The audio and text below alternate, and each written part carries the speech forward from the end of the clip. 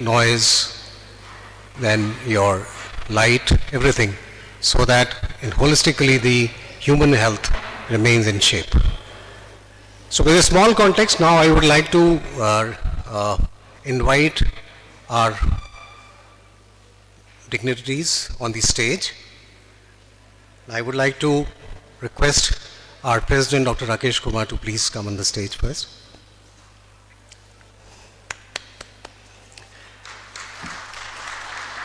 Now I would request Dr. S.P. Singh, Principal, St. Joseph College, AGRA.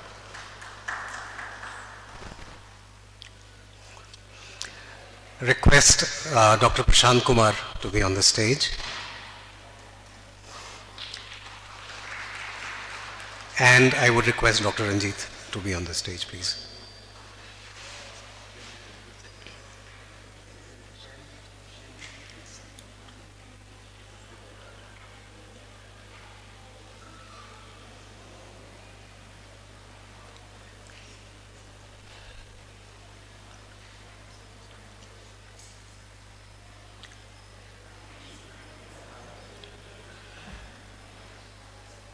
Now I would request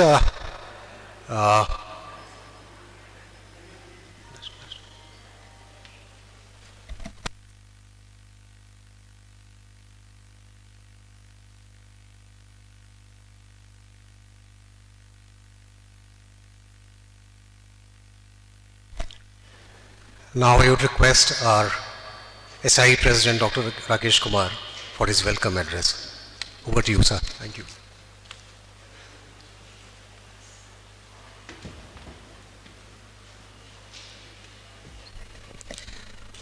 Good morning to all of you. And as we assemble this morning, I am very glad that this place where we are. So I said normally you keep a knob which is in recirculation mode in your car. So have you seen there is another setting also which goes towards movement like this. So there is an arrow which moves like this, and the recirculation is like a U. से नहीं वो तो ऐसे ही रहता है, cooling के लिए यही अच्छा है. So then I had to tell him that many times when you get headache and when you feel nauseating, and most of you try to eat gutka or anything else, intoxicants which people take while driving to remain awake. It could be just that your CO2 values inside your car is becoming too high. Well, I am battling with this whole numbers. So recently I had through the Society for Indoor Environment, we had an instrument which can actually measure CO2 and CO2 particulate matter and TVOCs and all that. So every time I got into an Ola or Uber, I was keeping that on.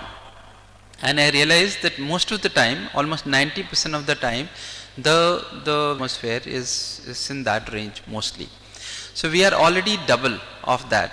And when you sit inside the car, because we are breathing and the driver is also breathing, your CO2 values keeps going up.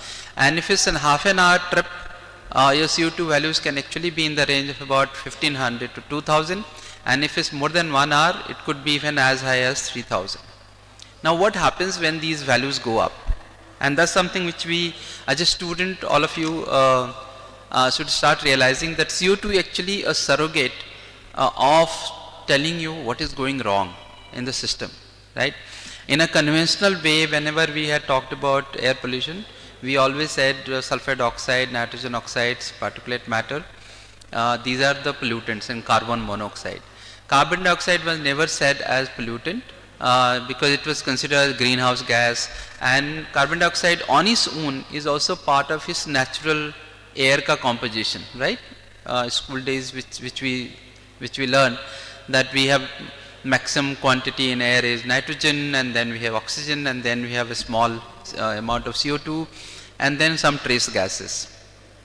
So now that this CO2 values, when it goes to that 300, 400 and 400 onwards to say 2000, the chances are that you have other pollutants also which are accumulating inside your indoors, which could be in your kitchen, in your houses, and schools and colleges and everywhere else. Now when we look at all of these data together, it looks like that if I am getting exposed to these higher numbers, Why is that we are discussing more of outdoor and not so much about indoors? And what is that we can do, right? So I'll give you another example. Why it is important is that mostly we have seen that air pollution problem is an urban issue. जो शहरों में रहते हैं उनके लिए समस्या है, लेकिन गांव में जो समस्या हो रही है एयर पोल्यूशन की वो उसमें इंडोर एयर का ज़्यादा कंट्रीब्यूशन है. So we had gone with some doctors in the interior of Maharashtra, and he was working with a lot of people who had asthma, जो सांस की बीमारी होती है. And there he was saying that the women in that village, and this story I tell many times because it actually connects better in terms of understanding, that women in the villages are always waiting for their son to get married as early as possible.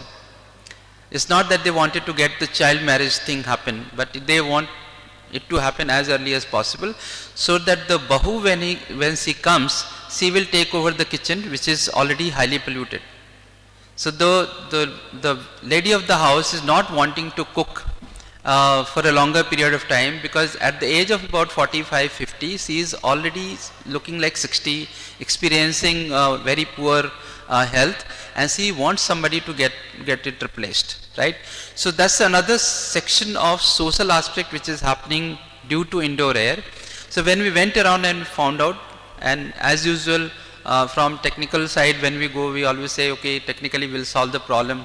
So in villages if you say कि इसको exhaust लगा दो, तो वहाँ तो electricity नहीं है, and if it's there for some few hours, right? So exhaust is just not there. But when you ask problem कि why it happened, earlier village kitchen were very good, very ventilated, space was not an issue.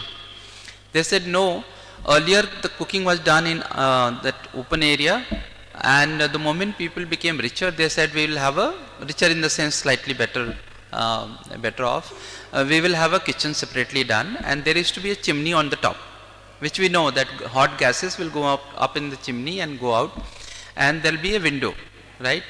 So window से air आएगा and hot air को ऊपर लेके जाएगा, because if you have only one outlet, air will not move. You have to have two.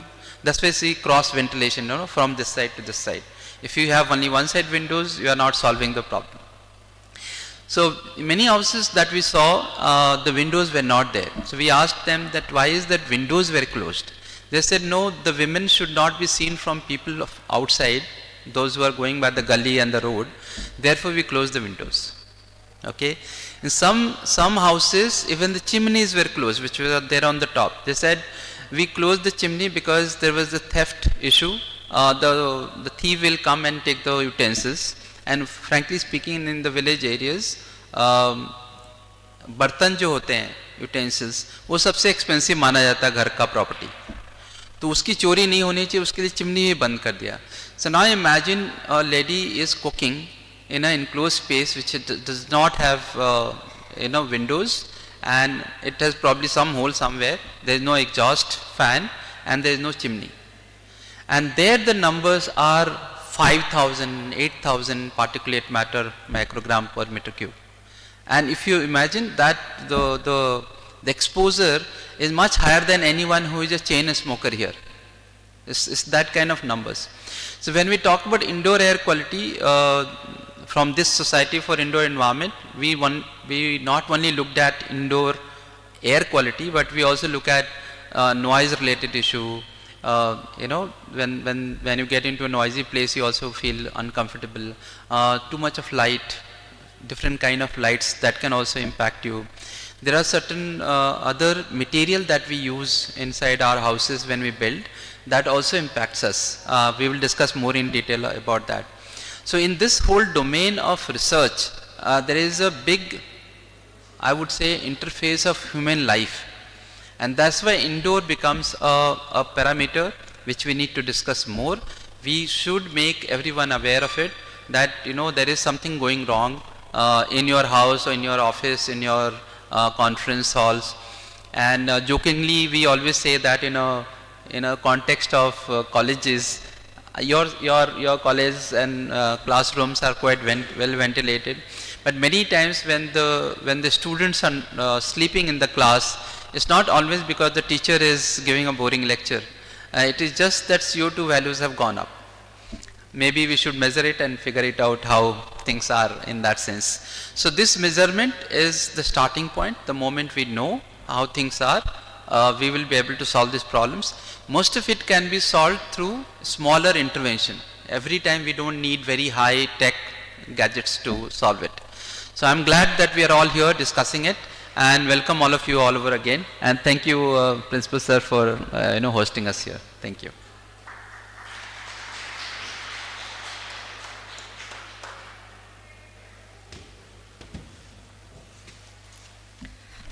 Thank you, Dr. Rakesh Kumar, sir.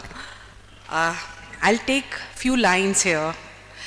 My relationship with this podium and this hall is very old. This is a podium where I have seen my father speaking, and me as a 5-year-old has been there watching him speak and being there like him. So first of all, I'd like to thank Principal Sir for giving us this opportunity to host SI's program here, because it would not have been possible, this venue, and I think all of us will agree to it, that we could not have got a better venue for indoor environmental quality than this hall.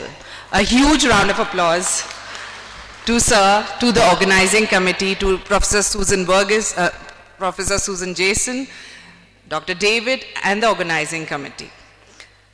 I would also take a moment to thank Dr. Rakesh Kumar, sir. He has been the epitome of growth for SI. As I regularly call him, he's a man of lesser words. But when a person who has knowledge, he speaks, we tend to listen. I thank SI President Dr. Rakesh Kumar for always being there for all the initiatives that SI takes. A huge round of applause for Dr. Rakesh Kumar also. With due regards, I would now request our Principal Sir, Professor S.P. Singh Sir, to please come on the dais and set the tone for today's event.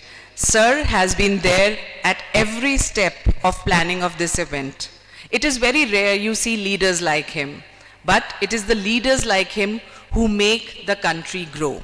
We are extremely obliged for your support, having your the kind of motivation, and we really look forward to learning from you, sir. Over to you, Professor S.P. Singh. I think we have had some breakfast. We can clap. Thank you. Dr. Rakesh Kumar ji, President SI, distinguished scientists and scholars on the dais, distinguished members of this august gathering. I trust there couldn't have been a more opportune time to talk about resilience and IEQ, responding to poor AQI and its impact on IEQ.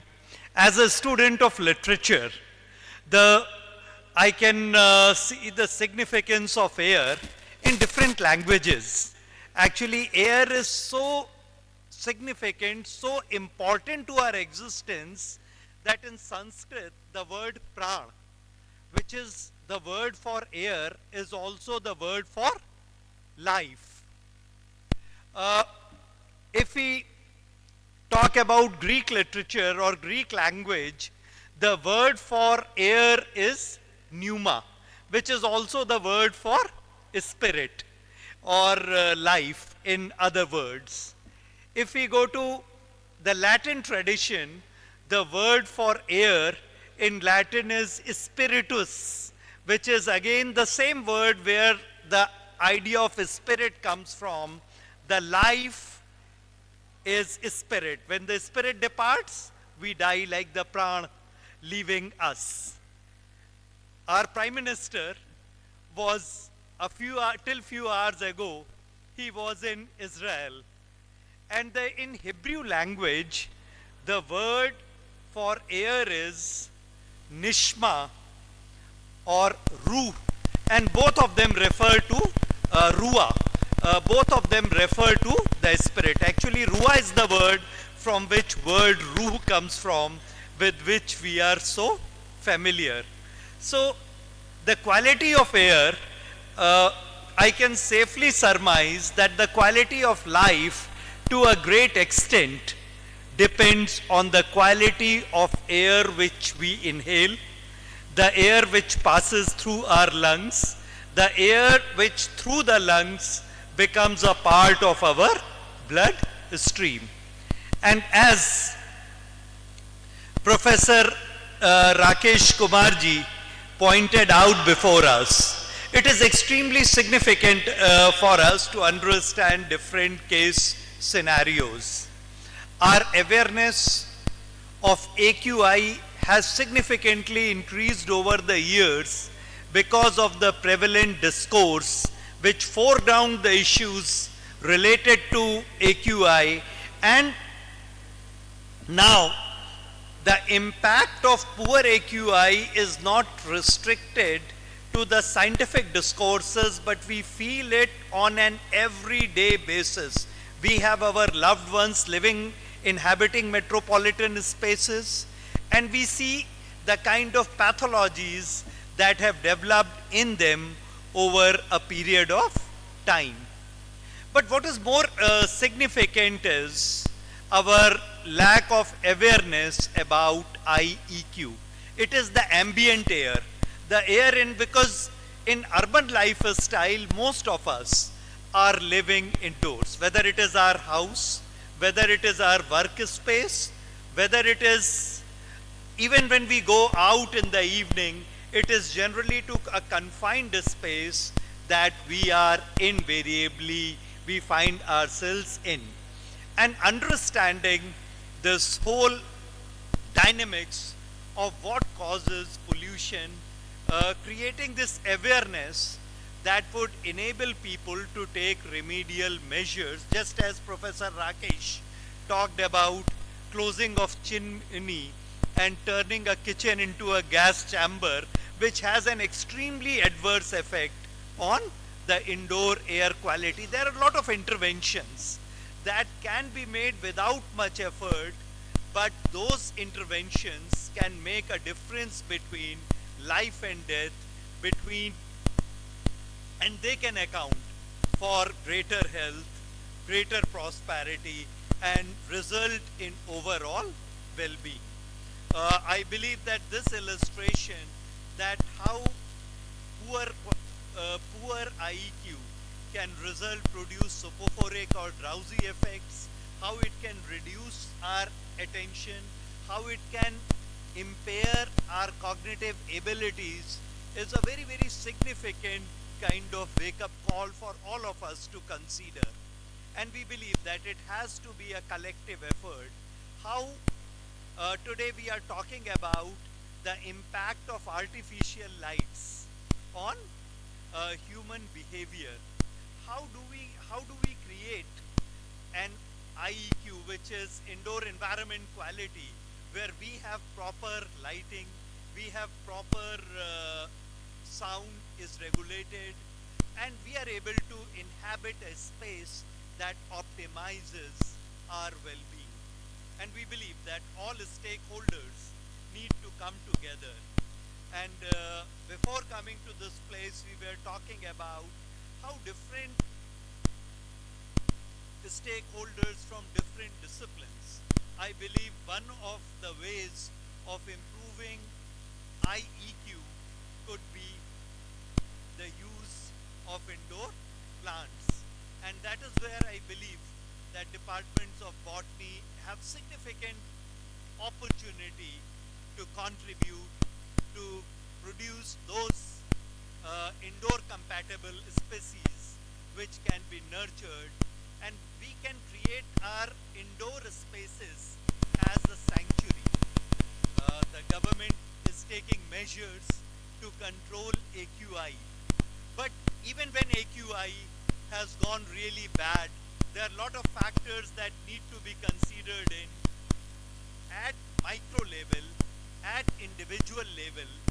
Can we make our homes, our workspaces, a sanctuary where we withstand the impact of the poor AQI, and create systems that enable us to be resilient, that enable us to survive, not only survive, but to thrive.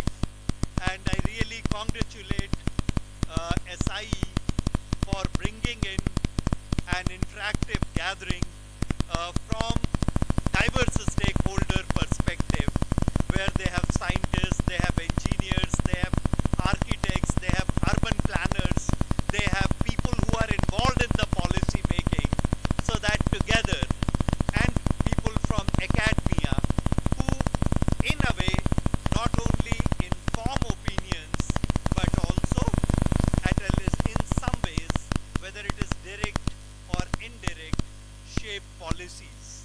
So together we believe that this kind of awareness would produce an impact. I was just talking a few minutes ago that when we were growing up in 70s, no one ever talked of air pollution. Rather, polluting the air or having a larger per capita consumption of fossil fuel was brandished with pride, because that indicated the development of economy in a given society. Consistent effort and concern people that today we have become aware about air pollution. But I could say that till 15 years ago, I was not aware that our ambient air quality could be so different from the quality of outdoor air, and there are factors through which it can be managed and mitigated.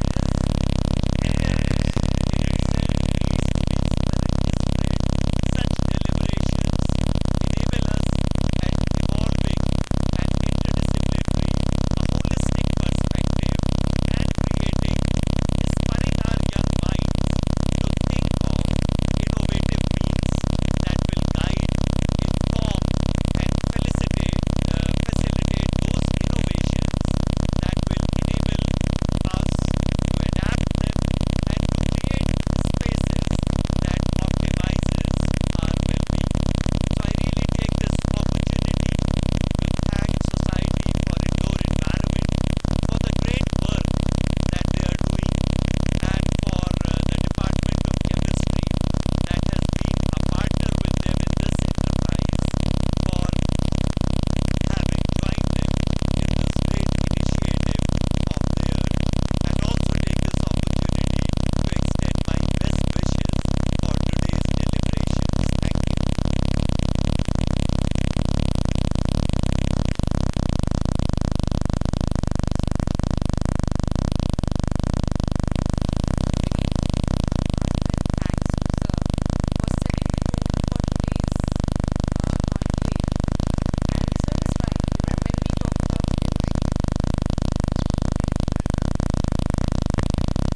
Are you able to hear me? Yeah. So, when we talk about leadership, true leadership lies in bridging the gap between the laboratory and the public policy that we make. And it is leaders like Professor S.P. Singh who has actually taken the efforts to build this college and bring what is there for the people to the people. We are privileged to have you here, sir, and under your guidance and mentorship, I think this collaboration will go way ahead. Thank you so much, sir. So I would now request our Professor Susan Jesse to please come and felicitate our guests here. Professor Susan has been instrumental person in organizing this event, and she is the backbone of this event. So a huge round of applause for her. I'll request Professor Susan to please felicitate Professor S.P. Singh, sir, for his efforts.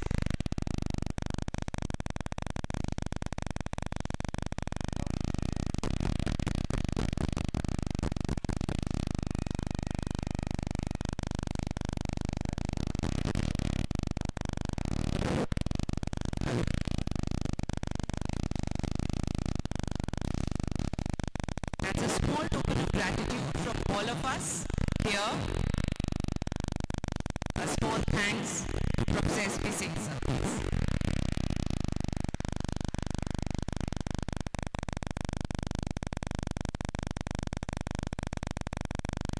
Ma'am, there is a memento also. We have a memento.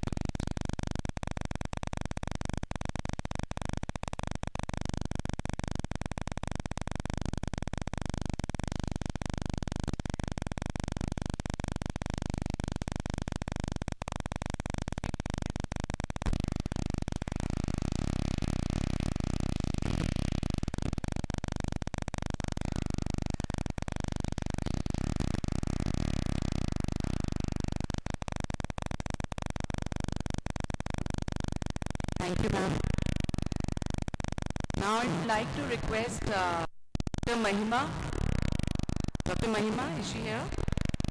She's been part of the inaugural committee, the organizing committee. I'll request Dr. David to please come on the stage and felicitate SIE President Dr. Rakesh Kumar sir.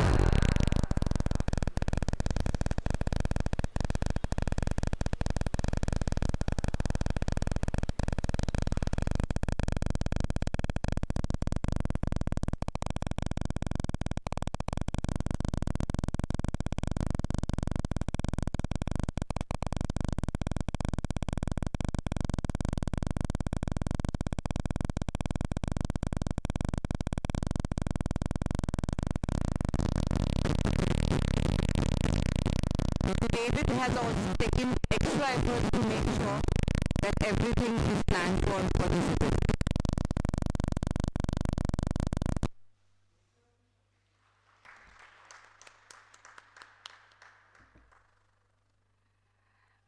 We have our chief guest and the guest of honor on the way. There is something that they have been caught up.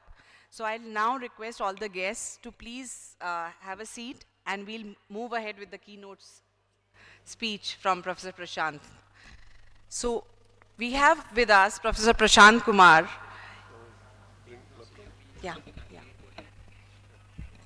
So we have with her Professor Prashant Kumar. He is someone who does not need an introduction, but for the unversed, Professor Prashant Kumar is a founding co-director of the Institute for Sustainability and founding director of the Global Center for Clean Air Research at University of Surrey, United Kingdom, where he is professor chair in air quality and health. He has held senior academic leadership roles, including associate dean, a PhD graduate from a University of Cambridge, and a master's topper from IIT Delhi. He is ranked amongst the top 1% of highly cited researchers and has received major awards, including what we call as the Nobel Prize for Air Quality, the Hagen-Smith Clean Air Award. So presenting to you, Professor Prashant Kumar, it is a delight to have him here, and let's welcome him with a huge round of applause, please.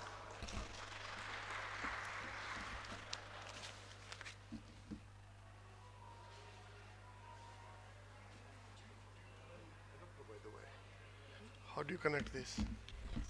No, the USB-C. Yes. No, ये नहीं, इसके लिए वो चाहिए adapter. बिजली है इधर?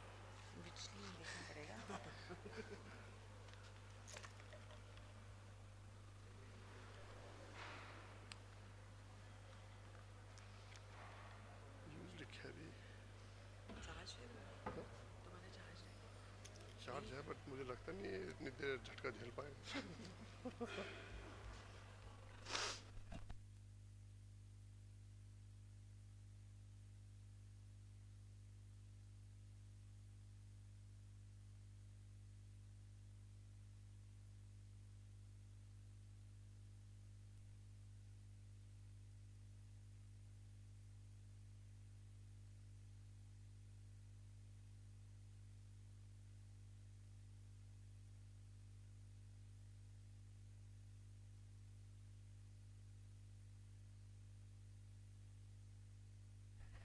Now, till we are managing these technical glitches, I'd like to inform all the research scholars, faculty, and the students that we have a good lineup of SI publications which are there outside the hall near to the registration unit. You can go there, scan it. If you like it, scan it and read the complete publications. So how many of us actually are working in the field of air quality here?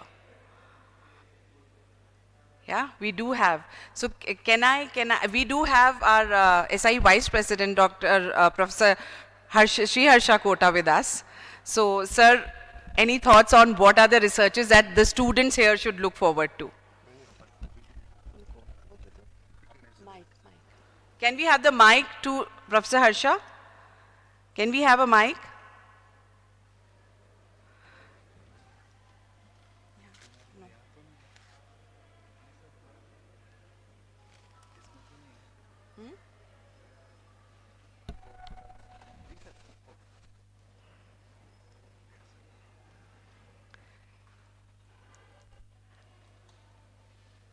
Thank you, Professor Harsha. Yes.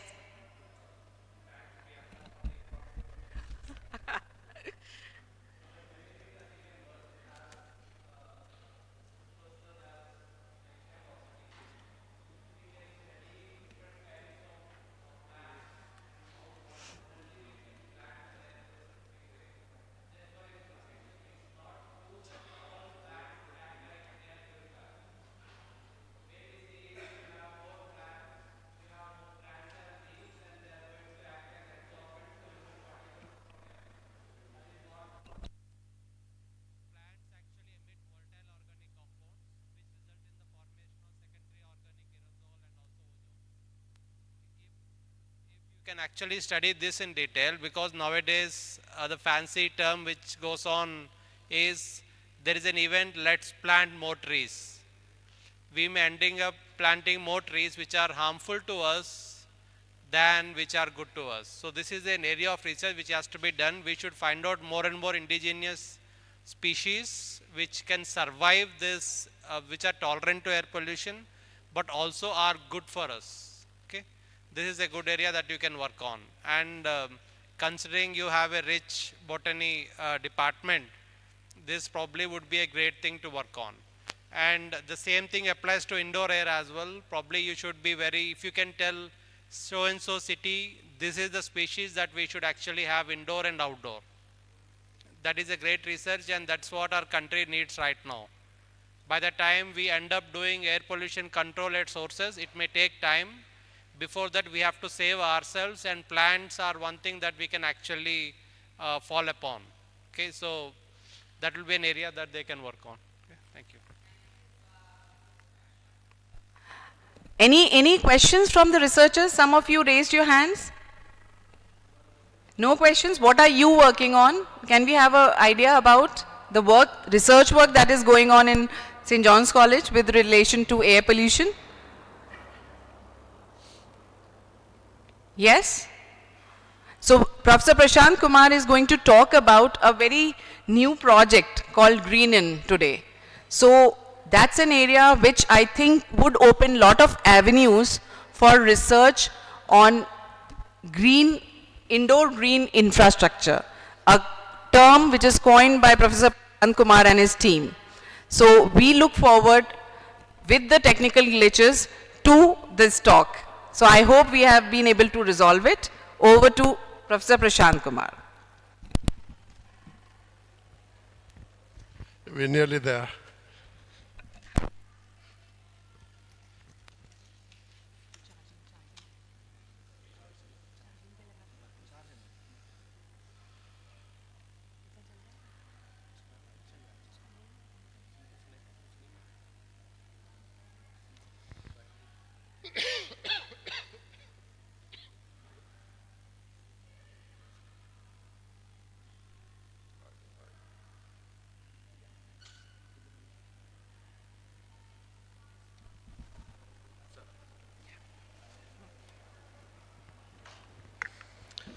Okay, good morning, everyone. Sorry for a little bit of delays. So yeah, my name is Prashant Kumar, and I represent University of Sarai. So wearing two different hats, being the founding director for the Global Center for Clean Air Research, and also the founding co-director for the Institute for Sustainability. So what I thought is today I will give you a very sort of a, the quick tour of the work we do at Surrey in the domain of indoor air quality. So, but before I start, I would like to thank all the team members who have been contributing over the years, to the, to the team. So you can see quite a few faces still there, some of them changing over time. So what I thought is I will just tell you a little bit more about the work in general, what we do at Surrey, and then presenting actually some of the interesting projects and the case studies that could possibly give some ideas for you to collaborate or to take that forward. So just to say that at the center, which we established a few years back, so I coined this word clean air for all at the time. I could see that being used quite a lot actually, in there, so which is a success, I would say, in a sense. But the whole idea has been building the interfaces of the air pollution and climate change with the health of the people and the environment. So this is the whole thing basically we have been doing. And there have been 4 key themes which I've been pursuing. So one of them has been obviously looking into the pollution itself, which is indoor and the outdoor. We do a lot of work in terms of the monitoring and the modeling and the exposure assessment. The another theme which is quite big is the nature-based solutions, especially the urban greening. So I'll talk about that a little bit. And the other area which is quite dominant actually is the low-cost sensing. So significant work on how you could use the low-cost sensors to improve or to engage actually different activities. And one of the things which I'm really proud of is, which is not really a very academic actually for an engineer, is the Guildford Living Lab. So this is the 4th strand of the work which goes in working with the communities. I mean, you co-design basically the solutions with them and then try to implement it. So I will give you some examples of, going forward. So as you can see, there are a number of projects I'm running at the moment. So they, span from looking into the outdoor greening, to the indoor greening, to the emissions, to the aerosol science, and looking into the exposure and the air quality in indoors in different domains, including the cruise ships. So I haven't included the work actually related to that, but it was fun actually to being a cruise ship for a couple of weeks actually and doing experiments. So along the way, we also created some of the very bespoke facilities. So for example, for low-cost sensors, so you could see that, that's the snapshot of my lab, where you could basically use the sensors and you can, validate them before you use them in the field there. So one of the things which we have been quite passionate about is about the vulnerable population, especially the children. So I'm going to give a little bit of a, the snapshot of the school sort of, the importance. So you might have seen that over 93% of the world's children are below 15 years at the moment. And they're really, they're exposed to higher level of PM 2.5 levels, which are way beyond the WHO recommendations. So one of the interesting thing about the children are that they are, they're growing, so their bodies are still not really, at a place where they can have the similar sort of resistance like we have as an adults. So it's really a big sort of an impact there. And when you talk about the sources of the pollution, so they can come from different sources. So they can come from, the second-hand smoking, could also be the cooking, so which is a major source in the household, could be also the heating, during the winters when you are, using the wood, could be the building materials and the household products, and can lead to a different type of impacts on the health, which can include the respiratory impacts, stunting, lung, the function, and the asthma and, the birth outcome. So you might have seen a lot of work, on these areas, which is coming across there. And this was one of the cases I'm not sure you heard about. So this is Ella Kissy Deborah. So this was a 13-year-old girl who lived in London very close to the busy roads, and she died actually with the high air pollution exposure. So she was admitted to hospital repeatedly, and this is the first case actually in the history where the death of cause was written air pollution on her certificate. So in a way that all across the world we talk about that these many the deaths are happening, which is attributed to the air pollution, but not the countries recognize actually as a kind of a key reason for death when somebody is dying actually for the impact. So this is a really interesting case. You might want to know a little bit more about it. The another thing which is quite interesting is you can see this map there, and this map is showing the colors, and this color shows the concentration level of PM2.5, so which is basically the particles less than 2.5 micron. So if you think about the WHO limit, so which is around less than 5 micron, which is the blue, the color there. So if you look around this map actually, you will hardly see the countries which basically meet those standards. But you can go in more detail, so you don't need to read all the cities, but these are number of cities across the world. But what you see is that blue line actually, which I put on the both scale there. So you can clearly see that on the left hand side, these are the countries in Asia and in Africa, which is having a very high exposure compared with actually the the cities actually on the right, which is from Europe and Australia, and you hardly see actually any actually meeting the standard. So that basically raises a question in a sense that the air pollution is not really a problem for one city or a country. It's an issue for for all of us. And the issue is that what happens outside is not really remains outside. It's always a continuum of what's outside comes inside as well. So in a way that it affects both indoors and outdoors. Now the interesting thing is, if you look around the regulations across the world, so the red one is India, which is around 40 microgram per meter cube, and then you got China, and then you got Europe, then US EPA, and then the WHO. So these are the green recommendations, and this is where we stand at the moment, around 40. So the one really nice statistics actually you see is that these two countries basically build majority of the population of the world, which has got a way higher tolerance limits being set. We are the same people, but we got basically the very different sort of regulations to face with. So in a way that this effect of the pollution is not proportional at all. It's very disproportional on the communities across the world. So just to say that this is the science paper we published the last year, and the whole idea of this one has been talking about the indoors. So we spend over 90% of our time indoors, but the fact is that there are no regulations there. So this is a leadership piece we put together.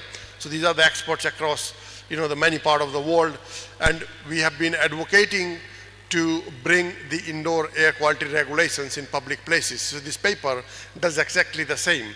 So what it also tells you is that what are the parameters you can start with. So for example, we propose 3 parameters in there. So one is the PM2.5, which is basically the proxy for the pollution sources. Then the CO, which is again a proxy for the combustion activities, and the CO2, which allows you the proxy for the ventilation.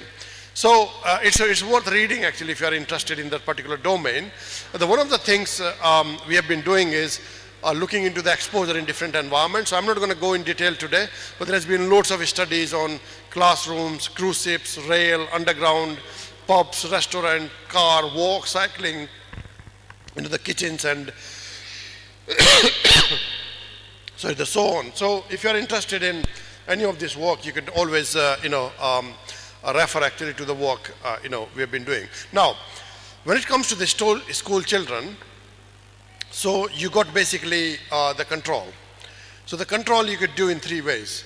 The one is you control at the source, right? So that's the best way of doing it. So you control the pollution at the source. Then you got the receptor. So basically when things happens and you can't do much, then you can protect the people by putting the mask and all. And the third one is you do between the source and receptor, which is basically an area which is very understudied, But this is where I think there are some interesting aspects of it as well. So for example, you can bring the urban greening, and I will give you some examples of that. So if you think about, what type of sort of interventions you can do, so these could basically, spread around the wide range, and that could include the technological interventions, like you bring the technology. Behavioral interventions are quite big in the sense that you can possibly bring in, the understanding of the people so they can take the right decisions at the time. You can also have the physical interventions, and you can see actually the suite of interventions that could work in terms of, the impacting in different ways. And the impact of these interventions can vary. So for example, in the classrooms, you can think about, let's say, the air purifiers. We talked about that. And you can have a very different impact on the concentration levels. You can have the plants, so we'll talk a little bit about that as well. So that can also impact actually in terms of, the pollutant sort of reductions. But obviously, the point of the BVOCs and the pollens remains. So you need to understand for the right species there. So there are a list of these interventions, and there is a paper we published 2 years back which basically summarizes them quite nicely to see actually the efficacy of these interventions and how they could really be implemented. Now, I'm going to give you some real world examples of the case studies there. So this is one of the studies we did during COVID. So when people were sitting in homes, we were running across the schools in London. So there we had like 60 classrooms in London, and we tried to kind of categorize them into different the different classification, like the natural ventilation, the mechanical ventilation, and having the different typology, which could have basically depending on the type of the buildings. Because some of the buildings are old, so you might have a very different types there of ventilation compared with the ones actually which were quite new there. So, so there were a number of the schools. We classified them, and the whole idea there was that we wanted to understand the impact of whether the schools are close to the source, then what are the impact if there are classrooms on different levels in the building itself. So that might make a difference as well. So we looked around, these sort of, the things there, and these are some of the examples for, for the classrooms.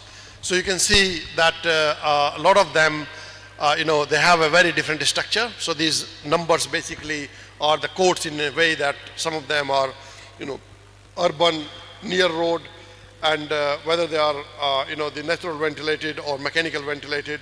So there were a number of these classrooms there. And it was quite an interesting study which I kind of designed in a way that it could be non-intrusive to the school environments. So in a way that you could easily have the, those setups, which includes these sensors. You just plug them in, and the data is sort of recorded there. So this is some of my team members, and this is one of the schools where, we did that. So you can see that little box there. So it's not very complicated in a sense, but it's quite, useful to have these sort of things there. But then in the background, there's a lot of work gone in, because when you're using those sensors, one of the challenges are whether they are giving you the right data, and how do you make sure that the data quality is good. So you see, there's a lot of work done in terms of the quality control in the lab to make sure that they are basically calibrated against the high-end equipment, and they designed basically those small sort of, the bespoke sensors which can do the PM 2.5 and the CO2 monitoring there. So, so one of the, this is like, again, published papers, so all this information is available, in the literature there. But one of the things which we really find that was quite interesting is that if you, if you have really the occupancy makes a big sort of, the impact. So if you got a higher occupancy, you ended up having, the higher CO2 and the concentration, which is not very unusual. So you can expect actually these sort of things. But one of the things which we found quite interesting was the floors actually. So in the schools, you usually find two types of floors. So either they are hard floors, like you see on the left-hand side here, or you can have the carpeted floor, like you can see in the middle.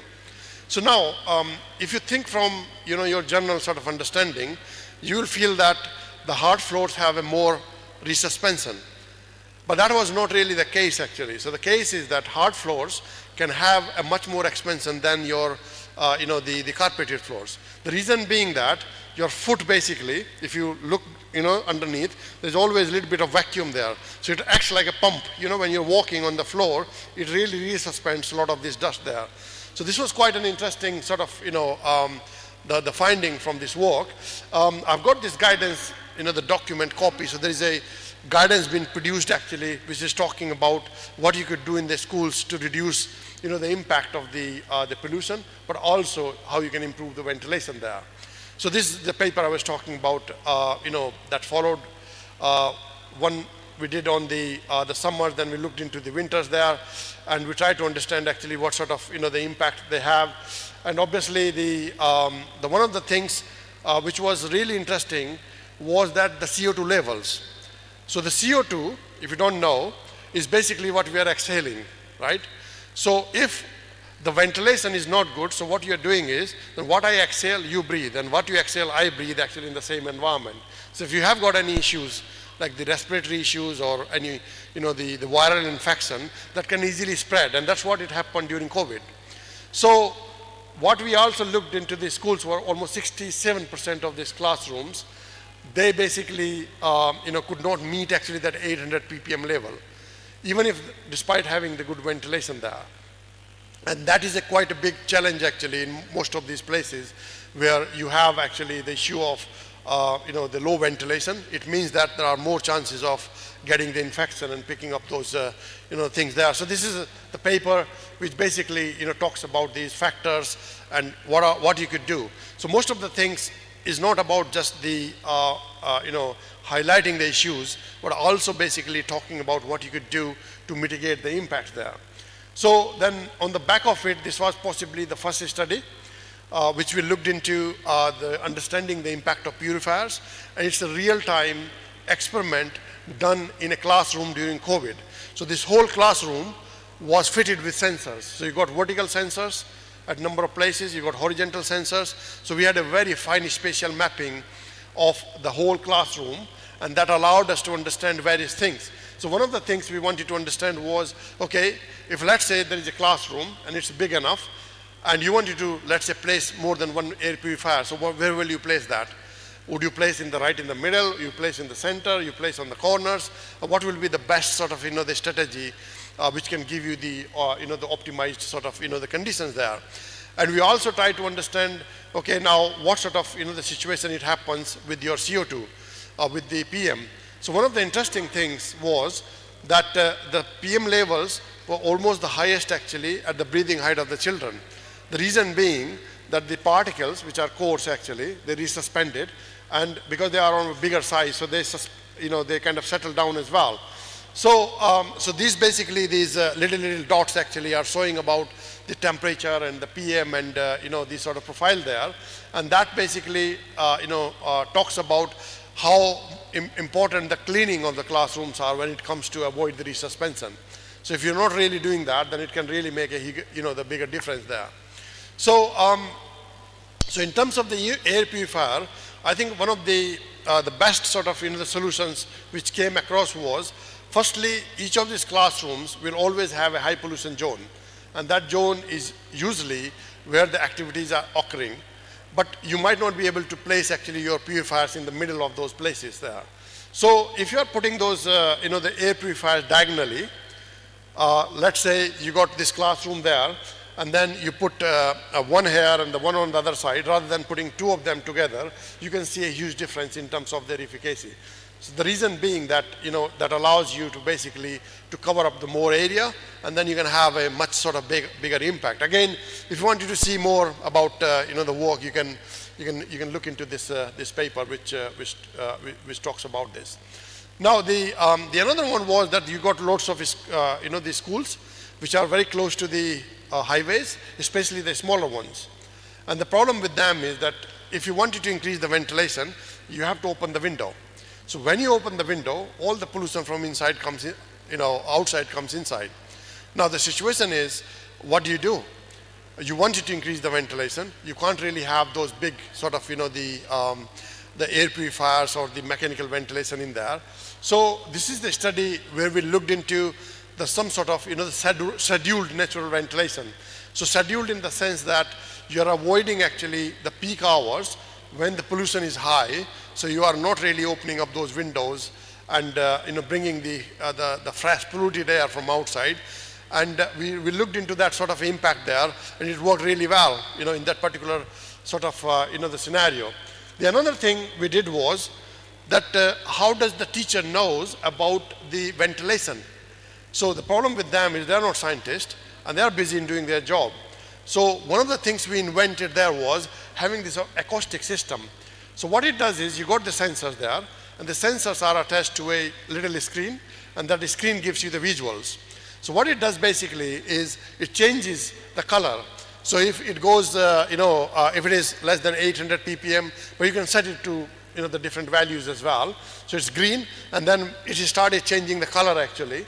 And we tried 3 different things there in the classrooms. So one was just nothing, business as usual. The second one was when the teacher can see it, but the children can't because you're putting in the back. You don't want to scare the children there. But when they see the colors, then they can make the decisions on whether they need to open the window or they need to do something in there. And the third one was the acoustic plus the beep. So it gives really a nice beep there as well. Now, when the beep we put in the beginning, it looked very scary and everyone was really, worried about it. So we have to change that beep into a nice kind of, the bird sounds. So the people cannot really, the children cannot really, they're not scared or they're not really taking things away. And we tried testing actually these interventions there. So one of the things we found there was that if you look into this visual acoustics without the beep, it really improved actually the indoor air quality on those durations. But when you have the beep, in fact, it improved a little bit more than the acoustics itself, because sometimes it gives the attention to the children. But the feedback from the teachers was that they don't like actually any hindrances there. So one of the things we kind of designed and we are interested, we are helping schools to put it in, is having those visual acoustics that could go in a little thing, so it can allow basically the children, the class teachers to take those decisions. So it's interesting sort of, the paper. And again, if you wanted to know more about it, it's there in this, in this paper we published. So, now, going into the classrooms, so this is another case study which we looked into during the COVID. So the whole idea there was to understand what is the impact of these, the air purifiers. And we could see easily almost around, the 50-60% of reduction. Obviously, they are more efficient for removing the coarse particles because they're using the HEPA filters. So all the PM10, they can really get sort of, stuck there. But the efficiency reduces when it comes to the smaller particles. It's not a problem actually in the classrooms of the smaller particles if they're not near to the source, especially if they're not very in the vicinity of the roads. But in this environment like here or in bigger cities, the background concentrations are so high that you will have that problem no matter actually where the schools are. So, so this sort of things basically work, and we looked into different interventions. That was one of them, and then we also looked into the indoor plants. So this was mentioned earlier. So this is the very first study which is under review at the moment. So what we were trying to do is try to understand the situations where you have to open the window, you don't have a choice, but then the concentrations are higher outside and it's coming in. So the whole idea there was try to test actually these plants, and they can really create a little bit of a barrier between the outside concentration to inside, and then try to understand how does this sort of, the impact in terms of reducing the exposure.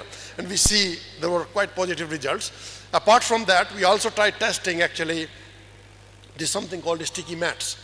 So the reason you are getting actually these particles inside and it's getting really, the bad, is that the shoes have got loads of these particles being attached to them. So this was the sticky mat, so you can put outside the classroom. So when the children are going in, so it basically, the particles are sticks. And then you can have a, the much sort of cleaner sole of those, things in there. And what we looked into is, you can see a little snapshot, how the impression is left actually on that place because of, the shoe there. So it means that it's basically doing the job. So it's a very low cost sort of, the interventions there. And these were the type of plants we were using. I think you can see a lot of these plants are quite normal. So I think if you can see the second one here on the, on the table there. And this is a money plant, I think quite famous. You can see a lot of them, in there. So one of the key findings of that one was that when we are using those indoor plants, it reduced actually the exposure to the children, especially during the peak hours when the concentrations were really high. So it really does work actually. The another thing was the sticky mat. So it really, during the peak times, it also shown actually to reduce the expense, the resuspension, especially during the time actually when the concentrations were really high there. So, so this indoor greening has been one of those key things. So I brought in, this idea together, and we won the funding of around £600,000 and launched the network, which is called Green-in Network. So it's a Green-in micro network. So I brought together a number of universities from, from Oxford, Cranfield, UKCS. So there are, the 4 or 5 universities involved in there. And this network is launched. So you are most welcome actually to join the network as a member. And it allows you to understand and to work actually collaboratively on a number of things in there. So in this sort of series of this network, the very first thing we have done is this paper just came out. So it's in the news at the moment. So if you search in the Google, you can find a lot. So this is possibly the first paper looking into the 10 questions on indoor environmental quality and greening. So it talks about what sort of impact actually you can have of the plants on the indoor environments. Now, there is a myth there that you can fill the place with the plants and the problem will go away. That's not going to happen. So it's a very kind of a delicate sort of a balance in a sense that these plants do also improve they increase the relative humidity, but they also produce actually some of the VOCs. But at the same time, they provide the surfaces where the particles can deposit. You can see the surface of the plants usually, they are not very shiny. They act like a natural sort of a, the filter, so the particles can deposit on the surfaces there. So we looked into this, this classification, and one of the things we did is provided a framework in terms of the classification of IGI. So that's the term actually we coined, which is the indoor green infrastructure. So in a way, you can decide actually those into the, let's say the 3 categories. So the one of the categories is the passive planting. So these are the things you are seeing are passive planting category. So it means that you got the plants, they are there and they're doing their job basically.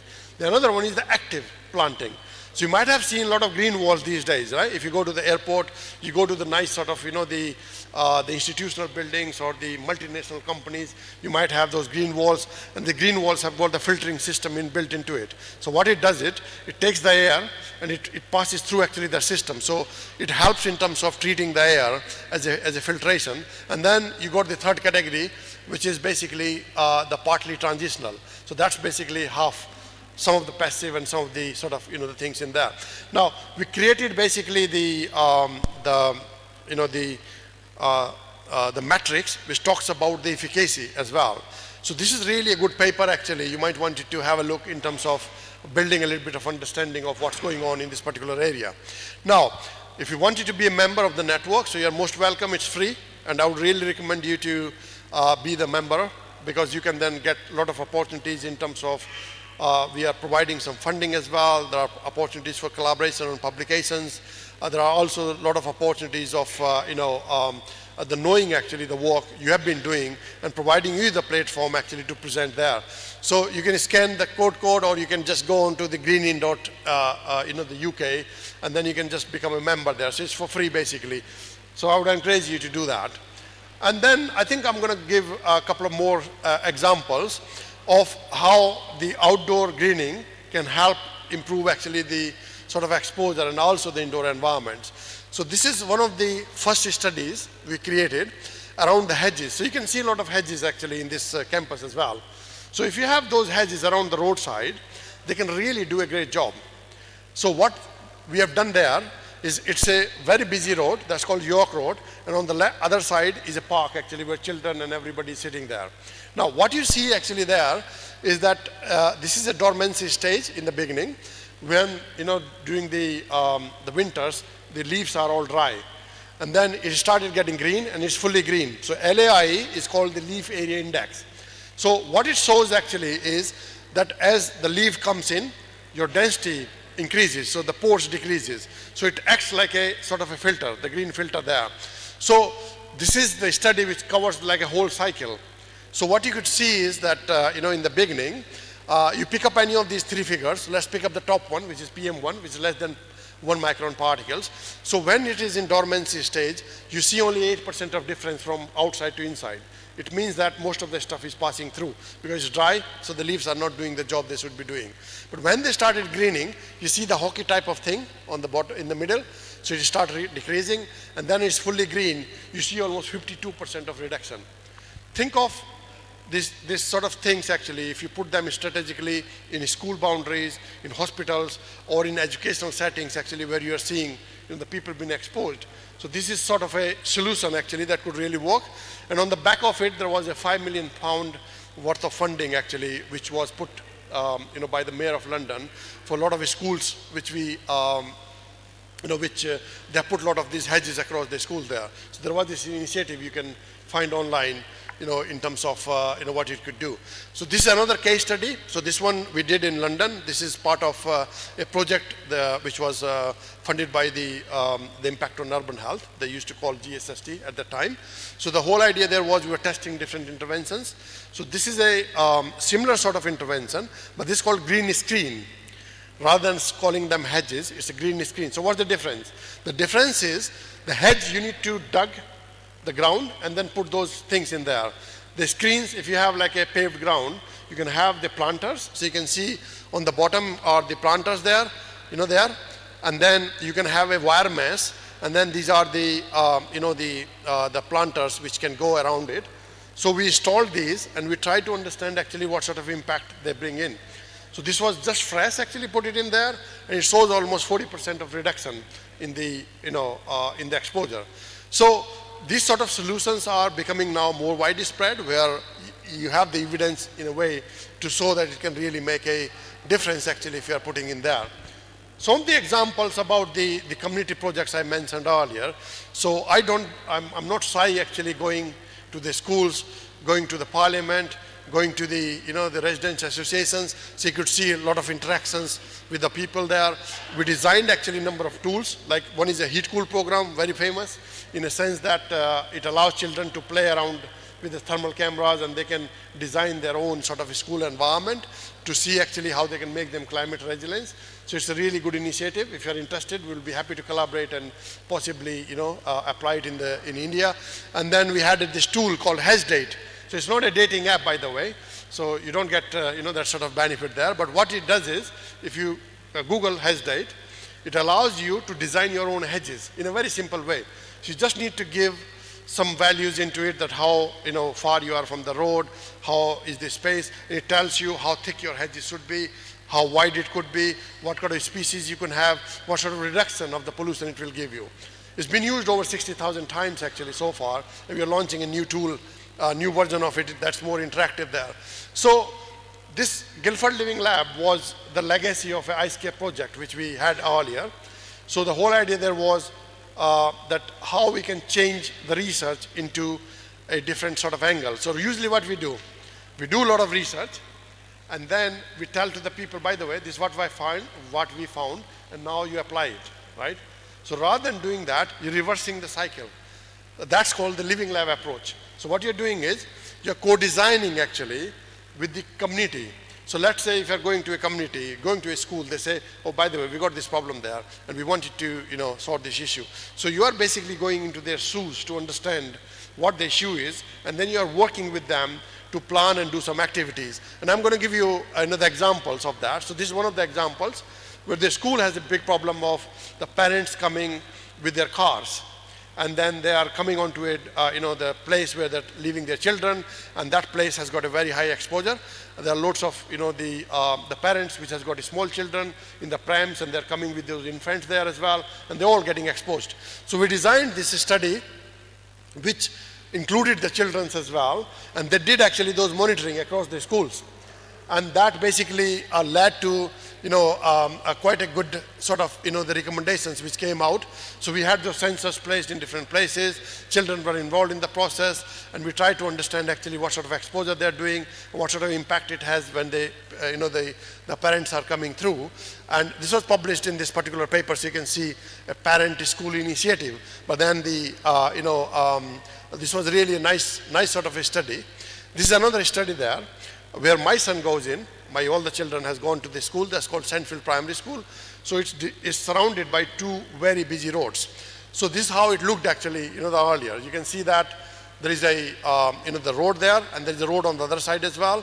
So all the, these exhaust fumes, they're just entering the school there. So when we're talking to the, the school, they say, that, by the way, we want something like that. So that's done by one of the parents. She's an artist. So what she did is say, by the way, you're working a lot on the hedges. We see a lot of news and everything. Can you not do something like that? Okay, fine, let's do that. And then what we did is then, so this is the sort of designs he came up with. And then what we did is, so this is the head teacher of the school on the left. There's a counselor there. There's a charity organization called Zero Carbon Guildford. So I'm a trustee on that organization. She's one of my PhD students. And there is another parent there. So we designed actually the study. Now the problem was, who will bail the cat, where the money is? Because all these interventions cost money. School doesn't have the money. So it took us like almost 5 years to find the way of how we can get access to the money there. And then the Reclaim Network came in. I think I left some brochures actually for you guys to pick up. And we applied actually for funding. So I lead the network, but it was interesting that we have to apply for our own funding as a process actually you need to follow and compete. We were successful in winning that the grant, and that also including some of the installations. So you can see the example of the green screen being installed on this, along the same lines. And this was done. And then the another thing which we are really proud of is created the first living gate in the UK, possibly the first living gate in the world. So why I'm saying that, this gate opens up, it has got an irrigation system in there, it doesn't compromise the structure of it, and each of the plant has been put by children. So there was the initiative which was done there. When you go now there, it's been 2 years, it looks even more beautiful at the moment. So it's really flourishing nicely, and it has been a really, the fantastic initiative. But what it also did is, because as a scientist, we are interested in the data. We want to create the evidence base. So what we also did is try to understand what is the impact of, let's say, these green gates and those green screens we had. So one of the things which was not part of the real agenda was the noise, and that's what we were talking about, an hour ago. So the class teacher came to me actually when we were visiting the sites. He said, by the way, since this gate has come in place, we see the classrooms are very, very quiet. So we already had the noise sensors in there, and then we found that there was almost 5 decibel of difference actually in the outside and in the classroom. So these barriers actually, they do work in terms of not only the pollution but also the exposure there. And the PM10 and 2.5, as you can expect, actually they reduced. And then if you go far away, so you can see the decay as well, because you got a lot more dilution. Because some school classrooms are just next to the road, some of them are away, and we can see actually a lot more, the interesting results. Again, if you wanted to know more about the study, it gives you a lot of details in there, and it included basically the class teacher, the head teacher. There are these people from these things. So these are really rare examples where the parents and the head teachers are becoming the part of the publications you are doing, and they are really impactful. Now this has been used actually as case study by the councils. A lot of schools are putting together actually the plans to to do that. So last week I was talking about the charity, and they say now we are creating a DIY version of this, so we can install this in as many schools as possible, because that problem is quite evident actually in most of the places there. So the heat cool I was talking about is a fantastic initiative. I designed earlier, and the team has worked really hard then, so the children can get their certificates, they can go across those things there. In the process, we also get the data, and the data allows us to to publish some really high impact publications. So for example, this one we published in Renewable and Sustainable Energy Reviews. You'll never think actually that whether this sort of data and the experiments could really go to these sort of journals there. But then if you design them properly and you make sure that the data you are collecting is really filling those spaces, you can really make a big impact. So it's a win-win situation for community. They are getting actually what they need. As a researcher, you are getting what you need in terms of the outputs, and overall we are also seeing actually a lot more impact, which you usually don't get it. So now moving on to the bigger sort of picture of that.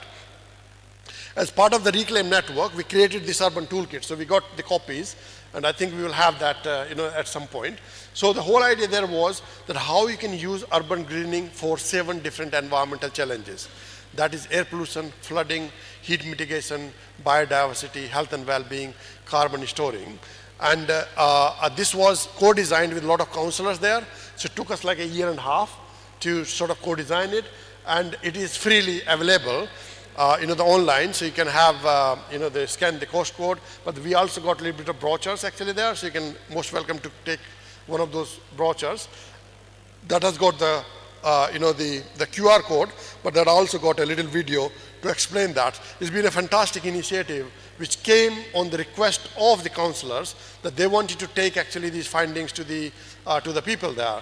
And we basically created this resource, and that is, as I said, is freely available for everybody to adopt and to use. And then we also created 7 different CPD courses. So this is another thing I think I would really encourage, especially the professors here or the academics here at the college, to possibly take these courses there. So they are freely available on the Reclaim website. Each of them, one is like 45 minutes. They've got the quizzes, and then you get a certificate actually when the students do it. So if you are a student, if you are interested in that agenda, that's really ideal. It can go into your CV as well. And we launched these courses 3 weeks ago, and we have been a very, the good sort of hit rate. So it's been almost 200 certificates completed. There are almost 500 users at the moment across the world. So there are really nice statistics around it. I can talk a little bit more about it. So, just to conclude, basically, a lot of stuff I'm talking about, one of the issues we always have the inadequate ventilation, because that was never actually in the picture when you're designing your, the houses there. And that remains actually an issue in most buildings, including schools there as well. There's also an issue of the health risk. The thermal comfort becomes another factor, because sometimes you want to bring the ventilation, but that can then, mess up with your temperature relative humidity. So that's another issue there. And that happens during the winters for sure, because you don't want to open the windows to get the cool air inside. So there is a little bit of a, the cheekiness there.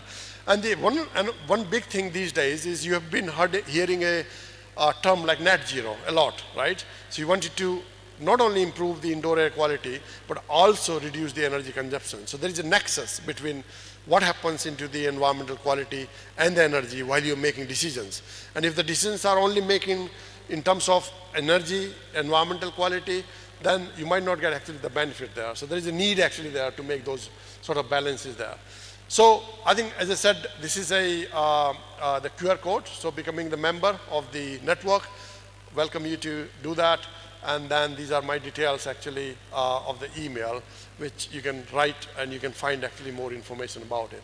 Maybe I'll just leave with the QR code. That's becoming the member there. But I think we wanted to launch that the toolkit as well, right? So did you manage to get those brochures there? Yeah. We got that. Okay. What are you going to do with that?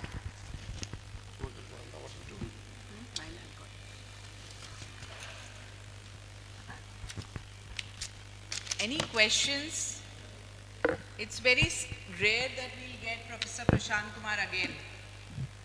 And the kind of courses he has floated for all of us. Yes, we do have a question. Can someone help with the mic, please? Yeah, there is a question for Professor Prashant.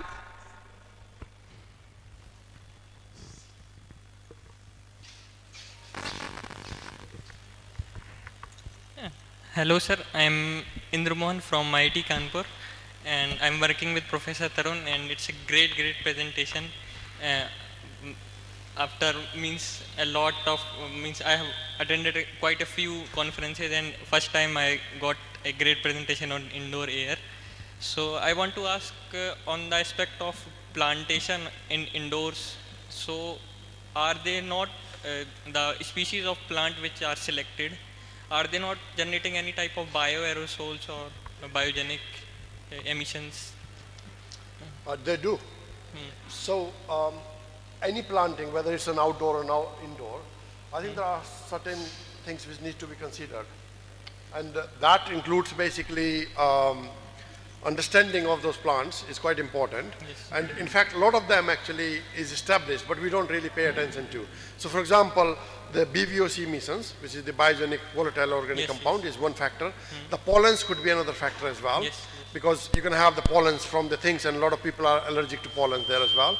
There are issues actually also of some of the plants could be very intrusive in a sense that you just put them and they grow really out of the proportion. Some of them could be that they have got some toxic, the element there. So let's say there are little fruits or things coming if children eat and these things there. So it's a balance actually you need to make in terms of the species selection, which is really important. So a lot of them actually, for example, you see a lot of these plants there, they are well established in terms that they know that they are not high VOC emitters, they are not really the high pollen emitters, so they are safe to use. So this is what we are trying to do as part of the network. So if you wanted to really, interested, join the network, and you'll have a lot more information on that. Sure. So there is a, the matrix there. You can see which plants could be more suitable for different environments. It's also the environmental conditions. For example, the plants could be more suited to Indian conditions, might not really work actually well for, let's say, the European sort of conditions, or in the Middle East. Yes. So it's also the, the thing that you bring in the native plants, so you don't really import, the lot, but at the same time, there's a little bit of, the balancing act actually in there. And that's not very difficult, but we just need to think about it. Yes. Thank you so much. There's one more question.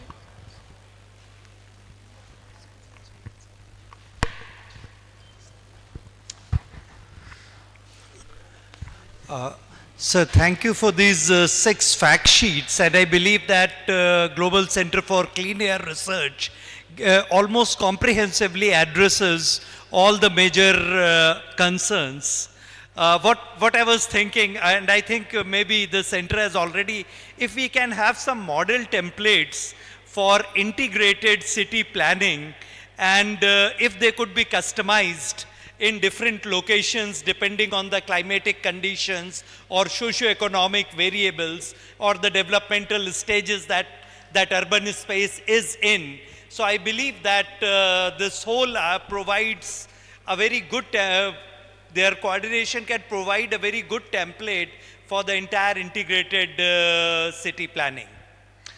I think that's a fantastic question, and so the one we have currently, so that designed for mostly for the European sort of the conditions.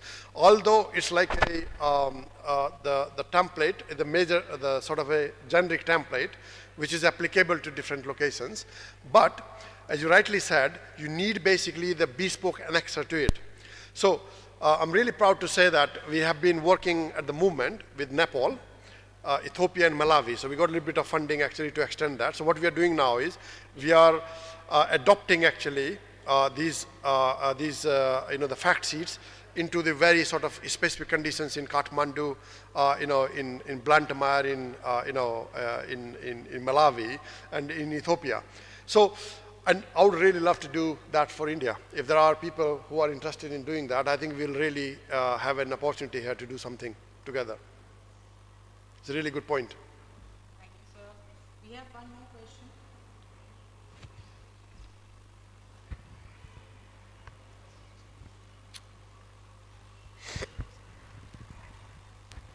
Hello, sir. That was really interesting presentation.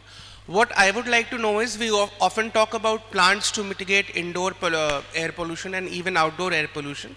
But specifically in the case of indoor pollution, we never really talk about the number of plants required or the size of those plants required to sufficiently clean a room as compared to an air purifier.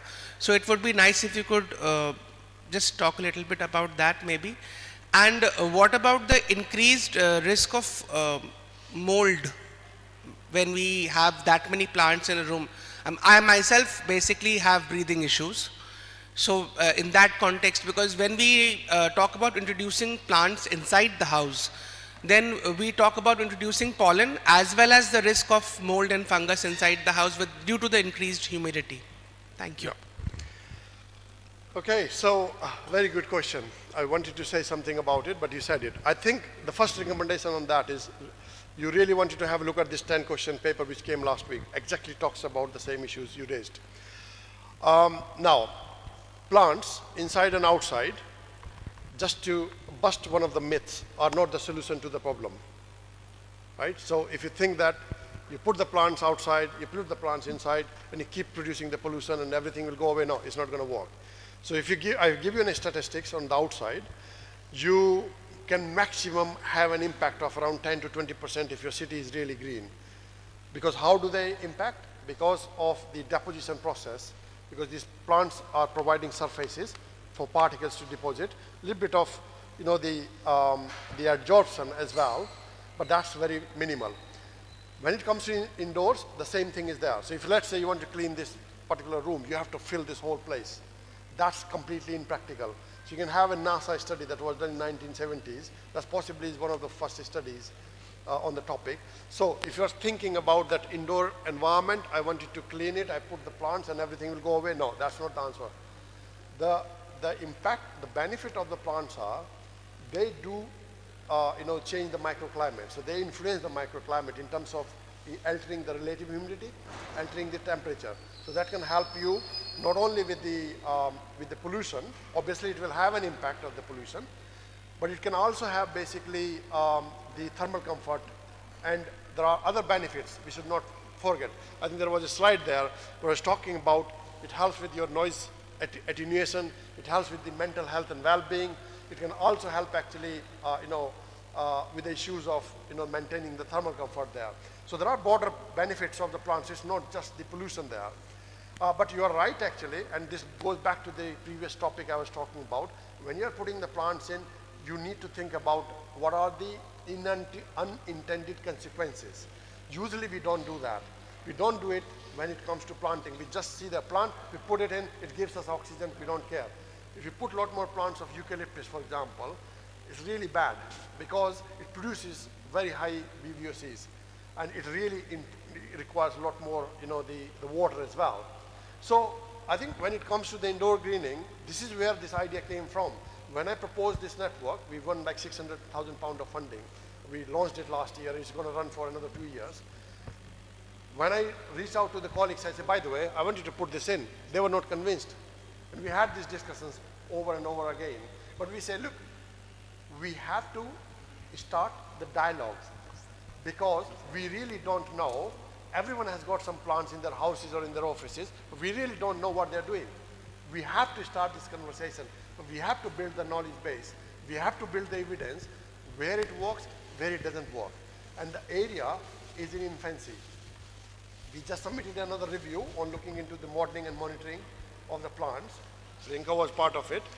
One of the key things which came out, monitoring 21 studies, only 21 studies that talks about what is the efficacy of this plant.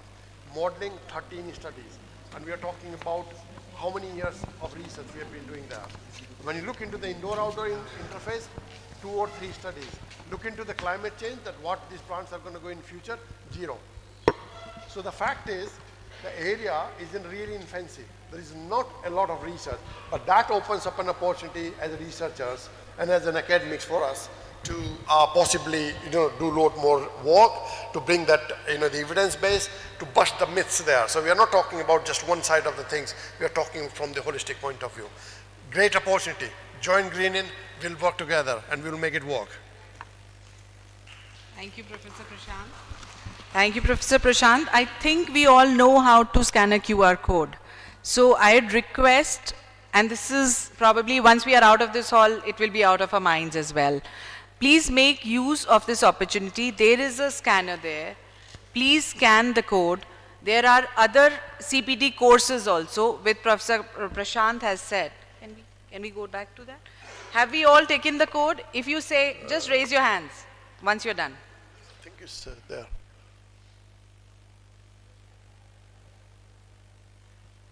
This one. Yeah.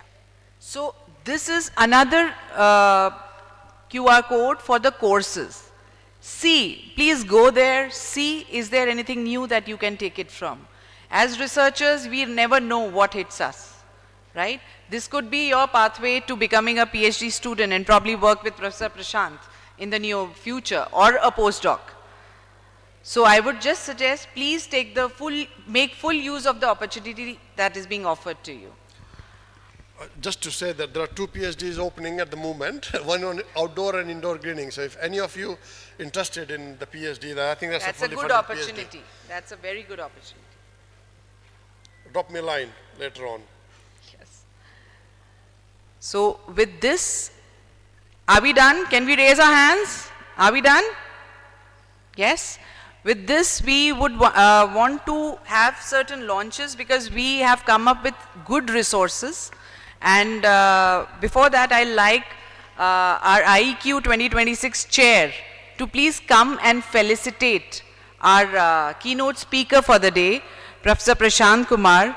And after that, we'll go for the launches which Professor Prashant has got to the table, as well as our own work in AGRA, the work that has been done on indoor air quality and outdoor air quality by the people who are amongst you. So first, the felicitating Professor Prashant Kumar. We can have some claps, please.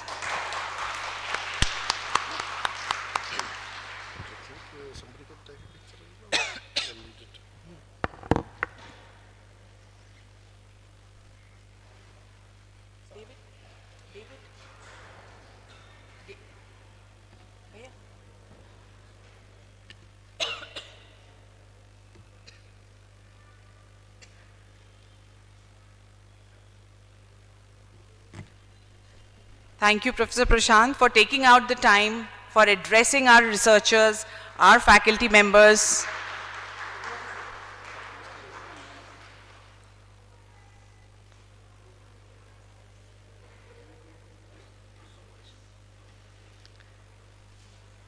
So with this, we move on to the launch of the Urban Greening Toolkit with Professor Prashant is launching in India for the first time. Would you like to address? You would like to address about what it is about? Yes, so I gave you a kind of a, the brief overview already. Maybe you can take some more later on here. So, as I said, the toolkit basically has got the 7 different challenges which has been covered, as part of this booklet. So that includes basically the 7 different fact sheets.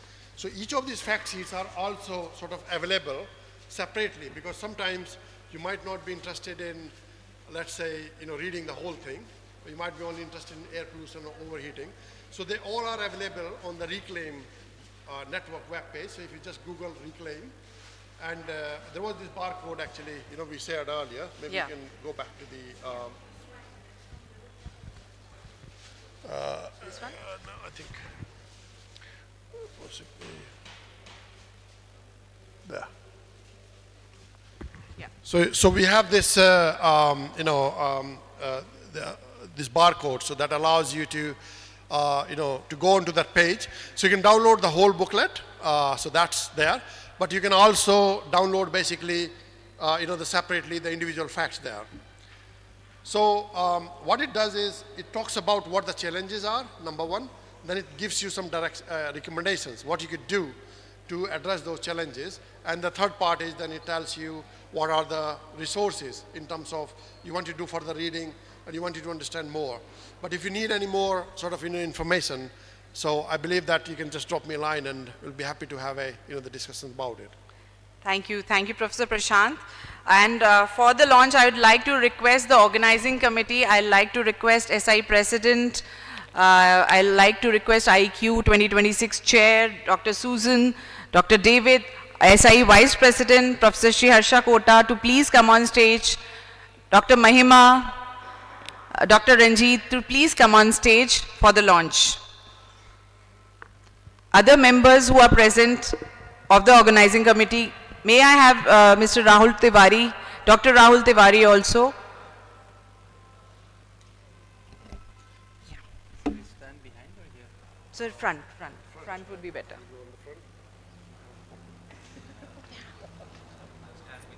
No, please. Now I think I'm going to scold you.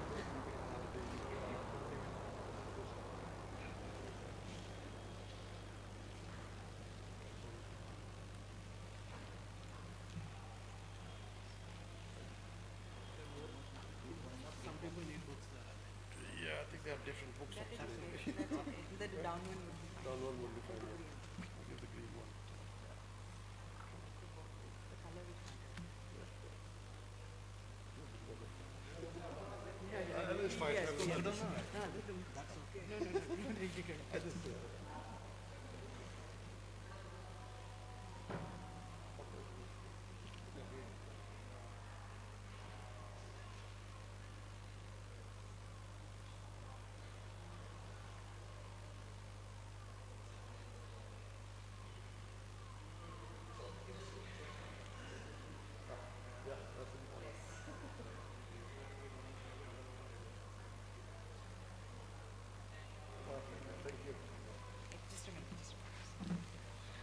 I'd like all the dignitaries to be on the stage as we launch the compendium of indoor air quality studies done in AGRA by the people who are present on the stage as well. We have Dr. Mahima and Dr. David under the supervision of Professor Ajay Taneja, who has been the spearhead for indoor air quality studies in India.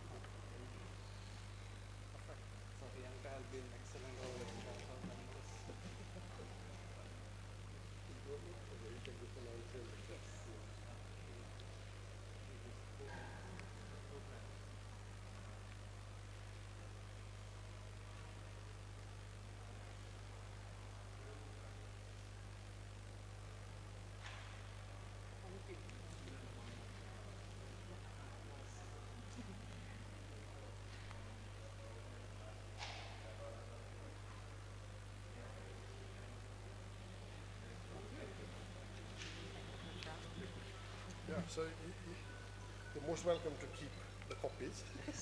I just need one of them. Thank you all the dignitaries for being there and I would request all the researchers who are here, please do put your hands upon these studies because sometimes we really don't know what we are or our teachers are doing. So this is exactly what your teachers are involved into. And a huge round of applause for Dr. Mahima and Dr. David and Professor Ajay Taneja in absentia. With this, I'll now take it forward and want to request our very own Dr. Ranjit Kumar, who is there with us. Dr. Ranjit is also a very distinguished chemist and atmospheric scientist, who I also know that he has been working in air pollution from the days I was in school. So he is an expert, that I know for sure. He has 23 years of research and 19 years of teaching experience. His work focuses on aerosol chemistry, air quality, climate change, and public health, particularly in the Indo-Gangetic Basin. He has led 15 plus funded projects supported by various distinguished organizations like ISRO and DST, and has a whopping 80 plus research papers. He is an award-winning scholar and mentor, and he serves as an expert member on the CPCB and actively contributes to the clean air and sustainability initiatives. Over to you, sir. It's a privilege to have you with us.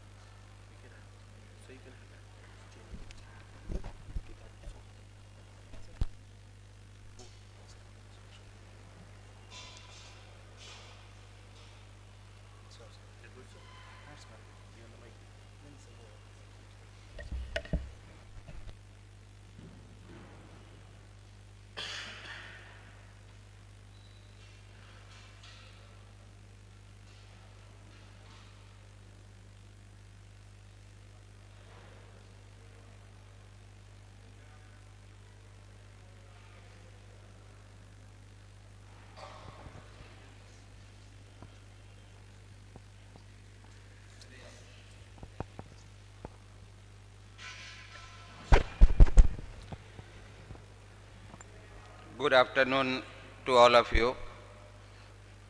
First, I would like to thank SIE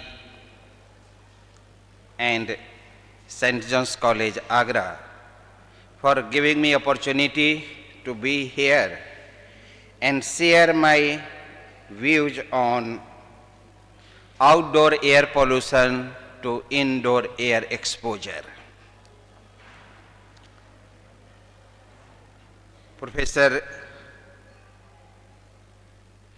Prashant Kumar has already discussed about the indoor air quality and the precautionary measures which is required to be taken to help the people, help the common public to protect themselves from the harmful and territory effect of indoor air pollution. I basically work in the outdoor, but you know, indoor cannot separate itself from the outdoor nonsense.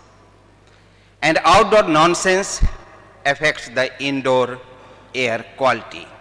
So that's why I chose this topic, and I shall give and show you a few glimpses of such a study. We all know that whatever we do, whatever way we act, it affects our atmosphere to some extent. And this action, whether we are doing for good deeds or whether we are doing for bad deeds, all are responsible for this poor air quality for which we talk and about which discussion we all are assembled here. Our action of cooking, heating, transporting, agriculture, everything leads with the release of lots of pollutants in the environment which causes harmful impacts. In fact, we blame these species, these pollutants, these particles, these gases for all the vulnerable things which are happening in our environment. But there are many other factors also, like meteorological conditions, our habits, they also play important role. So gas to particle partitioning in the presence of meteorological conditions leads with the formation of the particulate matter about which we all know. Even rickshaw puller also knows about nowadays about the air pollution, particulate matter and aerosol pollution. And that's why, not as a scientifically, but this may be also one of the reasons, particulate matter concentration has been considered as one of the most important parameter to judge the air quality of any air shed. And when they reaches to the earth surface, underlying surfaces, whether it is material or soil or building or human being or vegetation, it affects in numerous ways. Similarly, earlier people were thinking that we should make a house, we should make a brick house that will shield us from harmful pollution. But it was like our dream, and that has not become true. The particles or pollutants or species which getting released from our activities, activities are outside, but they affect the inside, and that inside is called as indoor, where we spend our most of the time, and it has been said that 80% time we spend indoor. So that's why nowadays indoor has attracted attention of scientific community worldwide. It has not only attracted attention of Indian scientific community, because here the pollution load is high. In fact, it has attracted attention of scientific community all over the world, because indoor pollution is everywhere relatively higher than outdoor pollution. If we look over the air quality status of India, here I have intentionally mentioned the sites over which we are lying, including AGRA, Indo-Gangetic Basin, Indo-Gangetic Plain sites are cited over here, and you can see that none of the city in India meets the WHO air quality standards. And this is the fact, this is the alarming, but I would say in the end that we should not bother much.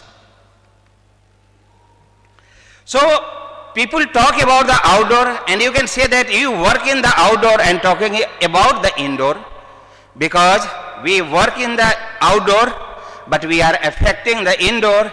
That's why I am taking here privilege to discuss about the indoor.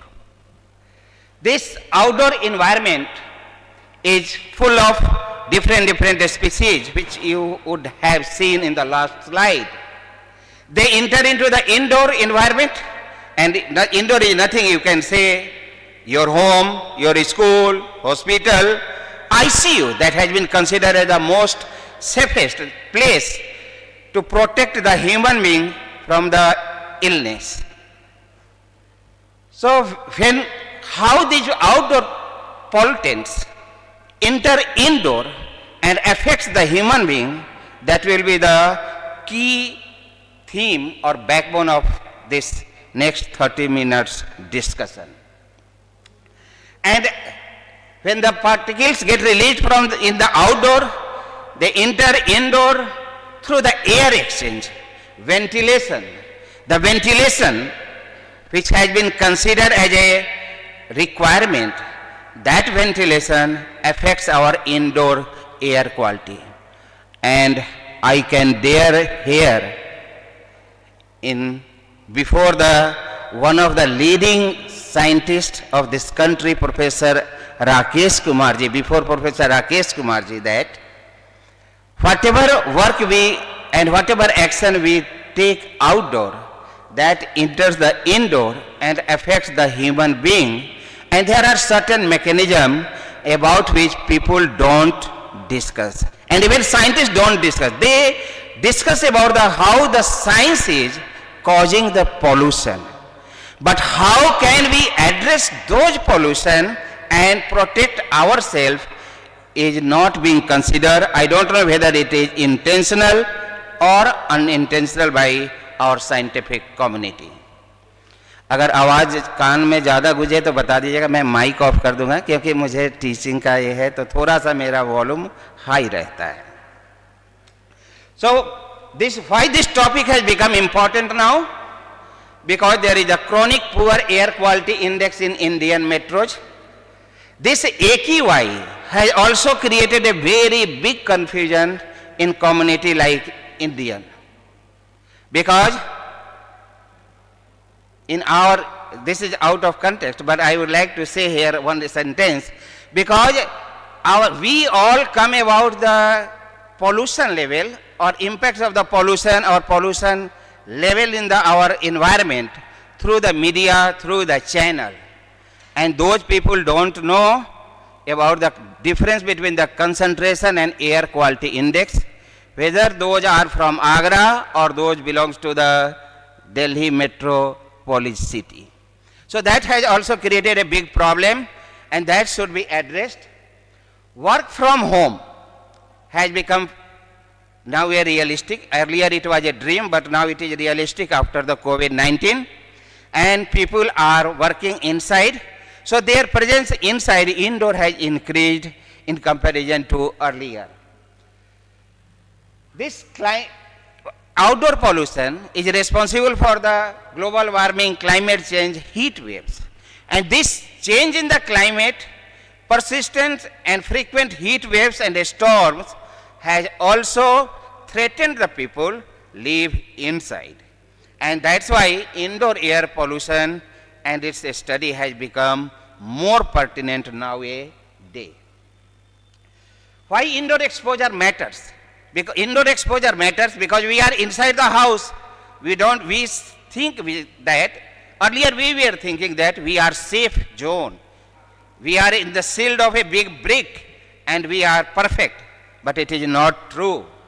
Indoor exposure often exceeds the outdoor dose, and there is a limited regulatory attention to indoor air in our, at least I can say in our country. So I shall discuss about the outdoor-indoor air pollution linkages and monitoring health relevance and certain paradigms. If you will see, and we all know that persistent PM 2.5 exceedance across the urban India. Always PM 2.5 level is higher than the standard set by our country, National Ambient Air Quality Standard set by Central Pollution Control Board, Ministry of Environment, Forest and Climate Change. It is always exceeding, and particularly the Indo-Gangetic Basin has been considered as the most vulnerable plain, or you can say the hottest spot, one of the hottest spots all over the world. At the same time, the seasonal dominance of biomass burning and secondary aerosols formation also plays a role. I don't know whether this slide is visible or not. Nowadays, this LED, I can say the screen, affects the quality of the slide. And I don't know why people use it. At our place also, for a small hall it is okay, but for bigger hall it is not good. So you can see here there, but it makes sense. You can realize that in the first figure, there is a seasonal variation in the concentration of PM10 or PM10. In the same rows, the second figure, we can see the different concentration at different sites all over the world. There are about 32 sites. In the third figure, you can see about the concentration and the meteorological conditions, because meteorology also plays a vital role and people generally don't discuss about those meteorology. You can say this is how the pollution coming from the different source and from the source away, how it affects. So that is being shown in this diagram. But this figure, I think it will be quite clear relatively, and this is the exceedance factor. People generally talk about air quality index, but air quality index creates confusion because very less people know about the air quality index value and the concentration differences. Because both are numbers, so people compare both equally. So this slide shows the New Delhi. That is a representative slide. I have brought it intentionally because Professor Rakesh Kumar is here and Dr. Harsha. So that's why you can see here the monthly variation in the PM 2.5 concentration. About 27 years back, Dr. Priyanka has just stated we met about 25 years back here in St. John's. So in last 27 years, I used to visit this road always. The situation is same. Pollution was on those days and pollution is today. So let us take it as a challenge. Whole life we have to face the pollution. And that's why I am telling you, I can tell you later on how we should not bother much about the pollution. Stop bothering. We have to do some other things. But as a scientist, I shall have to say, no, bother, situation is very poor. So outdoor pollution basically penetrates the buildings through window, through door, and that we consider as the ventilation exhaust. At the same time, it penetrates through the leakage, the cracks also. This air exchange rates affects the indoor air quality. So if outdoor air quality is poor, indoor air quality cannot be good. If outdoor air quality is poor, indoor air quality cannot be good. So that's why outdoor air quality improvement is first required than indoor air quality. So there is the influence of ventilation type.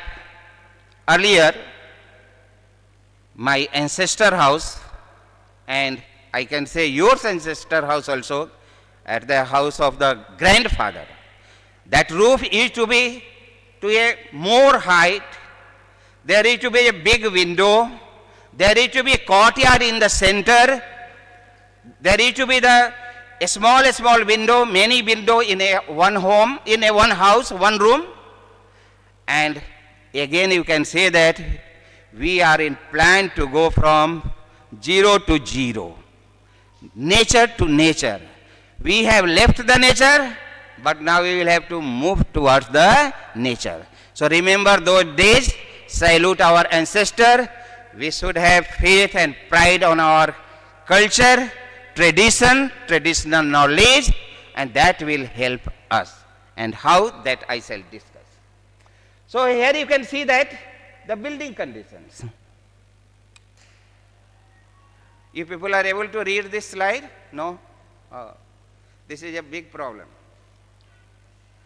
So here I have tried to show in this diagram,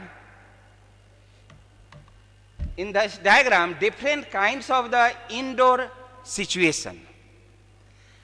And here you can say, if you are, even you are in a vehicle, sir was stating that inside the vehicle there was 400 microgram per cubic meter concentration. We feel proud. We are in a car, we are in a luxury car, we are in a e-vehicle. E-vehicle is creating less pollution, but inside the e-vehicle pollution is high. And that is the study in AGRA, although it is a short-term study. So from the outdoor, different way, it enters into the indoor and then it affects. It has been studied and reported that the indoor air quality ratio, indoor-outdoor air quality ratio is more than 1 most of the places. And at some places, over the Indo-Gangetic plain, it is reported to be 1.44. So suppose if the pollution is 100 micro concentration, particulate matter concentration is 100 microgram per cubic meter in outdoor, then inside it is the 144 microgram per cubic meter. So that is a big challenge, and that's why we need to integrate the outdoor-indoor air pollution study. Again, when the pollutants enter inside, it doesn't remain silent. It started reacting with the surface, inside surface, reacting with the person sitting inside, and their brings the physiological changes through the chemical aging of aerosol, again gas particle partitioning, and interaction with the indoor surfaces. So chemistry of outdoor and indoor is quite different. If outdoor is serious, then indoor will be more serious. So that's why indoor study and indoor protection, indoor air quality improvement, now becoming the more important than outdoor. So it is a both way. So it depends upon the people how they are going to take it. So particles which is of the lower side, PM 2.5 and PM 1, infiltration efficiency is high. So infiltration, the ventilation that helps us in mixing the air, harm us by infiltrating the polluted air from the outside to the inside. And it shows the seasonal variability. Seasonal variability can be considered as a marker for the outdoor air quality and later on expose implications. So high penetration from outdoor sources, deposition and resuspension, and health relevant fraction. So one name is the black carbon. Here most of the audience are from our AGRA region.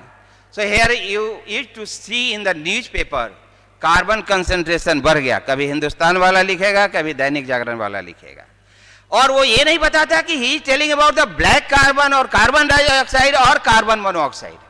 Black carbon का instrument ही आगरा में नहीं है, और news में media में आता है कि ब्लैक कार्बन कंसंट्रेशन बढ़ गया. So that is a very big problem. So that's why I used to say that don't trust on blindly on this news, nonsense news which comes in our market. And that is not affecting the common body, it is affecting the scientist also. I can quote one example that due to some accident and fire accident, the concentration of PM10 has gone to above 1000 microgram per meter cube in Ghaziabad. It was reported by one of the leading scientists from the IIT. I don't want to take the IIT place name. And it gets published in our beyond the boundary. Boundary, our home, boundary, our state, boundary, our nation. Because air quality of Agra, India is not polluted and harmful so much as it is being publicized or geopoliticized all over the world. And I would like to request senior professor like Professor Rakesh Kumar, sir, to come forward and take the lead in this direction so that we can say that no, we are okay. Not so bad situation. So this is a black carbon concentration measurement instrument, ethylmeter. Here you can say the long-term data set. And the data set is showing that concentration is high. It is not low, but it is not higher than the other urban location over the Indo-Gangetic plain.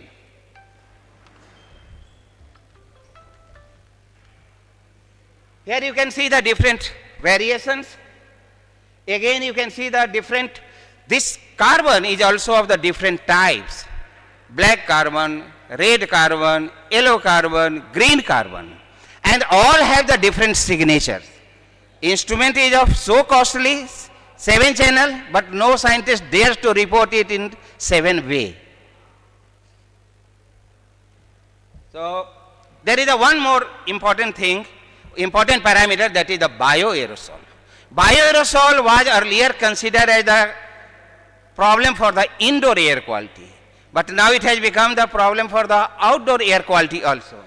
So, but in spite of this fact, bioaerosol has been studied less in indoor relative to the outdoor, although the India bioaerosol study is not done in a manner or significant manner that it should be done.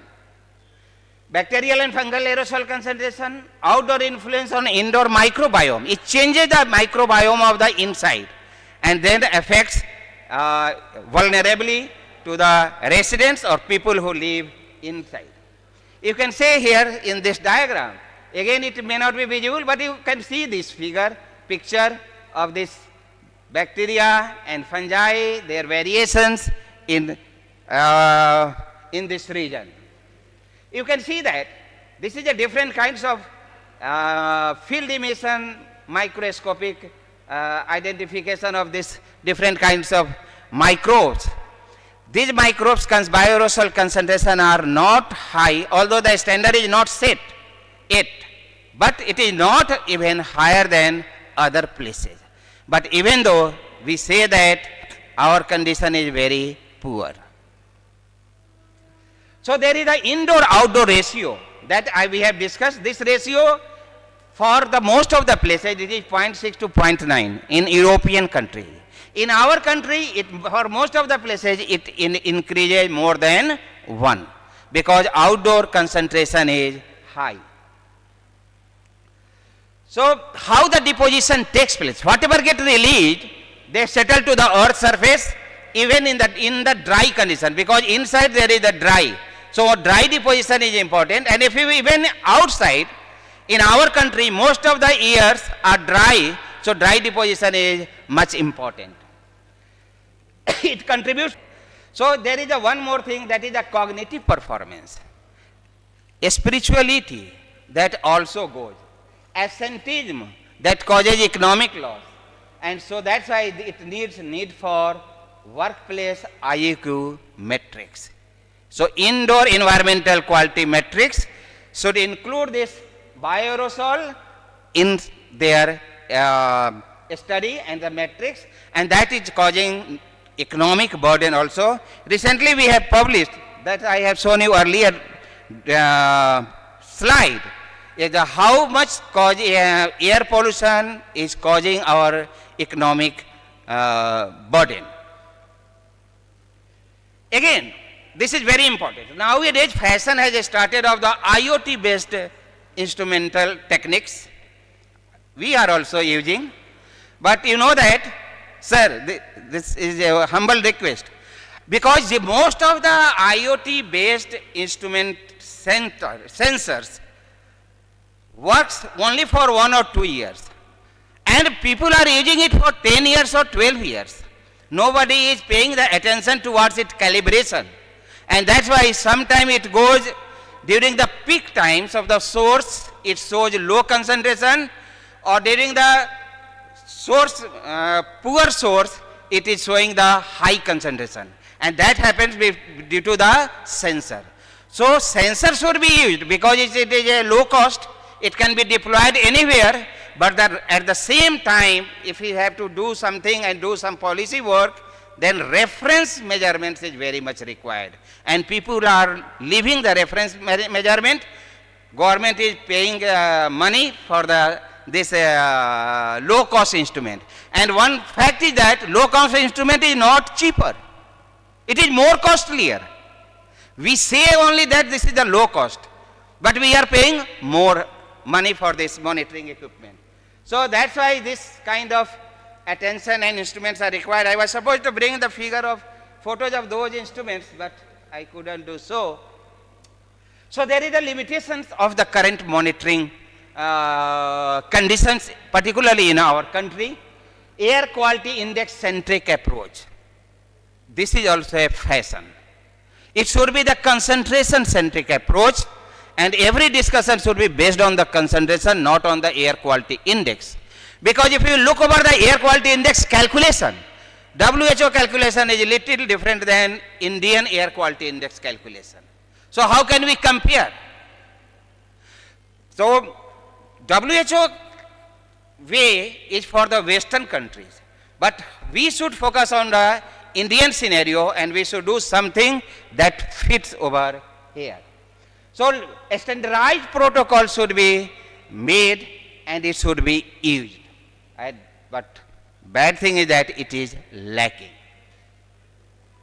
There should be the integration of the monitoring framework. Simultaneous outdoor-indoor measurement is required, and it is not done. I can say, I don't know, as much as I know, I have not seen a single study in which it is done simultaneously.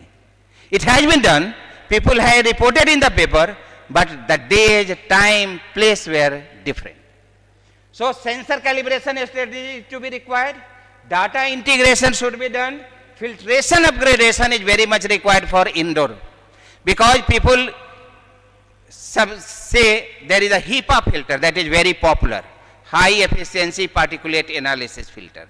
People are using, everywhere is using. Once people purchase and they became, okay, now we are fine. Nobody take care of it. As like this RO water, when it started doing some bad things, bad smelling, then we used to go for the cartridge changes. So similarly with it is with the HEPA filter. So filtration upgradation is required, ventilation management is required, low cost sensor deployment is required, at the same time occupant awareness is most required. खिड़की हमें कब खोलनी चाहिए और कब नहीं खोलनी चाहिए, इसकी समझदारी सबसे पहले सोसाइटी फॉर इंडोर एनवायरनमेंट को प्रचार करना चाहिए, क्योंकि हम खिड़की को नहीं खोल पा रहे हैं ठीक से और हम बड़े बड़े साइंस की बात करते हैं और करना चाह रहे हैं. खिड़की कब खोलनी चाहिए और कब नहीं चाहिए, that is very important.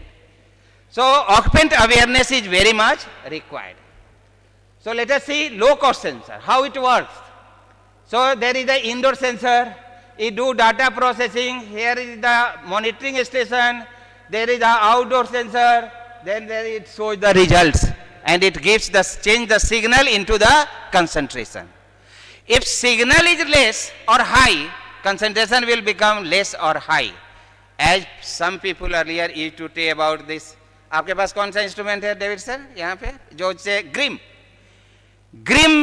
Instrument है. Here you can see easily change the manipulate the concentration, and that is the sensor based instrument. That was the first sensor based instrument in this country. So calibration is very important, and again indoor environmental quality screening is very important. We should report the data after screening. Generally we report the data, whatever is coming we used to send for the reporting. No, it should not be done. It should be screened first. And again, why people should focus on the screening of data? We should not focus. We need a paper, otherwise Professor Rakesh Kumar sir will stop giving the grant, recommending the grant. So this is the ventilation. Building infiltration, you can see over here that. So ventilation effectiveness, filtration efficiency and climate responsive design. Because overall climate is changing, and change in climate is compelling us to remain inside the house, indoor, more. So that's why climate responsive design should be made of the house building. So how we can get the resilient indoor environment? So for making the resilient indoor environment, we should make the adaptive ventilation strategy. Or adaptive ventilation strategy, how it will work? When we shall have the capacity, ability and wishes to adapt the things. We should not bother about the, sir, ये अतिशयोक्ति होगा, लेकिन emission के लिए अब चिंता नहीं करनी चाहिए, वो तो होता ही रहेगा, उसको कंट्रोल कोई कर नहीं सकता है. अब हम उससे कैसे उस बुरे सिचुएशन में भी हम कैसे अपने आप को प्रोटेक्ट करके रखें, let us focus over there. So how can we do? By adaptive ventilation strategy, a smart filtration system, and there should be the operational control. And you can see here that this is the resilience triangle where loss, recovery and disruption states are working together. कभी कम, कभी ज़्यादा, कभी गम, कभी खुशी होता रहेगा. जैसे गाना है, इसी तरह से एयर क्वालिटी में भी ये चलता रहता है और इसे हमें we should accept it. You can see over here that IEQ energy trade off under filtration scenario. Everything is terms of the trade off nowadays. So air quality is also a trade off. So if we will do this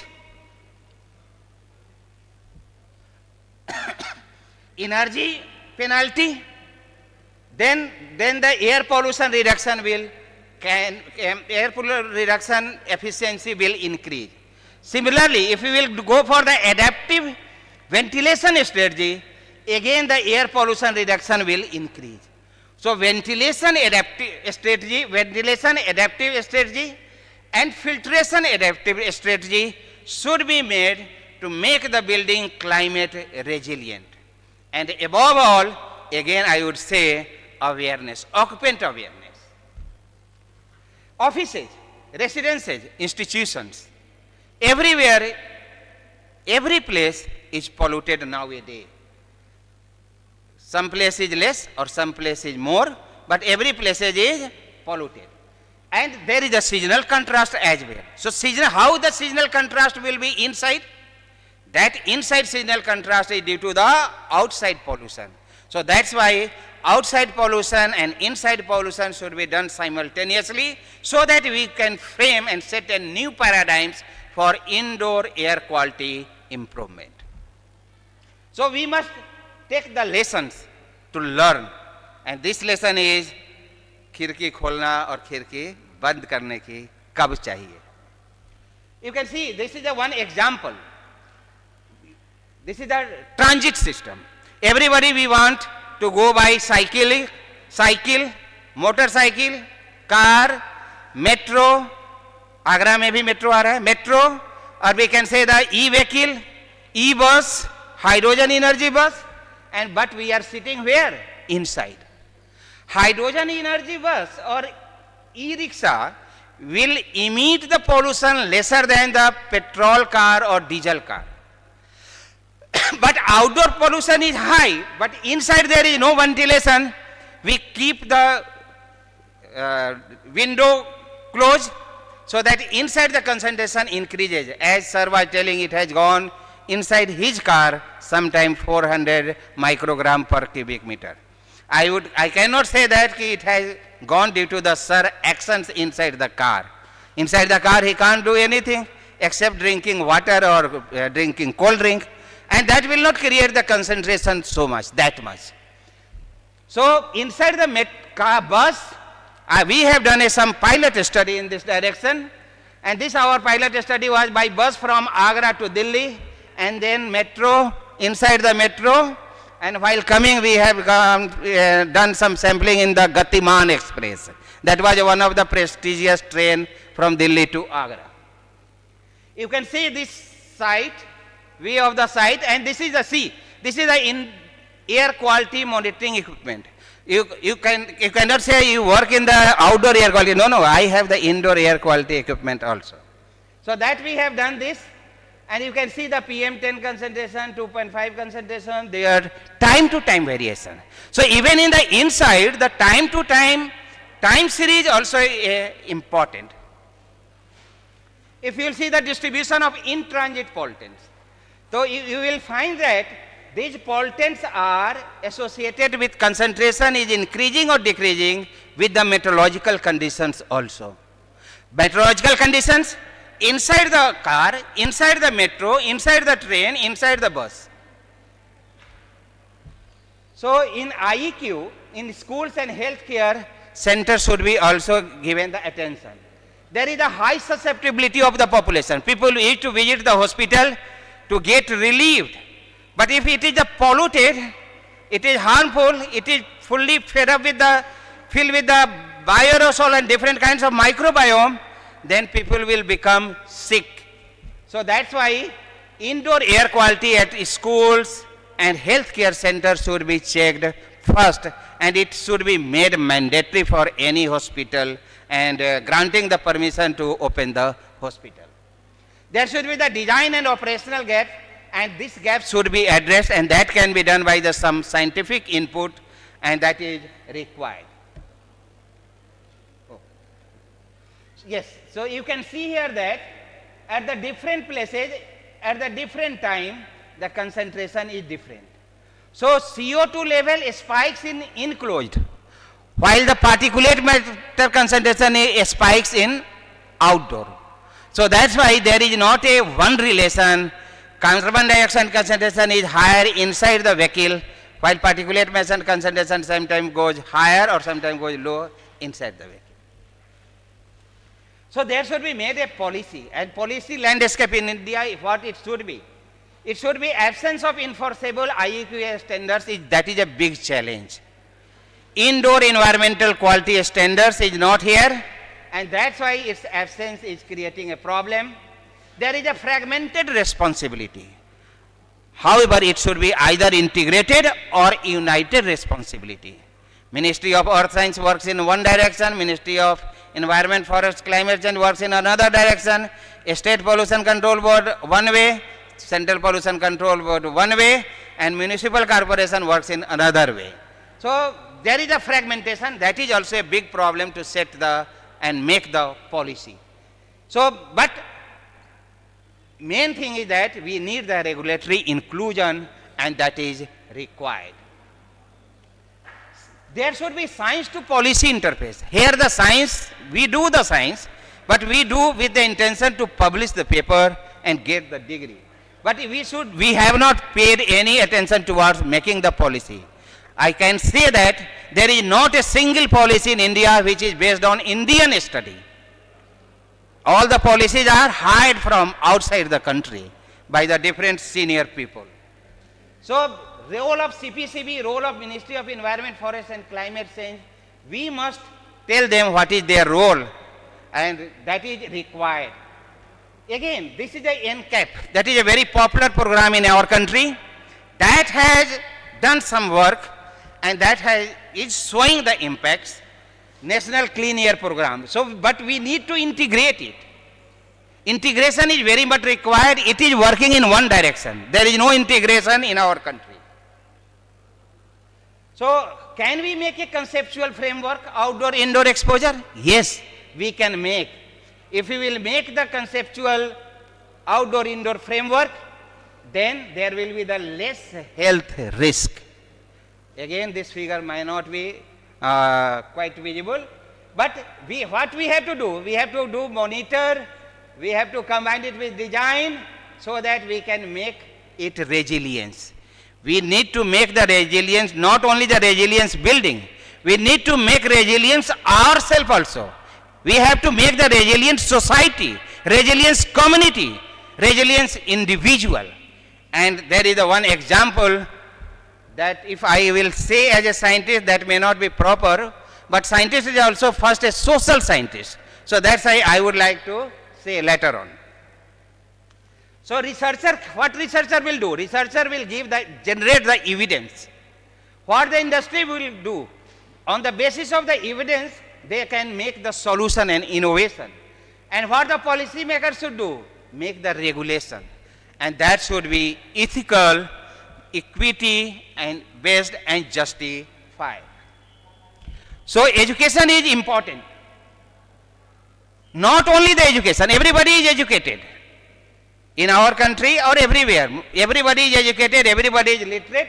We need to know the value-based education that teaches us respect towards other. That we need to, respect towards not only the humankind, human being, respect towards the animals, respect towards the plants, respect towards the building materials, respect towards things and everything. And that kind of a study is lacking in our country. So, sir, for indoor air quality education recommendation only for inclusion in the syllabus is not enough. It should be based on the value. So, this is a one study over the study, and that states that there is a need of the value-based education, and 87% people used to say. So how we will do? We need to be conscious. And one way, indoor environmental quality, poor air quality is affecting our consciousness level. So how we will become the conscious if the air quality is poor? So both are interrelated. If we will be conscious, air quality will not be poor. If it is air quality is poor, we cannot be the environmentally conscious. So we are interdependent with each other, and that make the environment conducive for the microbial growth. Obviously. That's why in a spite of the low particulate matter concentration, biological concentration of bacteria and fungi has been found higher. Absolutely.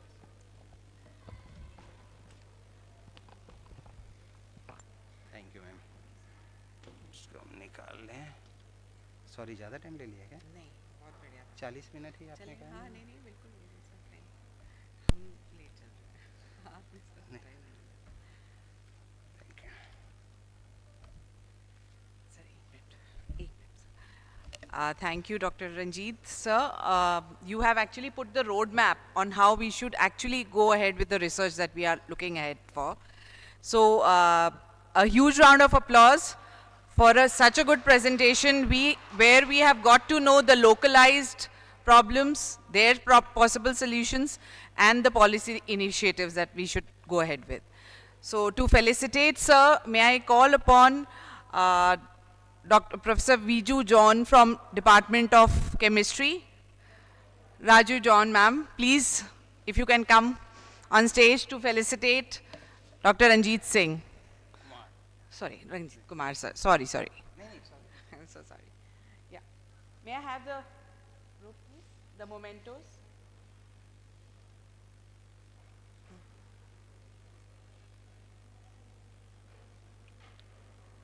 Yeah. And the pot.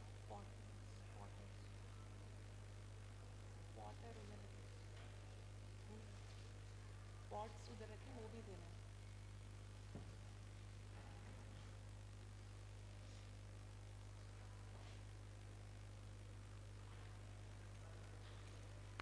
Thank you, sir.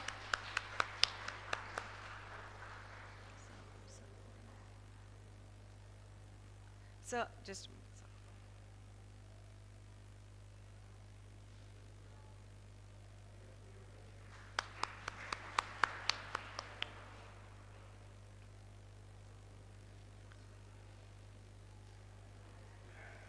Excuse me. Yeah, to take the program forward, we have a panel discussion planned with the people who actually work at the grassroots level. And we have very important experts who will discuss and let us know what could be the possible solutions to whether we are talking about indoor air quality or air quality index. To invite, I invite Engineer Umesh Chand Sharma ji. He is a civil environmental engineer with 30 years of experience in environmental impact assessment, EMP, studies and modification. He holds a BME environmental engineering degree, and he is a member of TTZ Authority and member of State Expert Appraisal Committee. We welcome you, sir.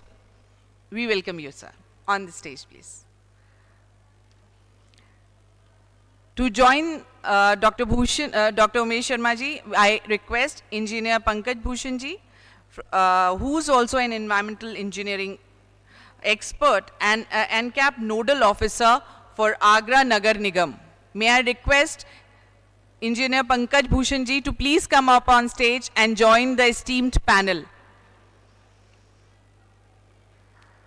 I think that would help. If we can clap a bit, it's better for our physical and mental health too. Right? Thank you.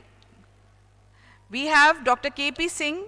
Sir is working with the Biodiversity Research and Development Society, AGRA. So he will be highlighting what are the possible solutions to the problems we have discussed in the evening. Please keep the claps going. The next expert we have Dr. Shubham Saxena. He's DPO Namami Gange and Forestry Division, AGRA, to join us on the panel.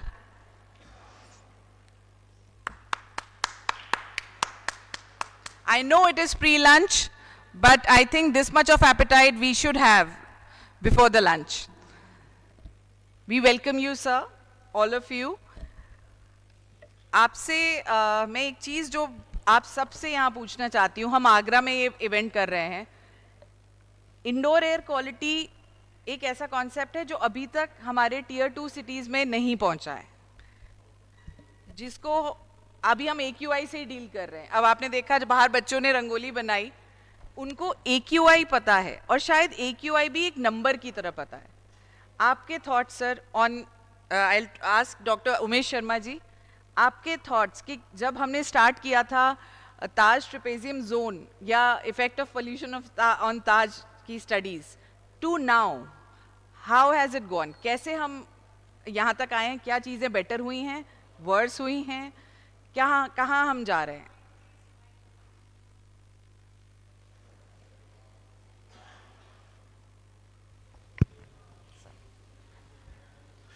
Thank you ma'am.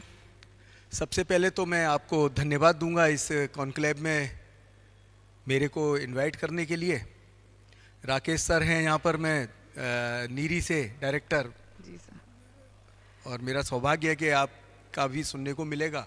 बाकी students हैं और panelist हैं सारे के सारे ma'am. और sir ने जो अभी प्रोफेसर साहब ने DEIQ ने दिया बहुत अच्छा है।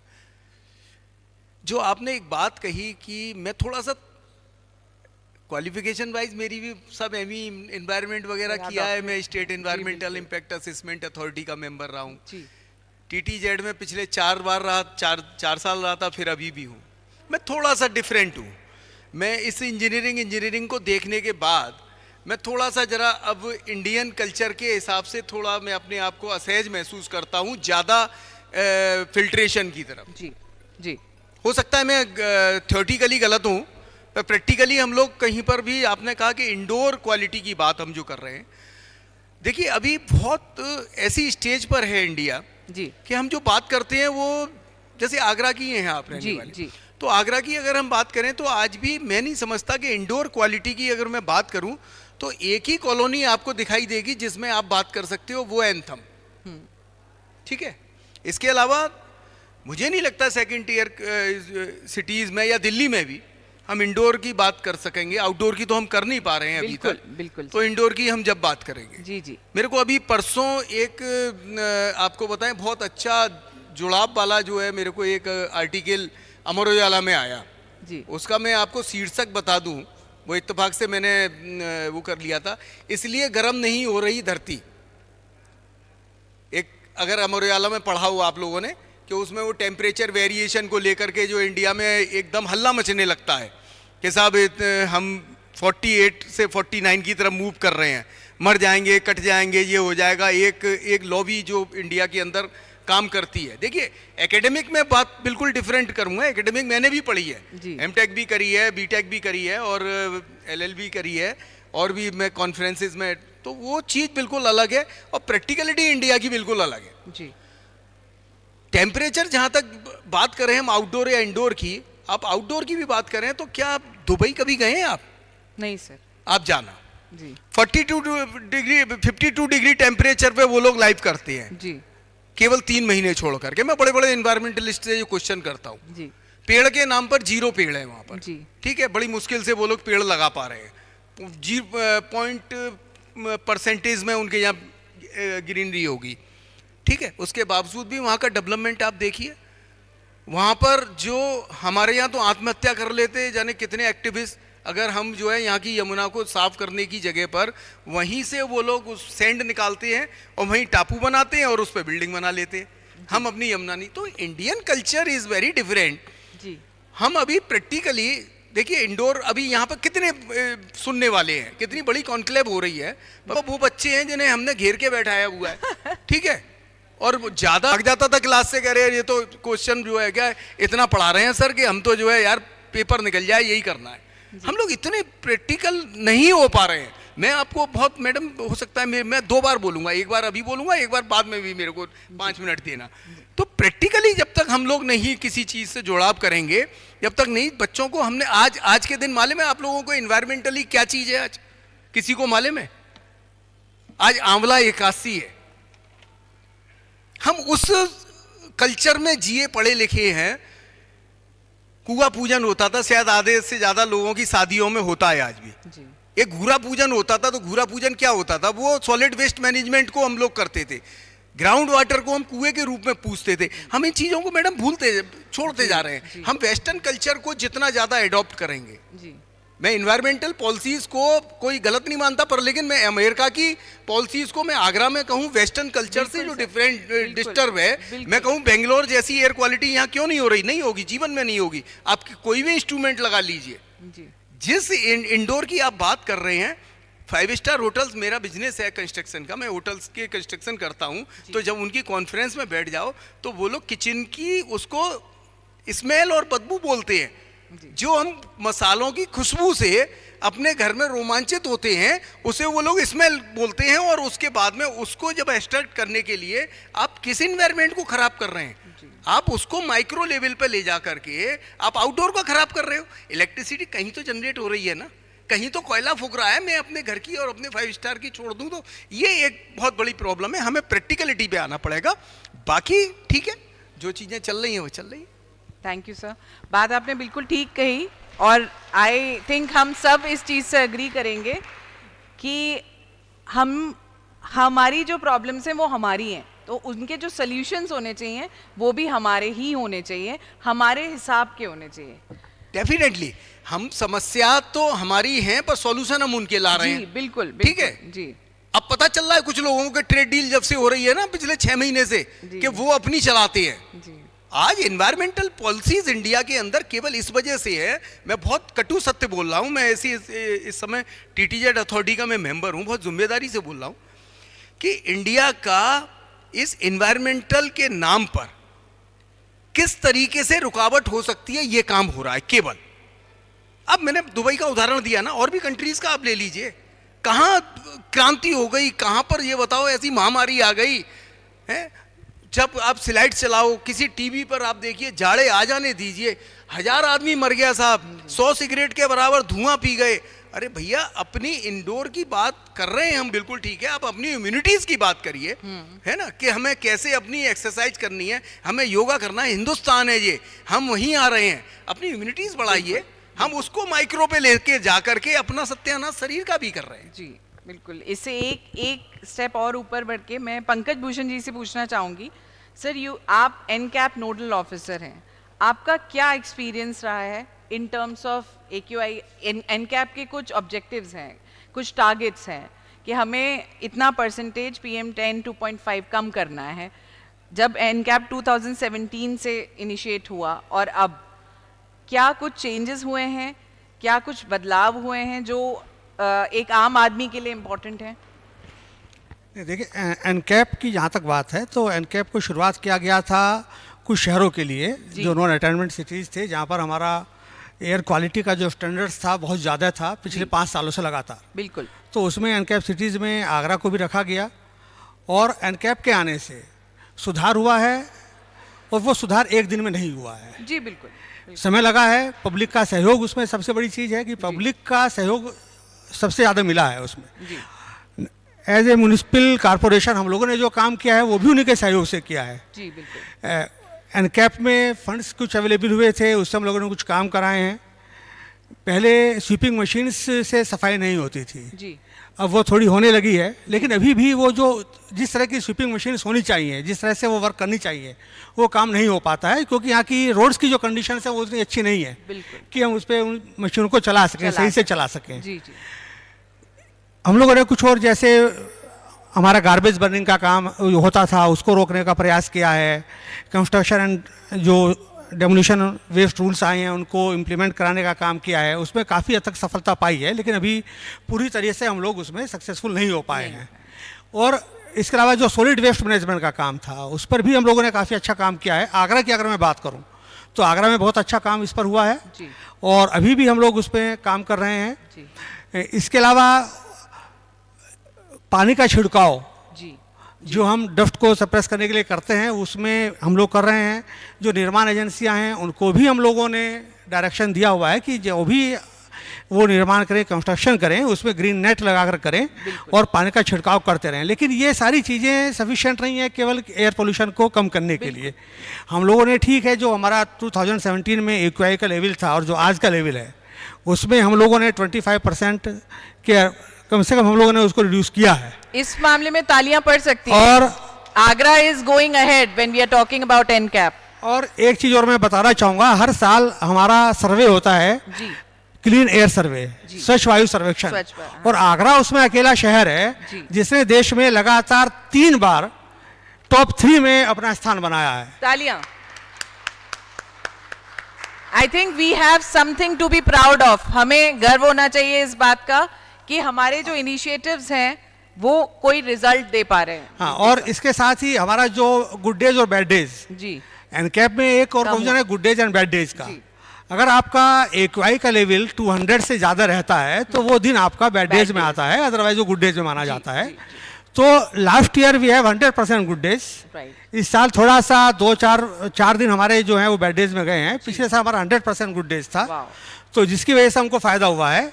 ग्रीनरी में हम लोगों ने अच्छा काम किया है। हमारे यहाँ के जो नागरिक हैं वो भी इस मामले में बहुत अवेयर हैं, अच्छा खासा ग्रीनरी इस्तेमाल कर रहे हैं, लगा रहे हैं, पेड़ पौधे भी लगा रहे हैं, और जो हम लोग लगा रहे हैं उनकी देखभाल भी हो रही है, उनको हम लोग सस्टेन भी कर पा रहे हैं। तो ये सारी चीज़ें हैं जिसकी वजह से आगरा की स्थिति सुधरी है और आगे भी हमको उम्मीद है कि इस तरह का सहयोग मिलता रहेगा तो हम लोग सुधारते रहेंगे। और एक जो सबसे बड़ी बात सर्दियों की बात कही थी, आगरा ही शायद ऐसा शहर होगा जहाँ मैंने देखा है कि जहाँ पर अलाव नहीं जलाया जाता सर्दियों में। अच्छा। हम लोग गैस हीटर्स का इस्तेमाल करते हैं राइट। और यहाँ पर अलाव नहीं जलता है। बाकी और शहरों में जितने भी मेट्रो सिटीज़ हैं यूपी के और जगह, वहाँ पर अलाव की लकड़ी भेजी जाती है, चौराहों चौराहों पर डाली जाती है और वो लोग जलाते हैं। हमारे यहाँ गैस हीटर्स का इस्तेमाल होता है। इसके अलावा कहाँ से प्रोवाइड हुए हैं सर गैस हीटर्स जो ये सब म्युनिसिपल कॉर्पोरेशन ने प्रोक्योर किए हैं। बहुत बढ़िया सर। हाँ, और एक जो टीटीजेड की बात आई, तो टीटीजेड होने की वजह से भी यहाँ पर काफ़ी कुछ सुधार हुआ है, क्योंकि इंडस्ट्री जो लगनी थी, पोल्यूटेड इंडस्ट्रीज, उनको हटाया गया है। नई इंडस्ट्रीज़ की यहाँ परमिशन नहीं है। जो होटल्स हैं उसमें भी लकड़ी और कोयले का इस्तेमाल नहीं है, उस पर भी गैसेस का उसका इस्तेमाल हो रहा है, तो उस काफ़ी फ़र्क पड़ा है। और इसके साथ ही जो हमारी पॉलिसी आई है ई व्हीकल्स की, और जो गैसेस हैं हमारी गुड गैसेस है, ग्रीन गैसेस के जो व्हीकल्स आ रहे हैं, वो भी कहीं ना कहीं आगरा को इस मामले में आगे ले जा रहे हैं कि हम लोग अच्छा काम कर रहे हैं। बहुत बढ़िया, thank you so much sir. आपने कुछ आशा बंधाई है हमारे लिए कि हम आगे कोई कुछ ऐसे स्टेप्स हैं जो हम आगरा से सीखें। मैं नोएडा में रहती हूँ, यूपी में ही आता है, पर जो आप अलगाव की बात कर रहे हैं, वहाँ मैं देखती हूँ कि हम लोग जैसे सोसाइटी में रह रहे हैं, तो जो गार्ड्स हैं वो आग जला रहे हैं, मतलब वो लकड़ी इकट्ठा करके और जला रहे हैं। उनको सर एक बहुत बेसिक सा क्वेश्चन है, क्या हम सर्दी से मरना चाहते हैं या हम पोल्यूशन से मरना चाहते हैं? सर्दी से मरना आई थिंक बहुत जल्दी हो जाता है, उनको ये समझाना कि आप पोल्यूशन से मर सकते हैं, वो इट कम्स लेटर। तो आई थिंक पब्लिक अवेयरनेस आपने जिस लेवल पे करा है, अगर अलगाव को बंद हो गया है एंड हम उसमें हीटर्स पे आ गए हैं, तो आई थिंक वो एक सिटीजन सेंट्रिक अप्रोच आगरा में अपनाई जा रही है, विच इज बिल्कुल है। और देखिए जो एयर पोल्यूशन है बाहर का, जिसकी हम बात करते हैं, वही एयर पोल्यूशन फिल्टर होके आप हमारे अंदर जा रहा है, शहर कमरों के अंदर जा रहा है। जैसे भी डॉक्टर साहब ने बताया, और हम सभी लोग जानते हैं कि हम लोग लगभग 80% से अपना अधिक जो समय है वो इंडोर ही इस्तेमाल करते हैं, चाहे हम लोग अपने घर में हो, ऑफिस में हो, इंस्टीट्यूशन में हो या किसी फैक्ट्री में हो। तो उसका लेवल भी तभी हमारा डाउन होगा जब हमारा बाहर का एयर पोल्यूशन का लेवल हमारा कम होगा। और उसी तरह की हमको बिल्डिंग्स भी डिजाइन करनी चाहिए कि ताकि हमारा वेल वेंटिलेटेड हो, और इस तरह के कुछ स्टैंडर्ड्स बनने चाहिए ताकि हम उस चीज़ को अपने बिल्डिंग्स के निर्माण में लगा सकें, इस्तेमाल कर सकें। तो वो उसके लिए मैं ऐड करना चाहूँगी सर, जो हमारा नेशनल बिल्डिंग कोड 2025 अभी ड्राफ्ट फॉर्म में है, बट उसमें उन्होंने काफ़ी चीज़ें ऐसे नई लेकर आ रहे हैं, जिससे जो नई बिल्डिंग्स हैं या पुरानी भी रेट्रोस्पेक्टिव बिल्डिंग्स हैं, उसको और बेटर करा जाए in terms of air quality. अभी हम लोगों की एक, आप लोगों ने देखा होगा, जनरली हम लोग पीवीसी के पैनल्स घरों में लगाने लगे हैं अब। जी जी जी। लेकिन उसका लॉन्ग टर्म में जो इफेक्ट होगा वो हम लोग नहीं जान रहे हैं, वो नहीं रियलाइज हो रहा है। वो भी हमारे जो इंडोर एयर क्वालिटी है उसको खराब कर रहा है। जी बिल्कुल, तो बहुत ज़्यादा खराब कर रहा है जी। तो हम सब लोगों को उन चीज़ों को भी ध्यान में रखना चाहिए। बिल्कुल सर।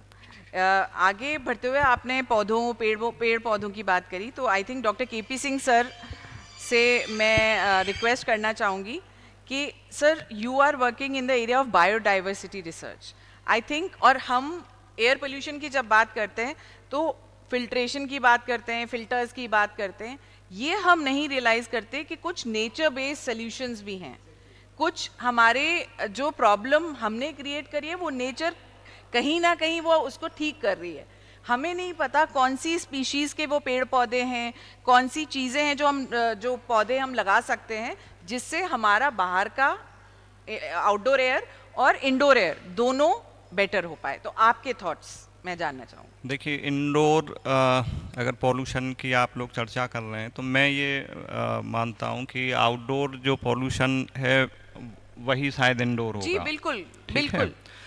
तो एक अभी सर बोल रहे थे कि जो हमारा कल्चर है उसको लेकर के हमको कुछ प्रैक्टिस करनी चाहिए। जी जी। तो एक एथनोबायोलॉजी एक टर्म होती है, केवल ऐसा नहीं कि बायोलॉजी या बायोडाइवर्सिटी केवल यही उसका स्कोप है कि अकेले आप पेड़ पौधे लगा दीजिए। बिल्कुल बिल्कुल ठीक है, आप कोई पौधा आप रोप रहे हैं, इसके लिए दो चीज़ें बहुत ज़रूरी हैं जी। एक तो साइंटिफिक मेथोडोलॉजी ज़रूरी है कि आप इको बैलेंसिंग कैसे कर रहे हैं, गए अपनी पसंद का पौधा ले आए और हमने उसको रोप दिया। जी जी। हमको उसके मेथड्स भी नहीं पता होते हैं। तो पहली चीज़ है कि आप इको बैलेंसिंग करिए। दूसरी चीज़ जो एथनोबायोलॉजी की जो मैं बात कर रहा हूँ वो ये जो एनवायरनमेंट है ह्यूमन सिविलाइजेशन के शुरुआत से ही जी जी जितनी बसावट हुई नदियों के किनारे हुई, तो ये कोरिलेशन है। जी हमने खाने पीने के लिए फलों का इस्तेमाल किया तो फलदार पौधे लगाए, तो ये एक इकोलॉजिकल कोरिलेशन है। जी जी इसी तरीके से एथनोबायोलॉजी क्या है, अभी जैसे सर कह रहे थे कि कुआं पूजन है, तो आप समझिए मेरा घर शहर में है, मेरे यहाँ पे हवन के लिए आम के पेड़ की लकड़ी की कही पंडित जी ने, मुझको कम से कम 3 से 4 घंटे मुझको लग गए शहर में ढूंढने में कि किसके यहाँ से जो है ये मिलेगा। जी बिल्कुल। तो एथनोबायोलॉजी में हम जो जैसे सोसाइटी का एंगेजमेंट हम कर सकते हैं, जैसे आपका ये जो प्रोग्राम सेमिनार हो रहा है एकेडमिक लेवल पे हो रहा है, तो कुछ इस तरीके के एथनोबायोलॉजी पे भी इस तरीके के वर्कशॉप या सेमिनार होने चाहिए। बिल्कुल सर, बिल्कुल। दूसरी चीज मैं मेरा फील्ड का ही वर्क है जी, लेबोरेटरी का या लाइब्रेरी का वर्क नहीं है। बिल्कुल नहीं। मैं वेटलैंड तैयार करता हूँ, मैं वेटलैंड के ब्रीफ डॉक्यूमेंटेशन तैयार करता हूँ और वो डिपार्टमेंट को हम उसकी रिपोर्ट सौंपते हैं। तो विभाग के जो लोग हैं, फॉरेस्ट डिपार्टमेंट फॉर एग्जांपल, मैं अभी एक कानपुर में एक वेटलैंड का असेसमेंट करके आया हूँ।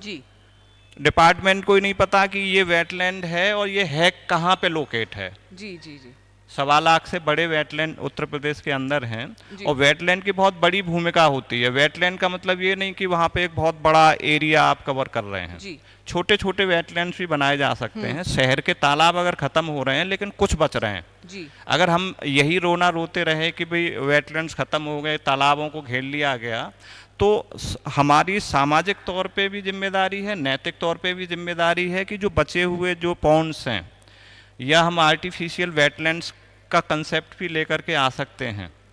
तो इस तरीके से वेटलैंड कार्बन सिंक का काम करता है। बिल्कुल बिल्कुल बिल्कुल। पेड़ पौधे का भूमिका तो अपनी है ही, हाँ। लेकिन वेटलैंड ज्यादा टाइम तक कार्बन को सोख करके रखता है। बिल्कुल सर। तो ये कुछ चीजें हैं जो हमको कल्चर से कोरिलेट करके, एक्सरसाइज पब्लिक में करके, इस तरीके से हमको ये चीज़ करनी होगी। दूसरा, जो इंडोर पॉल्यूशन की जो बात हो रही है, वहाँ पे जितना भी पॉल्यूशन निकल रहा होगा, गैस से निकल रहा है या जो कुछ भी सोर्स होगा पॉल्यूशन का, तो हम घर के अंदर, कॉलोनी के अंदर या अपार्टमेंट के अंदर हम माइक्रो हैबिटेट्स के एक्सरसाइज कर सकते हैं। अच्छा। ऐसे जरूरी नहीं कि आपको पौधारोपण के लिए जमीन ही चाहिए। अच्छा। या आपको अपनी कॉलोनी के पार्क में साइड से किनारे ही पेड़ लगा सकते हैं। हम ऐसा कंसेप्ट भी डेवलप कर सकते हैं कि आप अपने अपार्टमेंट में फ्रेम बना करके उसमें गमले लगा करके हम इको बैलेंसिंग वहाँ पे हम कर सकते हैं। ऐसे बहुत सारे प्लान्स हैं। तो आप इनिशिएटिव ले सकती हैं इस चीज़ का, और मेरा एक सजेशन भी है कि इस तरीके से हम आगे अगर इस तरीके के प्रोग्राम करें कम्युनिटी एंगेजमेंट के, और वहाँ पे ये सारी चीज़ें हम दें। बिल्कुल सर, ये बहुत अच्छा वैलिड पॉइंट है सर। आई थिंक हम लोग जो हमारे पास होता है उसको वैल्यू नहीं करते। हमारे कल्चर में था पॉन्ड्स, लेक्स, वो आपको मुझे याद है कि जब मैं अपने होम टाउन जाती थी तो वहाँ से रास्ते में जाते में एक पॉन्ड रहता था, वहाँ पे सिंघाड़े मिलते थे। सो हमें बहुत as a child we use to love कि हम यहाँ से जाएंगे, हम सिंघाड़े खाएंगे, नेवर रियलाइजिंग कि वो एक खुद का एक इकोसिस्टम है जो वहाँ पे एक कार्बन सिंक की तरह काम कर रहा है।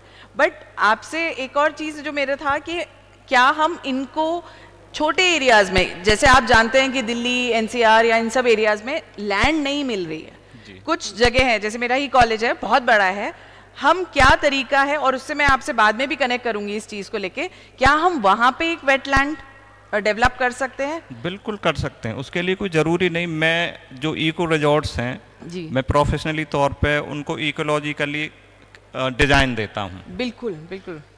अभी वाइल्ड लाइफ ग्लोबल फेयर में दिल्ली में बहुत सारे इसी तरीके का एक डिस्कशन था जी। तो मैंने कंसेप्ट दिया उनको। अभी उस दौरान शायद अक्टूबर में था, और एक व्रत होता है जो महिलाएं रहती हैं पति के लिए, करवा चौथ का व्रत रहता है। तो सैकुरम स्पॉन्टेनियम में ग्रास होती है। अच्छा सर, ठीक है। ये मैंने जैसे कहा तो आपको लगा कि बायोलॉजिकल बात हो गई। हाँ सर। महिलाएं कांस का वो एक बॉटनिकल नेम है, उसको लेकर के पकड़ के अर्क देती हैं। जी जी। शाम को दे रही हैं, आप चंद्रमा को के लिए दे रही हैं, पक्के फर्श पे दे रही हैं। तो हमने वहाँ पे ये कहा कि आप होली सेलिब्रेट कराने के लिए इनवाइट करते हैं, आप दीपावली के लिए इनवाइट करते हैं, आप न्यूली मैरिड कपल्स को करवा चौथ मनाने के लिए करिए और वहाँ पे ये चीज़ दीजिए, उनको बताइए। केवल इतना नहीं कि आप कांस उनको उपलब्ध कराइए, आप कच्ची जमीन में घास में आप उनसे अर्क लगवाइए। ये एक्चुअली प्रकृति से लेना और प्रकृति को वापस देना, ये हमारा इंडियन कल्चर है। हाँ। दूसरी चीज अभी भी देखिए, कभी बहुत सारे लोग मैं देखता हूँ फेसबुक पे कि एक कहीं बिल्डिंग में या पत्थर में कोई छोटा सा एक पौधा उगा हुआ हाँ है। जी, बिल्कुल, और ये कह रहे हैं कि भाई देखिए प्रकृति संघर्ष कर रही है। मैं बहुत सारे वेटलैंड्स को जा करके देखता हूँ, टाइफा की स्पीसीज होती है ग्रास की जी, सारी चीजें एक दूसरे से कोरिलेट करती हैं। शहर में मैं देख रहा हूं कि मैं दीवानी के सामने गया तो कोई शायद वहां टाइफा ग्रास अगर है और वहां पे पानी नहीं भरा हुआ है तो आप बिल्कुल ये आप ऑब्जर्वेशन कर सकती हैं साइंटिफिक तरीके से कि यहाँ पे पहले कभी तालाब रहा होगा। शहर में मैं कई जगह देखता हूँ और वहाँ रुक जाता हूँ, फिर पूछता हूँ कि यहाँ कभी तालाब था क्या? जी जी। बोले कि क्यों, कैसे पूछ रहे हो? कि ये घास तालाब में ही होती है। शहर में ऐसे कम से कम 10 जगह मैंने चिन्हित की हुई हैं जहाँ पे टाइफा जो ग्रास है वो दिखती है, वो सारा का सारा मिट्टी से रबेट दिया है। इवन जब आप प्रैक्टिकल करते हैं इन सारी चीज़ों का, एक्सरसाइज का, तो हम जब फील्ड में जाते हैं मोस्टली फॉरेस्ट डिपार्टमेंट के साथ काम रहता है, वाइल्ड लाइफ के साथ काम रहता है। हम मिट्टी का रंग देख के बता देंगे कि ये जमीन सरकारी पोजीशन में है, ये ग्रीन बेल्ट है, ये क्या है जी। तो हम उसी बात पे आते हैं वापस। तो ऐसा नहीं कि हमको बहुत बड़ा वेटलैंड डेवलप करने के लिए हमें बहुत बड़ा स्पेस चाहिए। माइक्रो डेवलपमेंट हम कर सकते हैं, छोटे छोटे पार्ट्स में। हम कुछ प्रोग्राम्स भी चलाते हैं, जो अपार्टमेंट्स हैं जी, वहाँ पे हम जो AQI तो डिवाइसेज आती हैं, सेंसर्स हैं, तो आप उसको कर लीजिए। मेन चीज आप सॉल्यूशन क्या दे रहे हैं? बिल्कुल बिल्कुल। सॉल्यूशन 2 तरीके के हैं। आप एक्सरसाइज दीजिए उनको, भाई ये स्पीसीज है, बहुत सारे इंडोर प्लांट्स है, घर में लगाने चाहिए जी, और उनको एथनोबायोलॉजी के अकॉर्डिंग ही उनकी इम्पोर्टेंस पब्लिक को पता होनी चाहिए। बिल्कुल। ऐसे बहुत सारे पौधे, वो मेडिसिनल प्लांट की तरह भी हमारा सहयोग करते हैं और हमारे पॉल्यूशन के लिए भी सहयोग करते हैं। तो हम छोटे इकोलॉजिकली इस तरीके की एक्सरसाइज से हम कंट्रोल कर सकते हैं। ऐसी कोई भयावह स्थिति नहीं है कि हम ये मुझे आगरा आके पता चला कि इतनी स्थिति भयावह नहीं है। जब मैं दिल्ली NCR में रहती हूँ तो नोएडा और दिल्ली में उस टाइम तो अक्टूबर से लेके जनवरी तक ऐसा लगता है कि भाई कल क्या हो जाएगा नहीं पता। 400 500 AQI जब हम बात करते हैं, हमारे लिए वो नंबर्स हैं सर। हम अगर लेमन की बात करें तो लेमन के लिए वो नंबर्स हैं, पर क्या इनके सोल्यूशंस हैं? तो जैसे अब हमारे संग डॉक्टर शुभम सक्सेना जी हैं, he is from the forestry department Agra. तो सर क्या ऐसे इनिशिएटिव्स हैं जो आगरा में आपका फॉरेस्ट्री डिवीजन ले रहा है, जिसकी वजह से आप कह रहे हैं कि भाई देयर आर सर्टन इम्प्रूवमेंट्स जो एनकैप में भी सर ने एक्सेप्ट किया, पंकज भूषण जी ने, कि हो रहे हैं? तो उसमें क्या आप मानते हैं कि फॉरेस्ट्री डिवीजन का भी हाथ है, और है तो कैसे? जी मैम, थैंक यू मैम। इस चीज़ को मैं इस तरीके से बताना चाहूँगा कि हमारे यहाँ पे 9 रेंज हैं और उन 9 रेंज में हम लोग नर्सरी जो है वो स्टार्ट करते हैं। तो जब भी कभी एक ये प्रोजेक्ट चलता है एक सोशल फॉरेस्ट्री का, एक पेड़ माँ के नाम, तो हम लोगों ने क्या किया, कोशिश क्या की कि हम लोगों ने उसे रिलेट करने की कोशिश की कि हम प्लांटेशन को एक मदर के साथ में रिलेट करने की कोशिश करें, जिससे कि लोगों का टच बने उसमें जी। और उसी के तौर पे हम लोग अर्बन फॉरेस्ट जो है वो डेवलप कर रहे हैं जी। इसी क्रम में जैसे एनकैप के थ्रू हमने नगर वन को डेवलप किया, नगर वन ककरेठा में हमने डेवलप किया। इसी तरीके से नक्षत्र वन कैलाश के पास में हम लोगों ने डेवलप किया, मातृ वन इंडस्ट्रियल एरिया में हमने डेवलप किया, शौर्य वन डेवलप किया। इसी तरीके से बहुत लंबी लिस्ट है जो कि हम डेवलप करते रहे। अब इसकी वजह से ग्रीन कवर जो कि हमारा 4% था, उसको हम लोग 8% तक लेकर के गए। यूपी की अगर हम बात करें तो ये 6% था, आगरा की केस में हम लोग 4% से इंक्रीज करते हुए 8% पे। Round of applause. 4% to 8% is a good increase of forest cover Agra में आप ही के साथ, आप ही के, एक्चुअली आप लोग कभी दिल्ली एनसीआर आइए तो आपको पता चलेगा कि ये इनिशिएटिव्स कितने इंपॉर्टेंट होते हैं। जो हम 4% से 8% सोच रहे हैं, इसने काफी हद तक एयर पोल्यूशन आपके शहर में बेटर करा है। जी सर। फर्दर अगर हम बात करें तो हमारे यहाँ पे बहुत सारी नदियाँ हैं। आगरा जो है वो 7 नदियों का शहर है, पर 7 नदियों के आसपास जो उसका फ्लड प्लेन जोन है वहाँ पे प्लांटेशन नहीं है।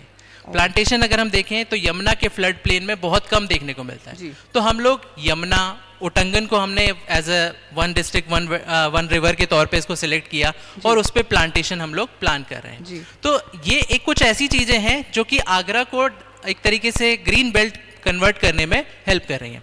ये एक्चुअली एक, अगर हम ज्योग्राफी को समझने की कोशिश करें तो आगरा एक बाउल टाइप का है। इस बाउल में सब तरफ से पॉल्यूशन आकर के रुक जाता है। और इसी की वजह से एयर क्वालिटी जो है वो हमें कई टाइम हाई दिखती है। इसको कैसे कम किया जा सकता है, जैसा कि सर भी जानते हैं कि टीटीजेड ने एक रिकमेंडेशन दिया है कि हम 30 किलोमीटर के रेडियस में एक पूरा ग्रीन बेल्ट डेवलप करें। तो उसका भी हम लोगों ने एक एक्शन प्लान बनाना शुरू कर दिया है। हम लोगों ने जितनी भी रिवर्स हैं उन रिवर्स के आसपास में प्लान बनाना शुरू किया है कि एफोरेस्टेशन, नेचर बेस्ड सॉल्यूशन, ये सब चीज़ें हम लोग प्रिपेयर कर रहे हैं। As a one district one wetland हमने ककरेठा में, खेरागढ़ में नया ग्राम करके एक वेटलैंड को सिलेक्ट किया है जिसको कि हम डेवलप करने का प्लान कर रहे हैं। मैम जैसा आपने कहा था कि इस कैंपस में हम लोग क्या कर सकते हैं, तो नेचर बेस्ड कई सारे सॉल्यूशन हैं, जैसे डीवैट्स एक सॉल्यूशन है जिसमें आप नेचर बेस्ड एक सॉल्यूशन बना सकते हैं कि इस छोटे से एरिया में एक वेटलैंड तैयार किया जाता है जो कि ग्राउंड वाटर रिचार्ज और बाकी सारी चीज़ों को भी आपके हेल्प करेगा, जो आपका वेस्ट वाटर है उसको भी केटर कर सकते हैं। So these are some of the initiative which has been taken by social forestry and Namami Gange as well. Very good. So thank you Dr. Shubham Saxena, because somehow when we talk about air, हमें लगता है कि सब हम वायु की बात करेंगे हो जाएगा, वो पानी से भी कहीं ना कहीं, जल से भी रिलेटेड है, वो आपकी पेड़ पौधों से भी रिलेटेड है। तो एक होलसम या होलिस्टिक सोल्यूशन जो हम बात कर रहे हैं, तो वो एक निकल कर आया है। पहले I would like to sum up कि ये पैनल डिस्कशन कितना प्रोडक्टिव है, इन द सेंस कि उमेश चंद शर्मा जी ने बताया कि हम प्रॉब्लम्स देख रहे हैं but there are solutions which are also being carried out. Pankaj Bhushan ji ने बताया कि हमने क्या अचीव कर लिया है under NCAP, and KP Singh sir ने बताया कि हम सोच रहे हैं कि शायद खाली वायु प्रदूषण, कहीं भी हम पेड़ लगा दें उससे हो जाएगा सही, ऐसा नहीं है। हमें एक सिस्टमैटिक साइंटिफिक तरीके से आगे बढ़ना है। And to add it, doctor Shubham Saxena added the icing on the cake कि हम ऑलरेडी इतने इनिशिएटिव्स जो फॉरेस्ट्री डिवीजन आगरा कैरी कर रहा है, उससे एक 4 to 8% हमारा बायोडाइवर्सिटी ऑलरेडी इन्हांस हो चुका है। So I want to thank all the panelist.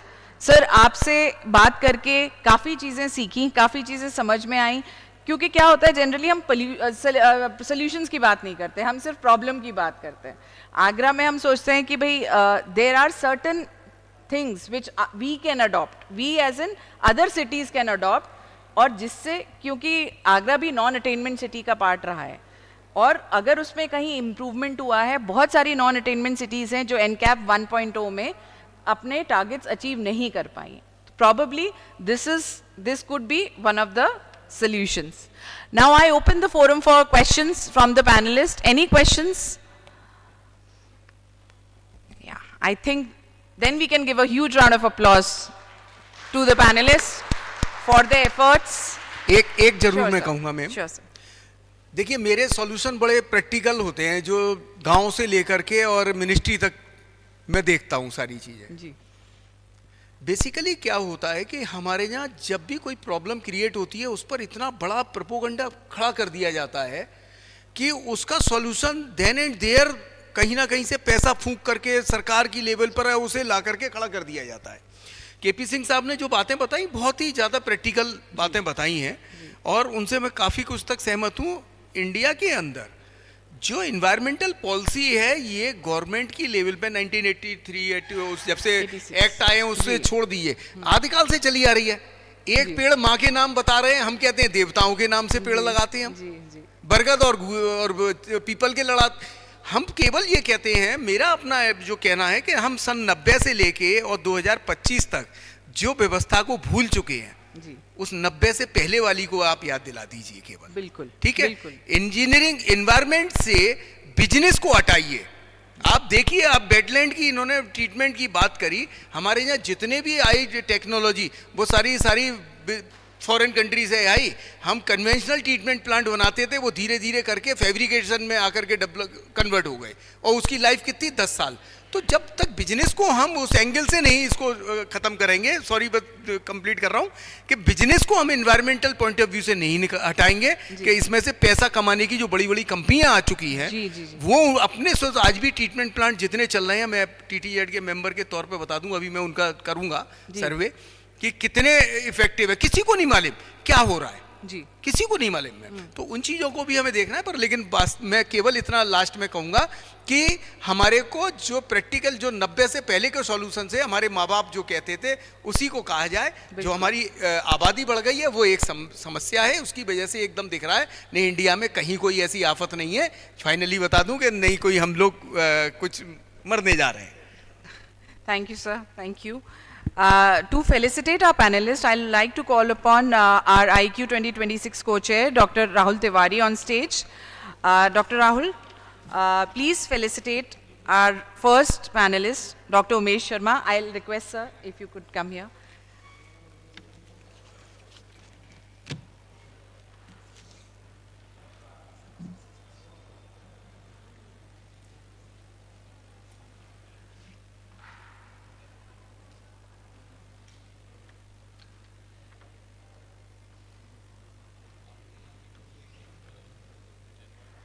I'll request the audience to please clapping when the panelists are coming. They have been there, I know, between the lunch and you, but they deserve all the praise for all the knowledge they have shared.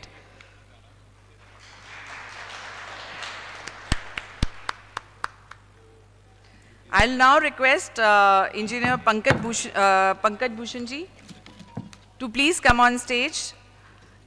Sir, we'll need a photograph. Sir, Engineer Pankaj Bhushan ji, sir.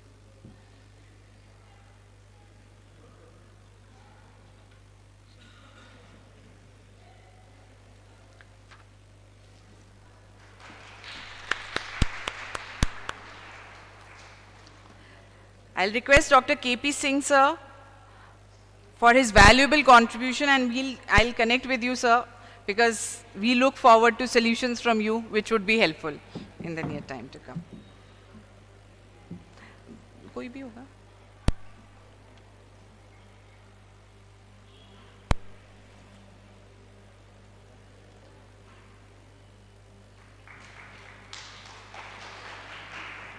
I'll now request Dr. Shubham Saxena, and I thank him for sparing his time and letting us know about the initiatives which are happening in AGRA.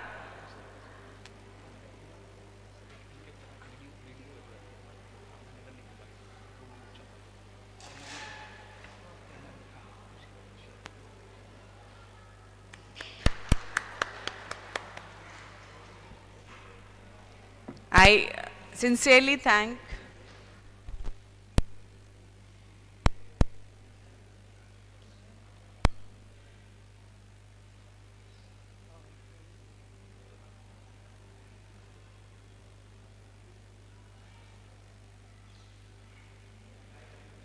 Hi everyone, as we are late for the lunch, I know, but actually Agra is famous for the Taj Mahal, then after Petha and the shoe industries. So one of the famous Petha industrialist, as we know that Prachin Petha's owner and the president of Petha Industries, Rajesh Agrawal ji हमारे साथ हैं. He wants to say something regarding the industries and what the challenges they are facing in TTZ and NGT's area.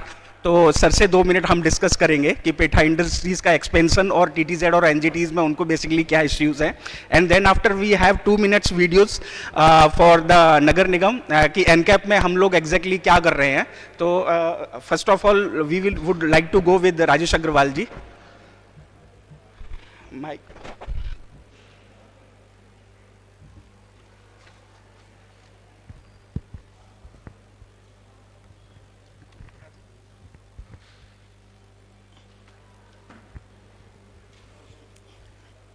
TDZ 1984 MC Mehta, Agra, and petha industries Agra, पारंपरिक प्राचीन पेठा उद्योग। Environment ने सारे बिजनेसों को खराब कर दिया। इन्वायरमेंट को सुधारने की किसी ने बात नहीं की, व्यापारों को बंद करने की बात की। पेठा पहले कोयले की भट्टी पर बनता था और उसे इन्वायरमेंट के नाम पर बंद किया गया। सुप्रीम कोर्ट ने 1996 में कहा कि सारे उद्योगों को बचाने के लिए सब्सिडी की गैस दे करके इन्वायरमेंट को भी बचाया जाए और बिजनेस को भी बचाया जाए। बिजनेस को बंद करने का काम किया गया, इन्वायरमेंट को बचाने का काम नहीं किया गया। आज पेठा उद्योग जो आगरा की विरासत से जुड़ा हुआ है वो आज सारा छिन्न भिन्न है। और जो बिजनेस मैन अपने आप को अच्छा समझते थे, आज भी मुझे ये कोई गुरेज नहीं है कहने में कि जो छोटी इकाइयां हैं वो आज भी चोरी छुपे लकड़ी, कोयला और सब पर गली कूचे या छोटी जगहों पर काम कर रही हैं। तो इन्वायरमेंट को बचाया करने के साथ साथ बिजनेस को बचाया जाए। बिजनेस बचेगा तभी इन्वायरमेंट बचेगा। सुप्रीम कोर्ट ने कहा कि गैस दी जाए, मगर मेरा कहने का मतलब ये है कि आगरा में TDZ लागू हुआ है तो पूरे आगरा को सब्सिडाइज गैस के साथ में इसको सुधारने का काम किया जा सकता है। और पेठा जिसका लोग जानते हैं, पेठा ये खाली पेठा नहीं है, इसको संस्कृत में कुष्मांडू कहते हैं। कुष्मांडू का ये जो इतिहास है महाभारत के ज़माने से है और ये 3 चीज़ों के लिए जाना जाता है। इसको आयुर्वेदिक औषधि के रूप में जाना जाता है। केवल और केवल हजारों वर्ष तक केवल इसको आयुर्वेदिक औषधि के नाम से जाना जाता था। हमारे पूर्वजों द्वारा इसको अपने परिश्रम से मिठाई के समकक्ष खड़ा किया। दूसरी चीज़, इसको जाना जाता है धार्मिक अनुष्ठानों में। आज भी जब आप देखेंगे कि पूजा पद्धति जहाँ पर भी होती है तो वहाँ इस पेठे का बहुत महत्व है। हमारे यहाँ 9 दुर्गे हैं और जन्माष्टमी है, दिवाली है। जब आप साउथ में जाएंगे तो साउथ में पेठे की खेती केवल नजरौटे के तौर पर होती है। चाहे वहाँ किसी गरीब की झोंपड़ी बने या कोई बड़ा 5 स्टार होटल बने, तो वहाँ केवल पूजा पद्धति में ही काम आता है। तो मेरा कहने का मतलब ये है कि इन्वायरमेंट को बचाने के लिए सभी प्रयास कर रहे हैं और पहले से ज़्यादा कर रहे हैं। तो उद्योगों को भी थोड़ा सा बचाने में इसमें सहयोग किया जाए। Thank you, sir. Thank you, sir. I'll request all of you, the people who are present here, for a small picture. Just before the lunch, we are going on for a small picture outside in the lawns, and then we proceed for lunch. We move back and meet here at 2:45. 2:45 is the time when we come after lunch for the post-lunch sessions.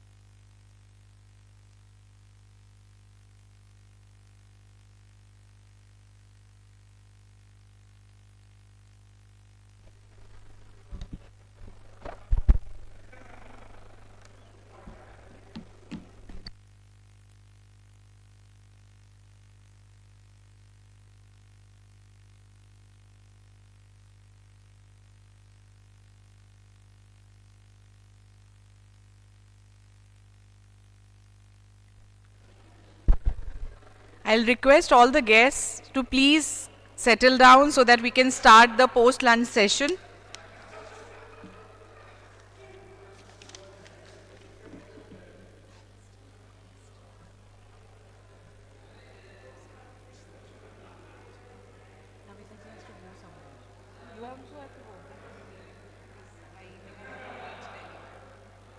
By what time are you leaving?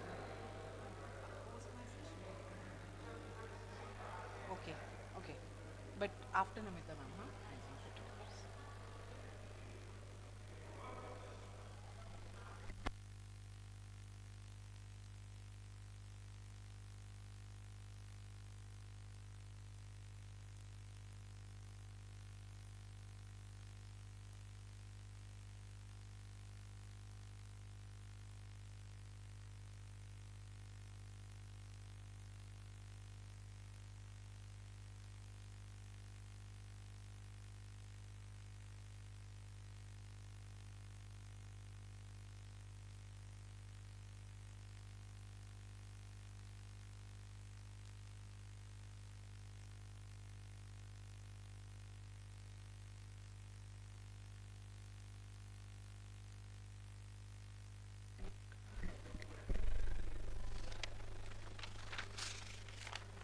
Good afternoon, everyone.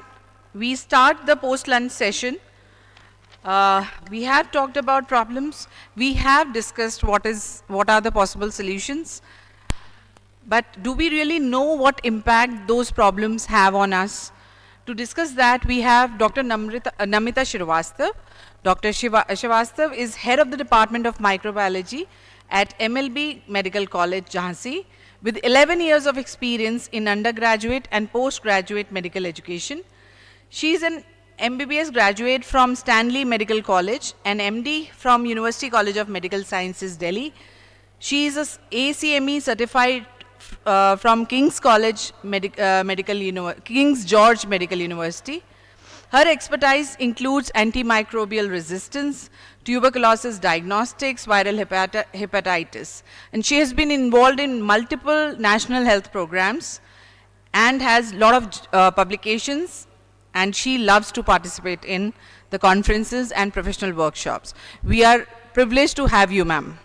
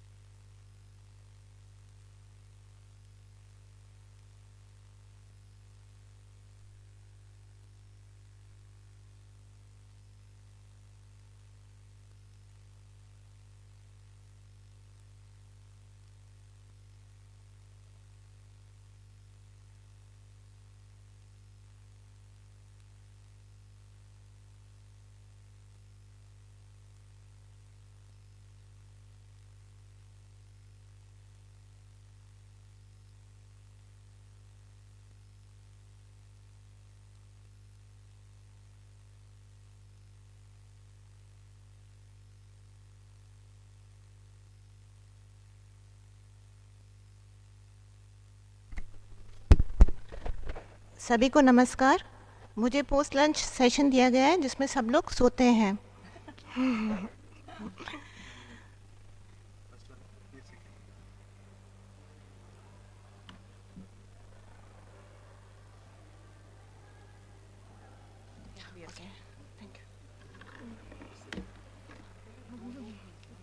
इससे भी हो रहा ना?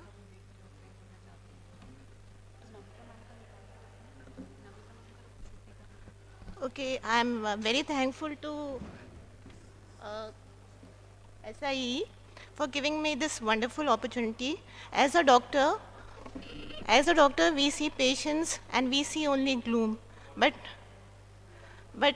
here, I am seeing so many people working proactively to prevent disease to happen in the first place. So I am really happy to be here. Thank you, Priyanka ma'am. So we worry a lot about the outdoor air pollution. We talk about the smoke, the smog, but what about the air inside? I would like you to think about your typical day. How do you spend your day mostly? And if you are like everyone else, then it is likely that you spend 90% of your time indoors. So that means 90% of the time you are breathing in indoor airs. Now why this percentage is so frightening is because according to WHO, indoor air pollution is responsible for 3.8 million premature deaths every year. Yes, 3.8 million premature deaths. Indoor air pollution ज़्यादातर हमें लगता है कि indoor air pollution से हमें क्या होगा, आँखों में थोड़ी सी जलन होगी, खांसी आएगी, एस्थमा होगा, मगर इससे बहुत कुछ ज़्यादा होता है. Indoor air pollution affects our respiratory system, it affects our circulatory system, it affects our nervous system, it weakens our immune system, as a result of which we become more susceptible to infections. According to American Lung Association, 50% of the household illness can be attributed to indoor air pollution. So what's really in the air we breathe indoors? And if you look, the pollutants are not same everywhere. Actually, it's a tale of two worlds. So on the left, you see an image from the village where a lady is cooking in an open furnace with wood as the source of combustion, and all the smoke that is building up is being trapped in the ill-ventilated house, and the residents are exposed to the threat of the smoke. Whereas on the right, we have the urbanized society where the source of pollutants are a lot more subtle. They being unvented gas stoves, cleaning chemicals, tobacco smoke, pest allergens. So, although the image is not so dramatic, but the health hazard remains the same. So, we think our home to be a safety cocoon where we are safe from the world, but the very things that we trust and use every day are the source of pollutants. So, it's the gas, the unvented gas stove producing nitrogen dioxide. When you are frying, you are producing particulate matter. That mold growing on that wet wall, it is producing fungal spores.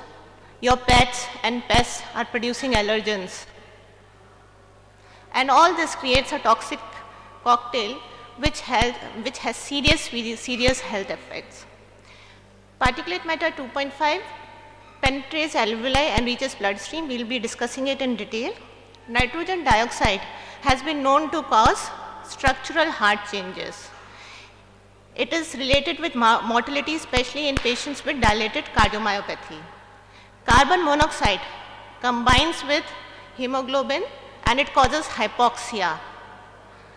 Sulfur dioxide is an irritant gas. And all this over a period of time can lead to stroke, ischemic heart disease, that is chest pain, breathlessness, myocardial infarction, that is heart attack, heart failure, arrhythmias, that is irregular heart rate, and finally death. So how this PM 2.5 attacks the heart? So let's go on its journey.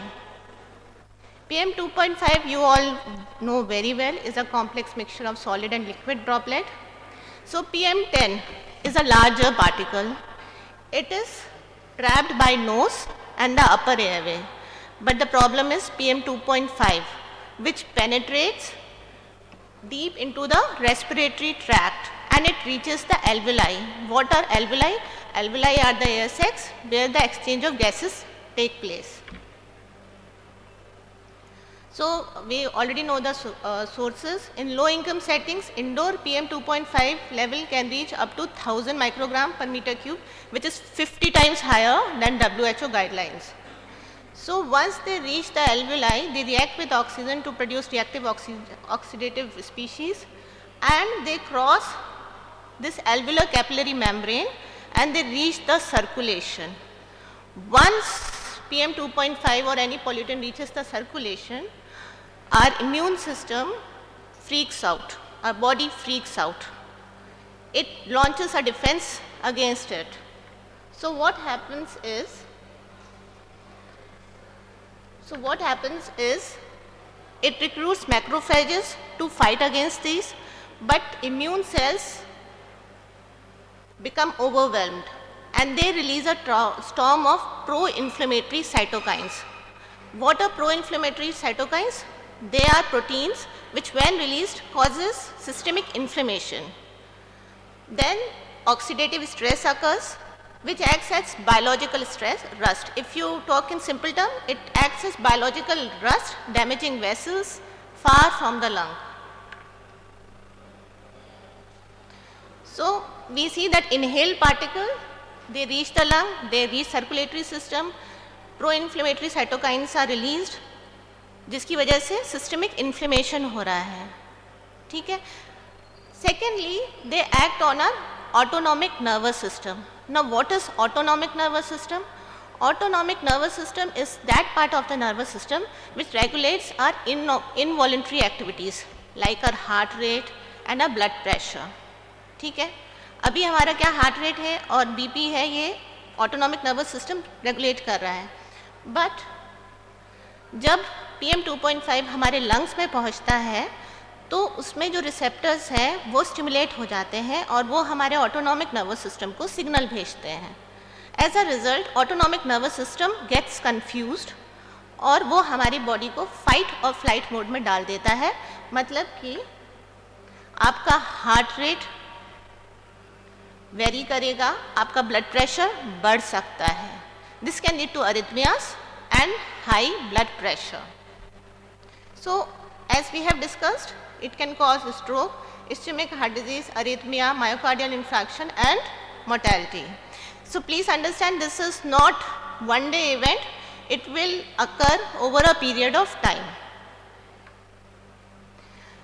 PM 2.5 exposure is typically linked to ST elevation myocardial infarction, a serious type of heart attack, and we have 2 strong studies to support this finding. Now we all are affected by indoor air pollution, but when a young individual is exposed, then his organs are robust, his defense system is strong, his reserves are also good, so he is able to fight with the indoor air pollution. But for an elderly, he is going through a wear and tear, his organs are going through a wear and tear. So there is already physiological decline, there is stiffening of the blood vessel, he may have diabetes or hypertension. Then elderly are more exposed to indoor. Then CVD fatalities roughly double with each decade of age after 50. तो हर 50 साल की उम्र के बाद हर 10 साल पे CVD की fatality, CVD means cardiovascular disease से होने वाली डेथ्स का रिस्क डबल होता जाता है. तो एक इंडिविजुअल, एक एल्डरली इंडिविजुअल जो ऑलरेडी इतना वीक है, अगर आप उसको इंडोर एयर पॉल्यूटेंट्स को एक्सपोज करोगे तो आप इमेजिन कर सकते हो कि क्या होगा. So aging bodies have diminished physiological reserve to buffer oxidative stress.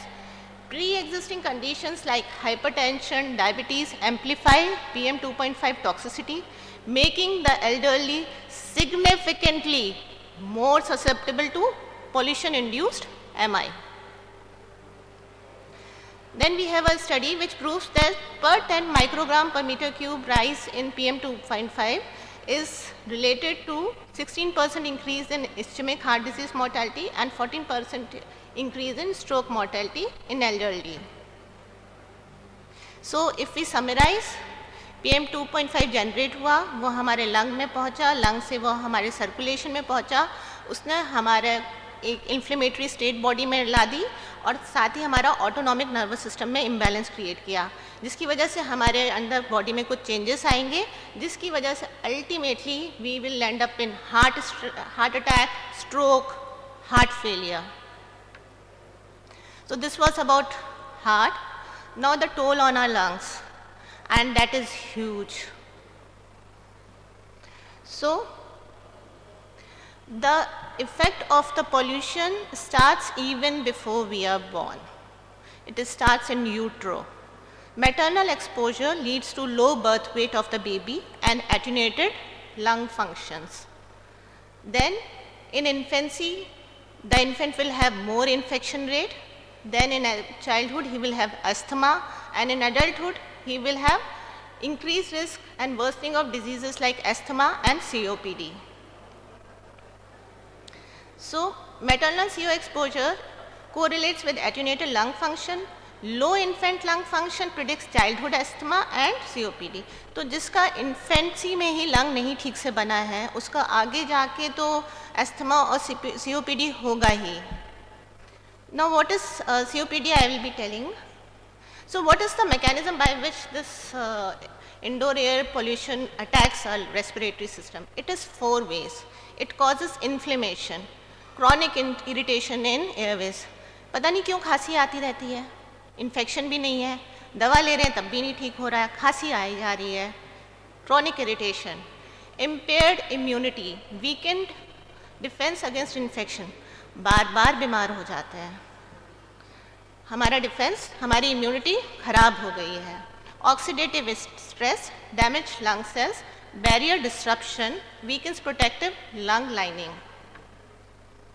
So who is the vulnerable population here? Women, because they spend a lot of time cooking. Children, as we have already discussed, क्योंकि उनके lungs बन रहे हैं. And then obese individuals.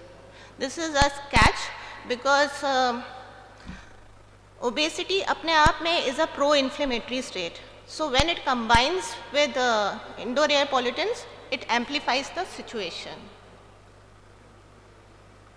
So obesity increases susceptibility to PM 2.5 and NO2. Adipose tissue induces a systemic pro-inflammatory state.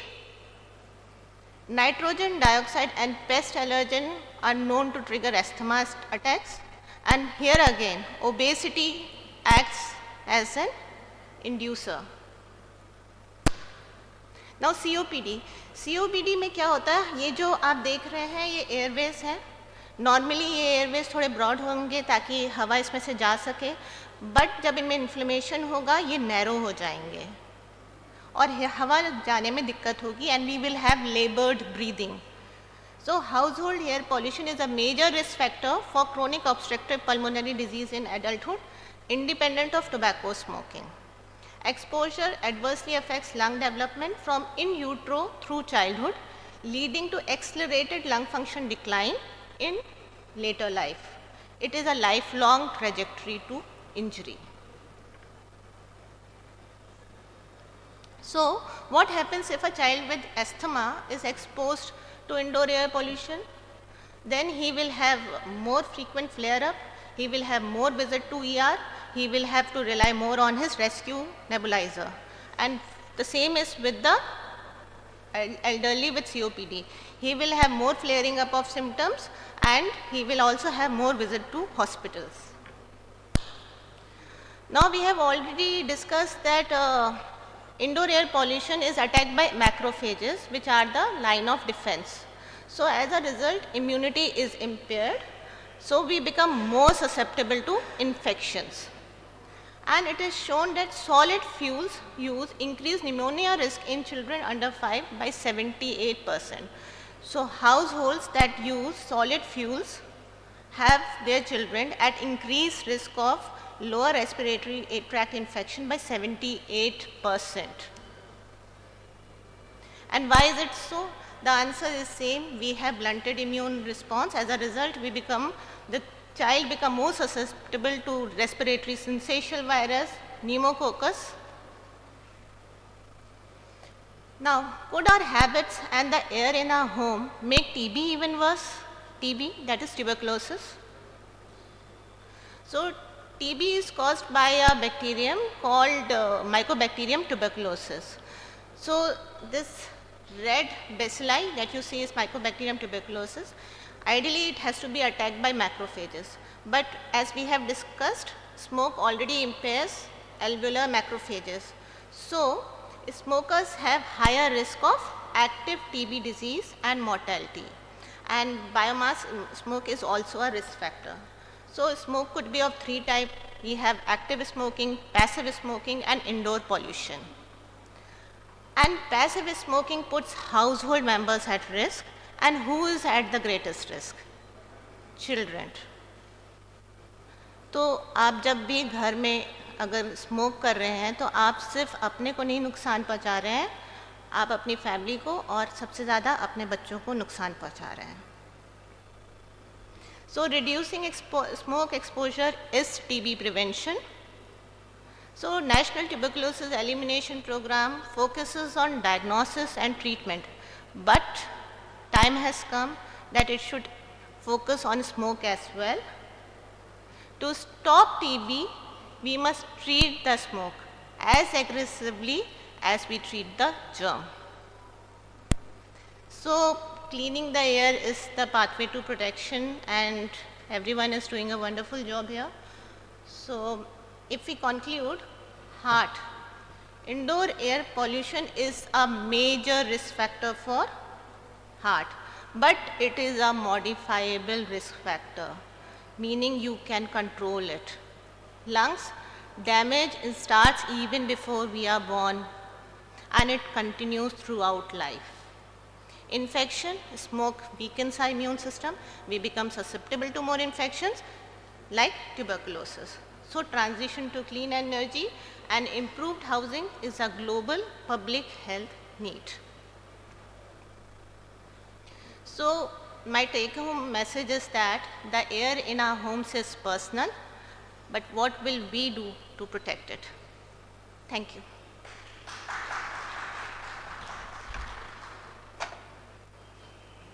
Any questions?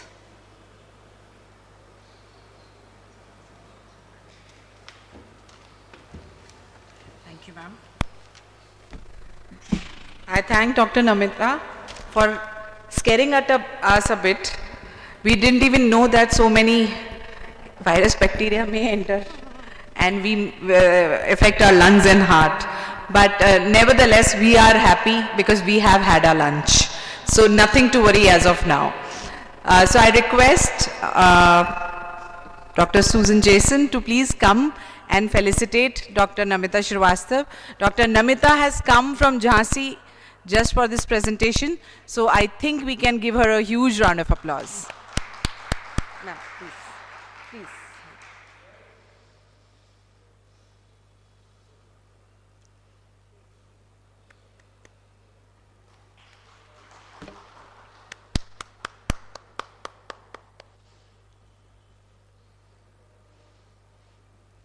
Thank you, Dr. Namita. It was great to have you. Now we've talked about problems, we have talked about solutions, we have talked about what it does to our health. We have also talked about डरने की कोई बात नहीं है. So let's go one step ahead and think why from morning to afternoon we are here and we are comfortable. It is the architecture which plays a very important role in our thermal comfort. And to discuss this more, we have our architect with us, architect Shruti Gupta. She has come from Delhi and she has been practicing in the field of policy implementation in infrastructure sector for a substantial reduction in carbon footprint. She holds a dual master's in sustainability and urban planning and has extensively worked on the integrated practice of site, water and waste management. She has her own, she is a co-founder and MD of Samsara Nirmanam. So we welcome you, Architect Shruti Gupta. Over to you, please. Come on.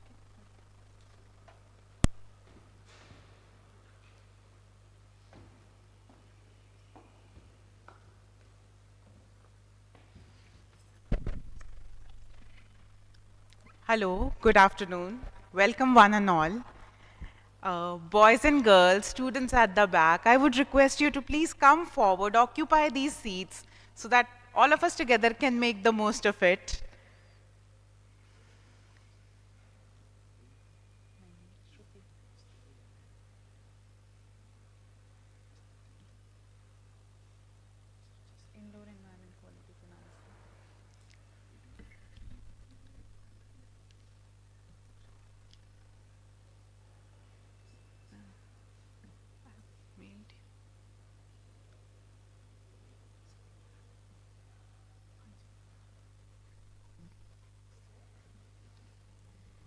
has it in the chat.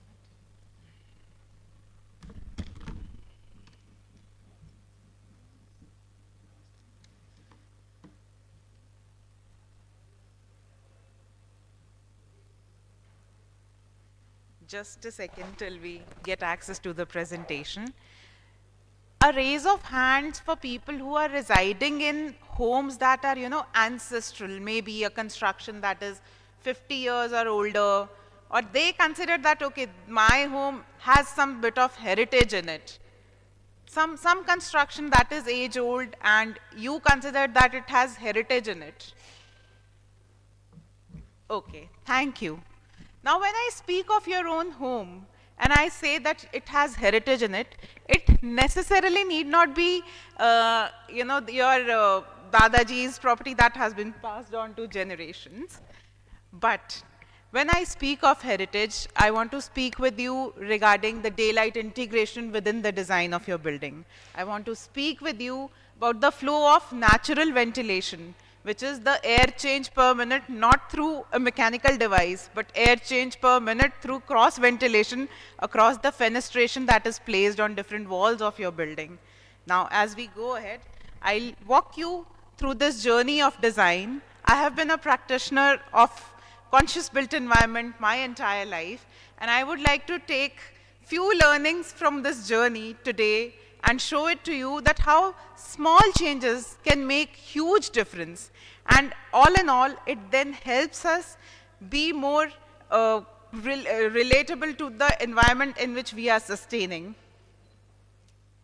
So if we talk about the indoor healthy environment quality or the thermal comfort, we on a global perspective speak in terms of the sustainable development goals, which on a global level include not only the well-being of individual, but all in all businesses that introduce clean energies, cities that incorporate building services, integrated practices, wherein different aspects such as sustainable building material, wastewater management, overall waste management, potable water usage, energy consumption, energy if consumed, energy efficiency.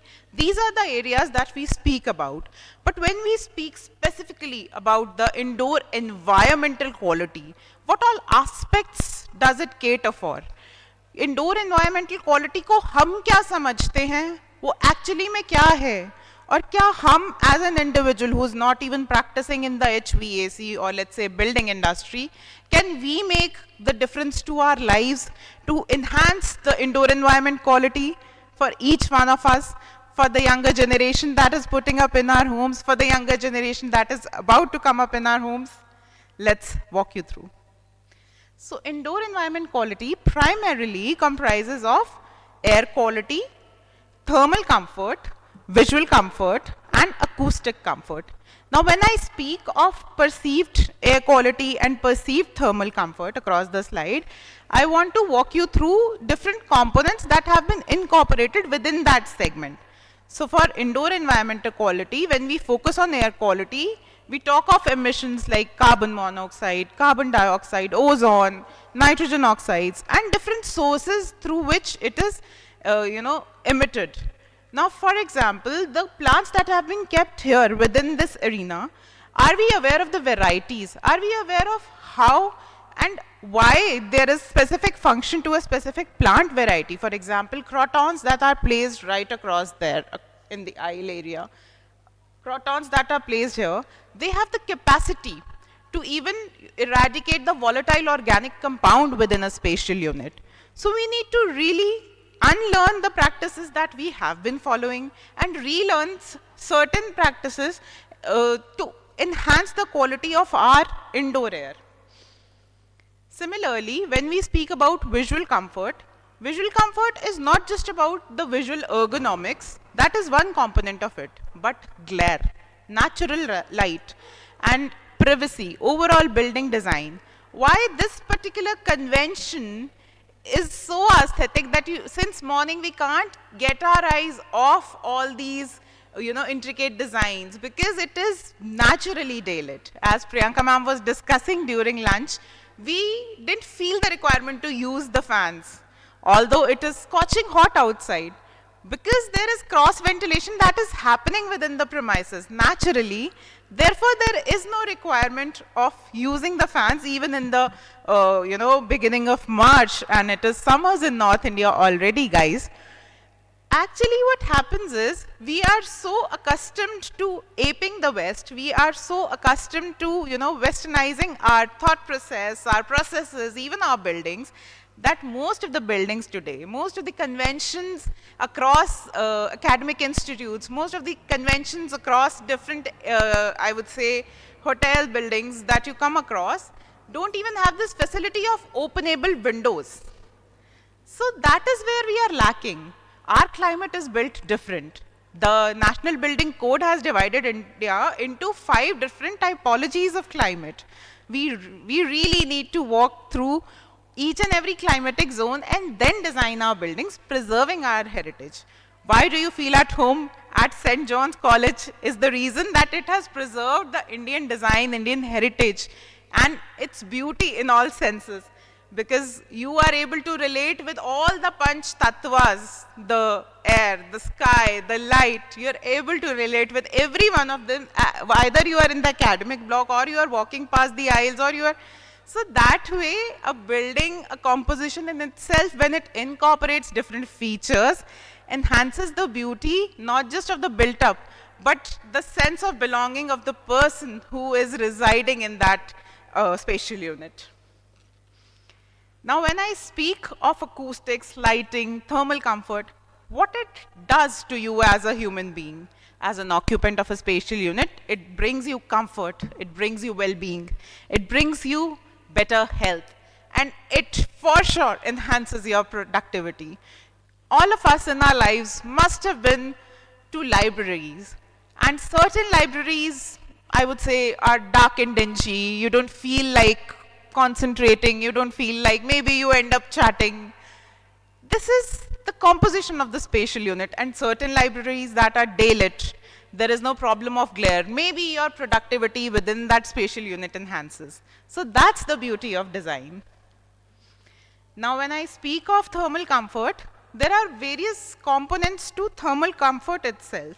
For example, the air temperature, relative humidity, mean radiant temperatures, then the metabolic rate of your own body, the clothing insulation. For example, light and white colored clothes suit the hot weather.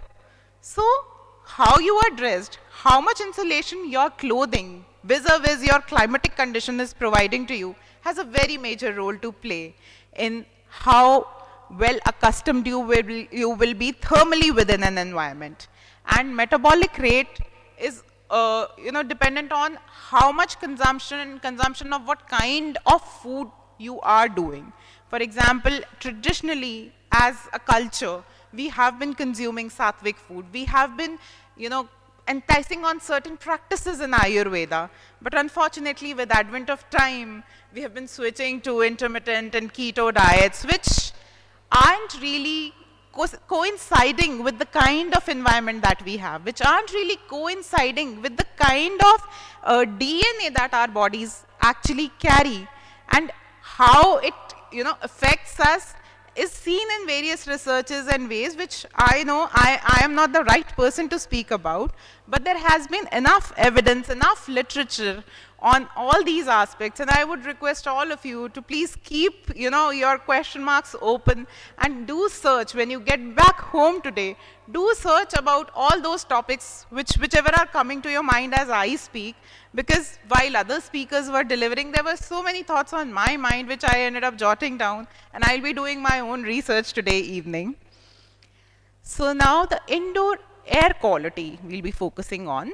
How to enhance it, how to cater for a better indoor air quality.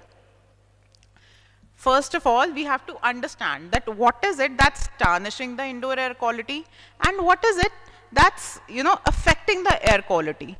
There are chemical release from the modern day building, finishing, furnishing. If we have pets in our home, there will be airborne diseases because of the pet hair, or if they are carrying any other pests. Then there will be chemicals from your cleaning products. There will be chemical fumes from paints, solvents. If you have a garage adjacent to your home, there will be fumes from that vehicle. outdoor air pollutants are always there.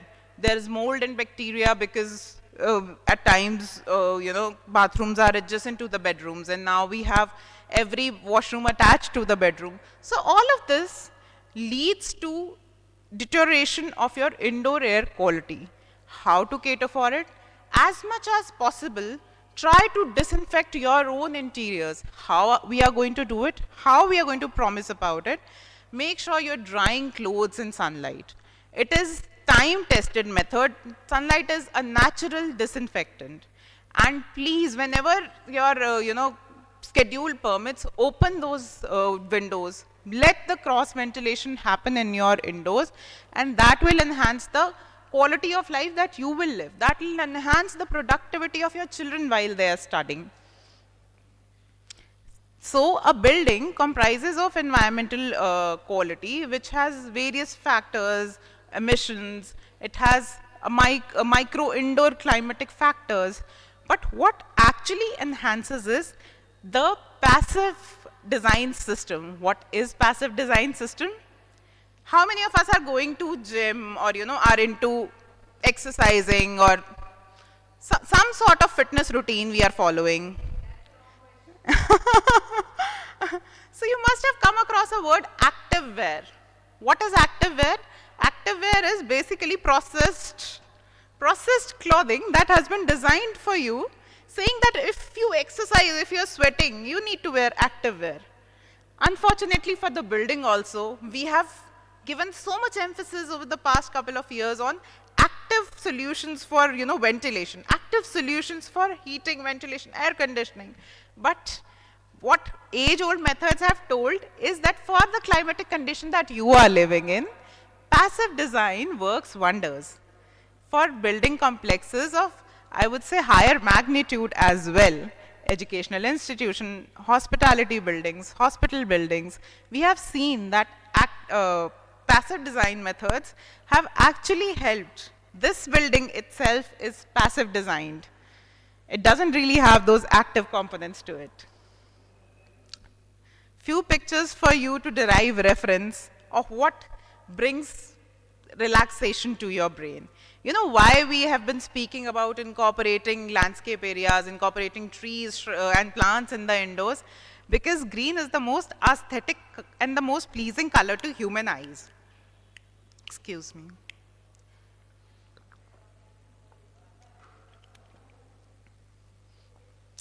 Similarly, office complexes of these kind, wherein there is articulation of open areas, provision of green areas within the built-up, helps us enhance our productivity, helps us concentrate better.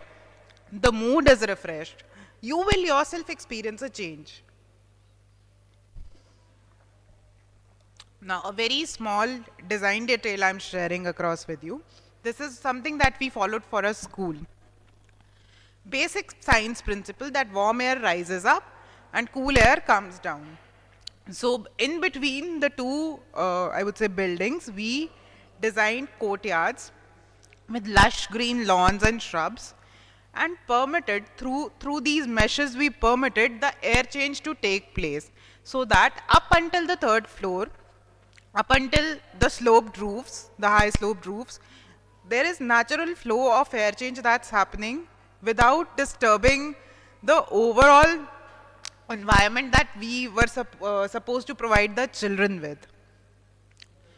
On similar lines, I would like to draw your attention to how to diffuse northern lights within the building.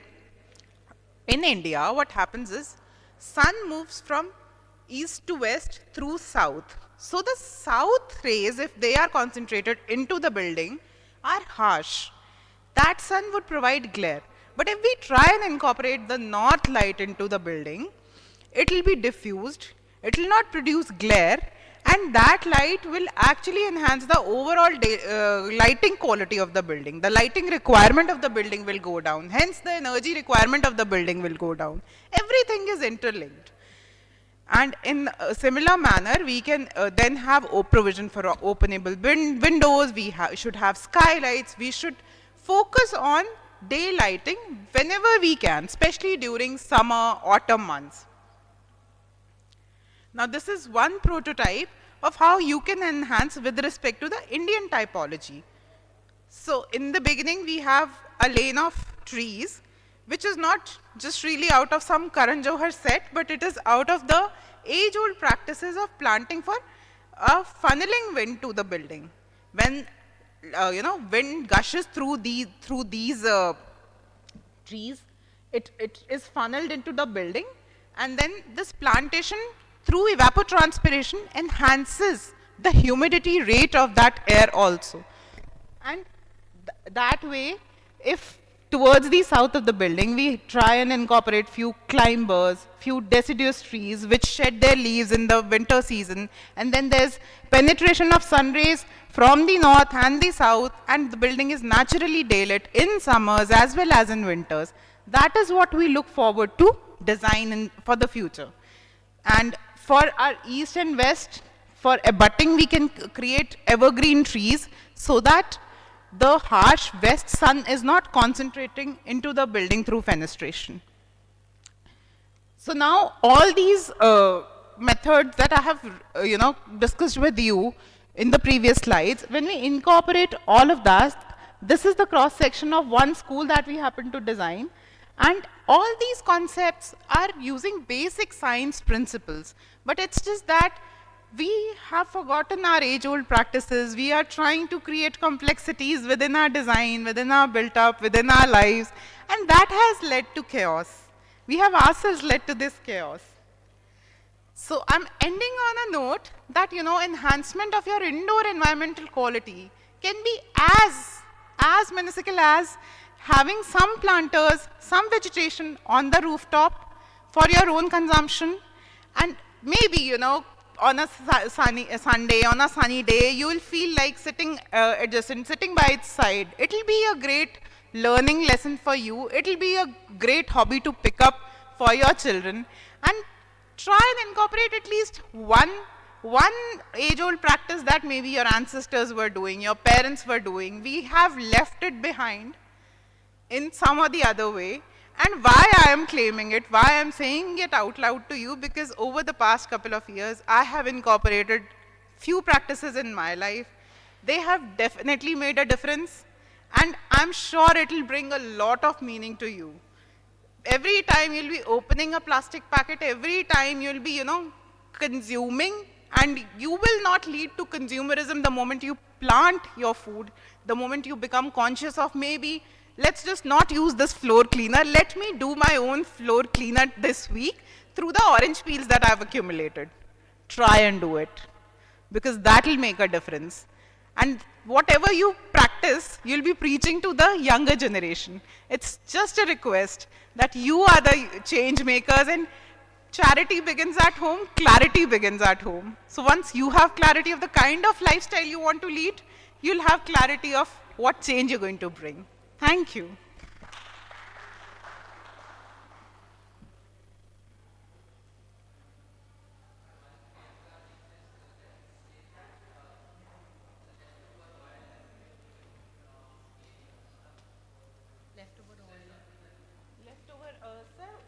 Not leftover oil, but citrus peels we have at home usually. So with citrus peels, when we let them sit in water for, let's say, a span of 10 days, you can create your own floor cleaner. This liquid can serve as your utensil cleaner also. If you let the orange peels or maybe pomegranate peels sit in a solution of glycerin and rose water, you have a natural serum to yourself. So these are the practices that, your grandmother and my grandmother were doing, but we have left this behind. It's just that my parents were strong enough to, help me, guide me through and walk me through this, that okay, you need to pick up few practices. I ended up picking more than a few, and it adds new meaning to life. Similarly, orange peels, when they are incorporated with jaggery, kept over a couple of days, also serve as bioenzyme. You mix it with water, you can serve it as a food for your plants. No matter if the soil, it is potted in soil, then you can enhance diluted bioenzyme. If it is potted in water, then also bioenzyme can work. So that's the beauty of orange peels, guys. And similarly, with every scrap material you can, use, from your kitchen waste can go into vegetable broth. And there are so many ways of going about these materials. But it all begins at home. And then you'll yourself feel that, okay, the kind of lifestyle that you want to take forward. For example, clothing. The kind of clothing you go ahead with defines a lot. Defines a lot about yourself, defines a lot about the kind of lifestyle you will lead and you will preach. So not taking much of time. Thank you. Thank you so much, Shruti. I think we have gone beyond architecture towards a road of sustainability, and probably looking at what we discard can be very usefully used, and we don't need to become a rampant consumer. So thanks for such a very good talk on sustainability. I request Sameer sir to please come on stage to felicitate architect Shruti Gupta, who has been kind enough, and we have shared such a good knowledge that we would want to take it forward with you. Thank you, Shruti. It will be an honor if, some of you take this home today and practice it. Not throw away those bananas. They are very useful for you. Thank you.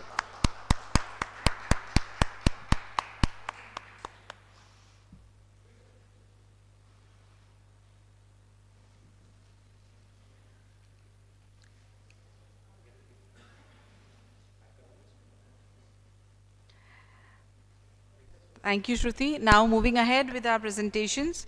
Since we are in AGRA, we would want to talk about AGRA. We would want to know what these researchers in AGRA are doing in the field of indoor environmental quality. Who better than Dr. Mahima Massey to be here to talk about the researches that we have done here, and to bring to your knowledge that AGRA is the first SIE chapter, city chapter, that we had opened way back in 2019. From then, it has been such a constructive collaboration, and we look forward to more of it. Thank you. Over to you, Mahima.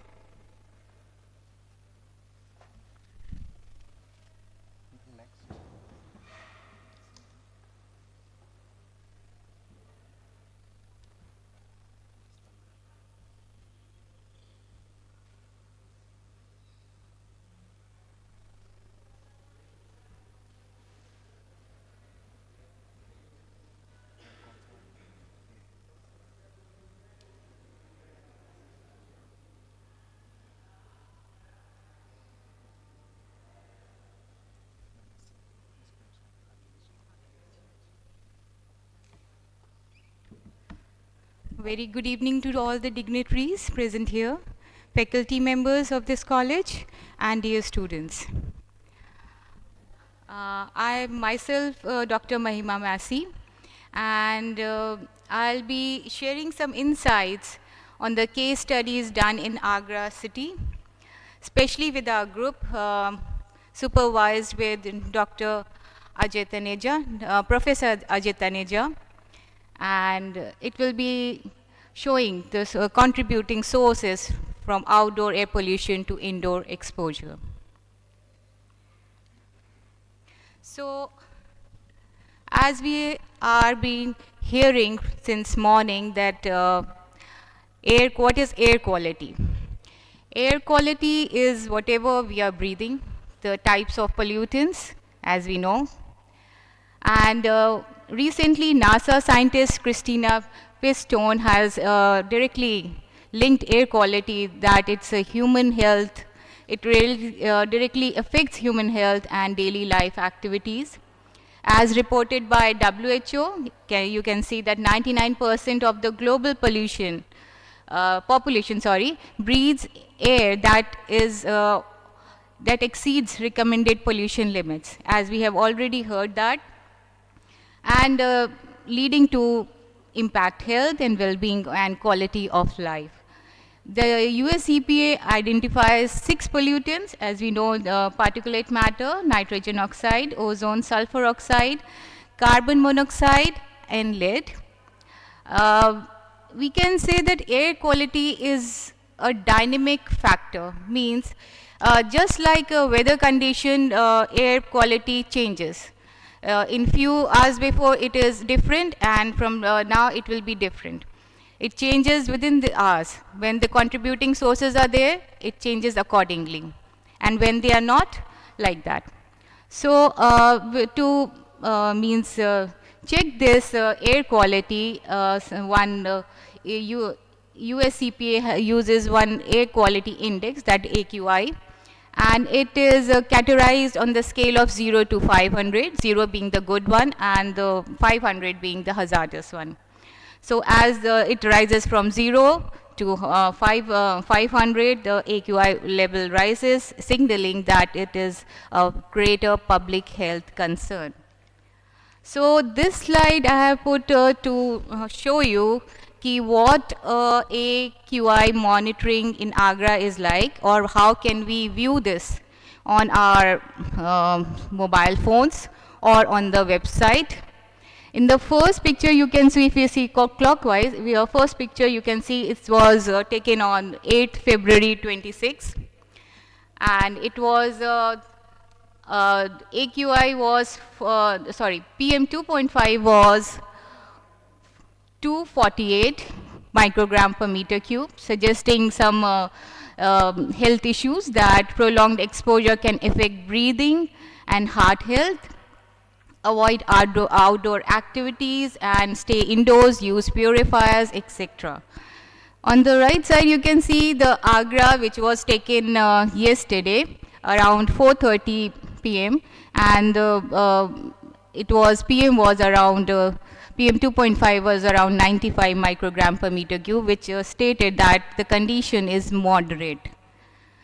Coming down to this slide, we can see that it is being related with the cigarettes.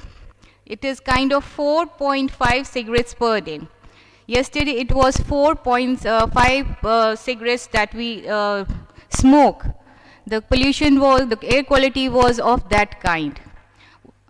So moving to the left, we can see that around there were 0 days with good air quality in these 57 days till now of this 2026, and 0 days obviously of the moderate ones.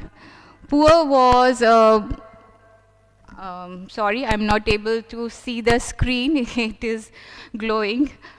So you can see the hazardous was very much high, and unhealthy also it was high. Hazardous was less high, unhealthy and poor quality was greater, ensuring that is very unhealthy to go outside. So what is the challenge now? We have been listening since morning. The challenge is obviously the size of the pollutant, the chemicals. As you see on the right side of the screen, this is the horn-like structure, is the strand of your hair, and blue balls are the PM10, that is less than 10 micron meters in size, and the red ones, the PM 2.5, which is, you can see how much smaller it is, and these rock-like structures are fine beach sand grains.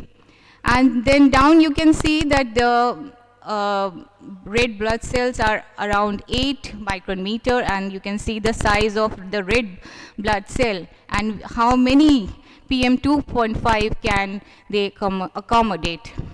So as we have heard that it is very harmful for health, as PM 2.5 and PM 10 also. PM 10 is goes out of our lungs while coughing and sneezing, and PM 2.5 gets penetrated due to its size deep into our lungs.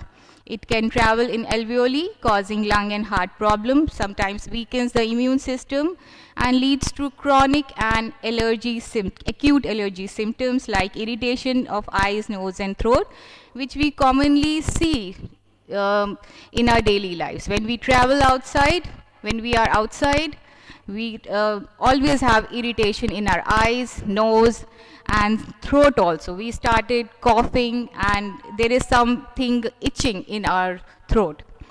So reduced lung function also is there, inflammation, irregular heartbeat, asthma, heart attacks, and this kind of exposure, high exposure, leads to chronic toxicity, damaging central peripheral nervous system, kidneys, livers, and sometimes blood composition also. So whatever we are breathing, whatever there is in the air, it's in our body, it's flowing in the body, in our blood. So how much harmful it is, you can see that. Vulnerable group, of course, they are very sensitive, especially children, because they are small, they are sensitive, and their body and metabolic system, immune system is still in developing stage. So they are very much at risk. So this slide shows, as Namita ma'am has discussed about this earlier, who is more affected. Obviously, when the child is not born, the mother experience, the child experience different problems, and it results in low birth weight. And when they are small children, they can develop asthma, they have slow development of lung function, and even overall body development is very slow, and they have problems. They wheeze and cough more, and when they grow up, asthma once developed, it is carried on. They develop also coronary heart disease, sometimes strokes also, lung cancer, and chronic bronchitis, and diabetes also. Elderly, of course, they are aging in their body and health, so their asthma is now severe, accelerated decline in lung function, again lung cancer is at risk, their risk for that, and diabetes, dementia, heart attack, heart failure, and sometimes strokes, because their body is declining. So these are some of the common sources of indoor air pollution. So yes, the 2004, since 2004, air quality measurements were started, and the dominant role was played by outdoor air, as our IO ratios were high, contributing to indoor accumulation and strong correlation of indoor and outdoor concentration. The pollutants monitored were SO2, NO2, CO, NH3, PM10, and PHS. So seasonal trends, as we have already seen in many talks by our experts, that winters are mostly 99% of the winter season is dominating, followed by summer and rainy season. And the rural households used biomass fuels like cow dung cakes and kerosene oil, which contributed high in the air quality. And they were found as the major source of indoor air pollution, which was obviously higher than outdoor levels.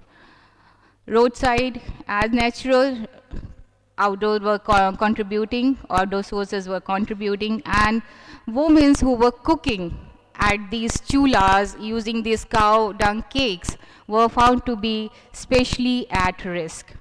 The children around them, both of them were at vulnerable populations, stayed there near the chulas, in the kitchen, whatsoever, and their kitchens are mostly the corners of a room, and sometimes very enclosed. So there was a very serious, strong evidence of metal-rich particulate in Agra at that time. Then there was expansion to indoor environment, where the study design included PM 2.5, PM 1, PM 0.5, and PM 0.25. And both indoor and outdoors were measured in 14 residential homes across rural, roadside, and urban settings. And we used grim aerosol spectrometer for 24 hours monitoring. And we also did a field survey of those sites. Rural homes were recorded as having maximum particulate concentration, followed by roadside and urban homes. So the elevated indoor levels were linked to household activities as reported by the occupants. There were strong positive correlations showing that outdoor air is the significant influencer to indoor particulate concentration. The fine particles which penetrated from outdoors. Penetration is when your ventilation, your windows and doors are closed, and then they penetrate with those creaks, with those gaps. So fine particles penetrate and persist inside, increasing the long-term exposure and health risk. Kitchens and living areas were recorded higher fine particle concentration due to cooking activities, and also a living area where there is more than normal human occupancy all the time. Fine particles were enriched with toxic components, increasing potential health risks, and greater penetration and persistence of PM 2.5 indoors indicated higher exposure risks, especially to children and women. These were some of the samplers that we used. These are the pictures of the location at roadside, urban and rural area. Then in 2009 onwards, there was an addition in the studies of PHS in residential microenvironments. And it was studied both in vapor phase and in particulate phase. And again, indoor dominance was seen, indicating strong indoor source due to strong indoor sources. The high molecular weight PHS were mainly found bound to fine particles, which are inhaled and at risk. The human is at risk. The vapor contribution was with low molecular weight pHs, which added substantially to total exposure. Again, winters concentration were highest due to indoor increased combustion and reduced ventilation. And elevated carcinogenic potencies highlighted significant long-term health concerns in residences. So then we did this study from 2007 onwards in schools, indoor air quality in schools, which was my PhD topic. And we did this within the school environments, in classroom, corridors, open spaces within the premises of school. School-going children were taken for this study. They are vulnerable due to developing respiratory system, as told before. And they spend a larger time, around 6 to 8 hours, in that particular classroom area. So classroom design, ventilations, opening and building layout on pollutant infiltration was focused. PM 2.5, 10, NO2, CO, along with the routine indoor particulates were evaluated. Peaks were seen during the traffic hours, especially during the drop and pick of the children when their parents come. I'll show you the picture later. There is a lot of crowd around the school, in every school of Agra, and I think so in every city we can see that. So they linked with the temporal emphasis was there. Cumulative exposure arises from the interaction of outdoor contributors, which were again the traffic emission, and if they are on the roadside, obviously it added to the exposure. So these are some of the pictures of the school area inside the classroom, in the corridors. They are dusting their duster, and this is the sampler again I am showing. This is the sampler outside the classroom in an open space for outdoor measurements. Inside the classroom, again inside the classroom, and one school also had the school buses coming inside the campus. This is the school surrounding pictures. One school was directly on the roadside, MG Road, And this is from school background and the Albag area, which is unpolluted area, considered as unpolluted area. At that time it was totally green, that area. It is a prelude area. So, and this is the outside of other school, which was a civil lines area. These are some of the contributing sources. If you see the first picture, the ground is unpaved, it's muddy. And we also collected some settled dust from the window panes that were coming, the dust which was coming by air. We were collected and we analyzed heavy metals from that. And if you see the down pictures, the dust gathered in the chairs down at the ground is coming from outside with the shoes, because it is the unpaved outside. And chipping of paint, uncleanliness obviously due to unpaved area from outside, and broken ceiling, which is also contributing some exposure to the children. This was a exposure response trend, a questionnaire given to the children, and they were asked to answer these questionnaires. Around 500 to 600 questionnaires we received, filled questionnaires we received. According to them, the overall symptoms that prevailed were high at roadside and higher in during winter season due to traffic emission and increased exposure. And increase when they come inside, they that increases, the effects increases, which was obviously at roadside area. And daily exposure contributes to the symptoms which they already experiencing due to weather conditions or their health issues. Symptoms like respiratory symptoms, sneezing or dry throat, were very frequent at roadside schools, moderate at residential, and then it was found that PM 2.5 and gaseous pollutants were influencing. Eye irritation and breathlessness was obviously high at roadside area, some due to some irritant pollutant near roads. Headache and concentration difficulty high at roadside, and winters were slightly dominant, again linked to particulate exposure. Cold, flu and allergies high at roadside again, and it was due to pollution and seasonal factors. So the baseline health records were elevated at roadside, and location dependent exposure risk was found.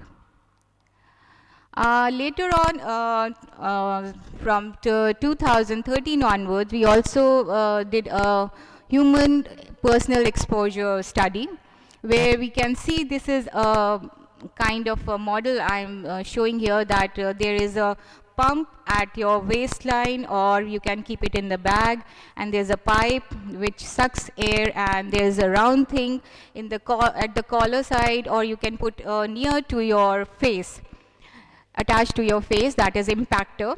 And I use this impactor for the study. Later on I'll show. So why is this monitoring needed? Personal exposure monitoring. So it is kind of the most accurate approach for determining direct exposure to airborne environmental contaminants, because it incorporates complex human activities into the exposure assessment. Wherever you go, whatever you do, there are some disturbance in the particles or air what you breathe. So it is obviously affecting your exposure levels. So it is basically the relationship of human with other factors like environmental, socioeconomic or behavioral, which are linked to IAQ of the rule of 1000 by EPA, and outdoor levels, and the breathing responses to daily activity pattern. And all this, the time is taken, the how long, how much, and how frequently these factors are affecting. So this is the exposure analysis, how this impactor is placed. It should be in the circumference of your breathing zone. So students and adults were taken for this study. I have not mentioned adults because the students were found to be more susceptible. Sites were characterized as homes, schools, and offices, and there was influence of economic and infrastructural differences. So the key investigation was both indoor and outdoor PM 2.5 were measured, and their relationship was seen. Ventilation efficiency, how efficient is the ventilation around them. Exposure variation was seen in crowded learning areas. And CO2 was found to be the indicator of ventilation adequacy. So what we found, indoor PM 2.5 was like every time it is exceeding the recommended WHO limits. Poor ventilation increased the pollutant accumulation indoors. Elevated CO2 levels and particulate levels observed in crowded classrooms, and the students experienced higher real exposure levels than ambient measurement that are suggested. And why we are comparing it with WHO, because they are more, if we get that within the range with WHO, then we'll get the good air quality. Because our national air quality standards are a bit relaxed. They have given a range that are a bit relaxed. So these are some of the pictures in classroom, in offices, in homes. Like that impactor is a quite bulky one, so we asked them to keep aside. And when they were moving, they were carrying it in their bag. This was the methodology which we carried out, you can see. PEM SKC monitor was used which was from USA. Okay. So I'll skip this. These are the samplers used. This is the study done by one of the students who will be, I think so, sharing her study. Who did her study by the filters used, purifiers and filters used in indoor air quality. This is the proposed research which we are trying to do about microplastics, finding their sources, exposure pathways, and human health implications. And we will be doing it in both settled dust and in air. So we will be finding particle size distribution, shape and classification, and we'll be doing the characterization using SEM and TEM. And we expect we are able to identify the dominant indoor microplastic sources at these sites, understanding their exposure variability among environments.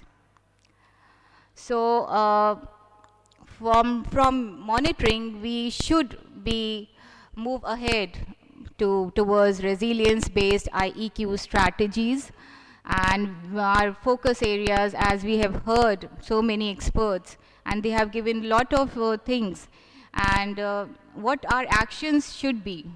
We should target poorly ventilated areas, traffic adjacent, it might be school or office, any space indoor. We should retrofit the older buildings with low-cost IAQ solutions, and we should build maintenance protocols, integrate awareness and criteria of IEQ in health, building, and education policies. These are a few of the published material which was related to the schools and children and adult group, vulnerable group. Thank you, everyone. Thank you, IEQ and SIE, for giving me this chance of sharing our studies. Thank you. Thank you so much.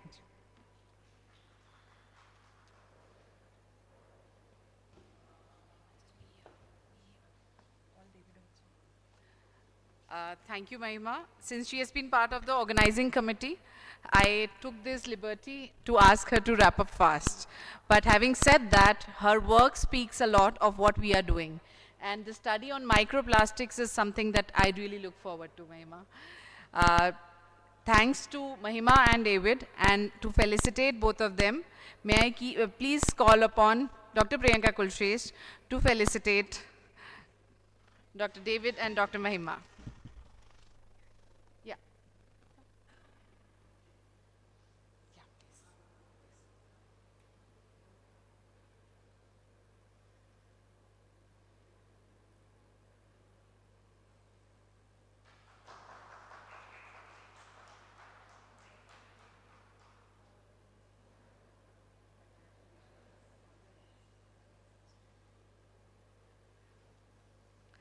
Now moving on towards what are real young researchers doing.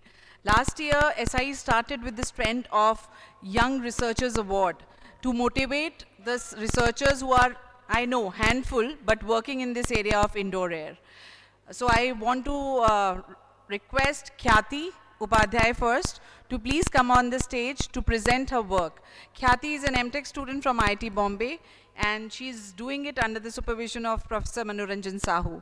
Over to you, Khyati.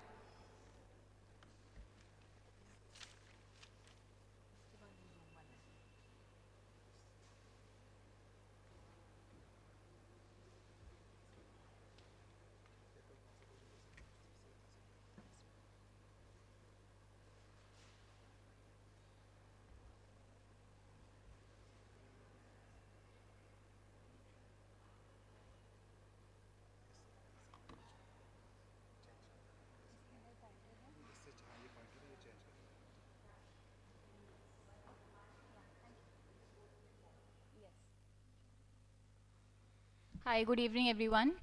Today I'll be presenting my MTech thesis on the topic Indoor Environmental Quality, Ventilation, Energy Nexus, Rethinking Indoor Environments.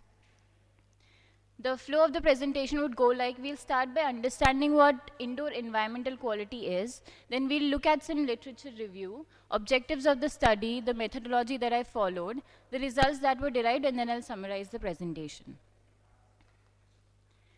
So what IEQ is? IEQ is a multi-dimensional concept that can impact our health, our productivity, and our well-being. According to Frank and Nadler, IEQ can be broadly categorized into two aspects, tangible and intangible. I will be taking three tangible aspects in my study: indoor air quality, visual comfort, and thermal comfort. Now IEQ combined can impact our health, our productivity, and our overall well-being. And as I established already, I will be taking these three concepts in my study. Why do we need to focus on indoor environmental quality? So we spend 90% of our time indoors, and it has been multiple times it's been said in different presentations here. And indoor environmental quality can be 2 to 5 times as bad as outdoor air, which can lead to 15% reduction in productivity, and improved IEQ can lead to 10% improved in overall productivity if we take care of it. Now as students, we spend 6 to 8 hours of our time indoors, which is 30% of our daily time. This is a point to be noted because my study will be focusing on an educational laboratory.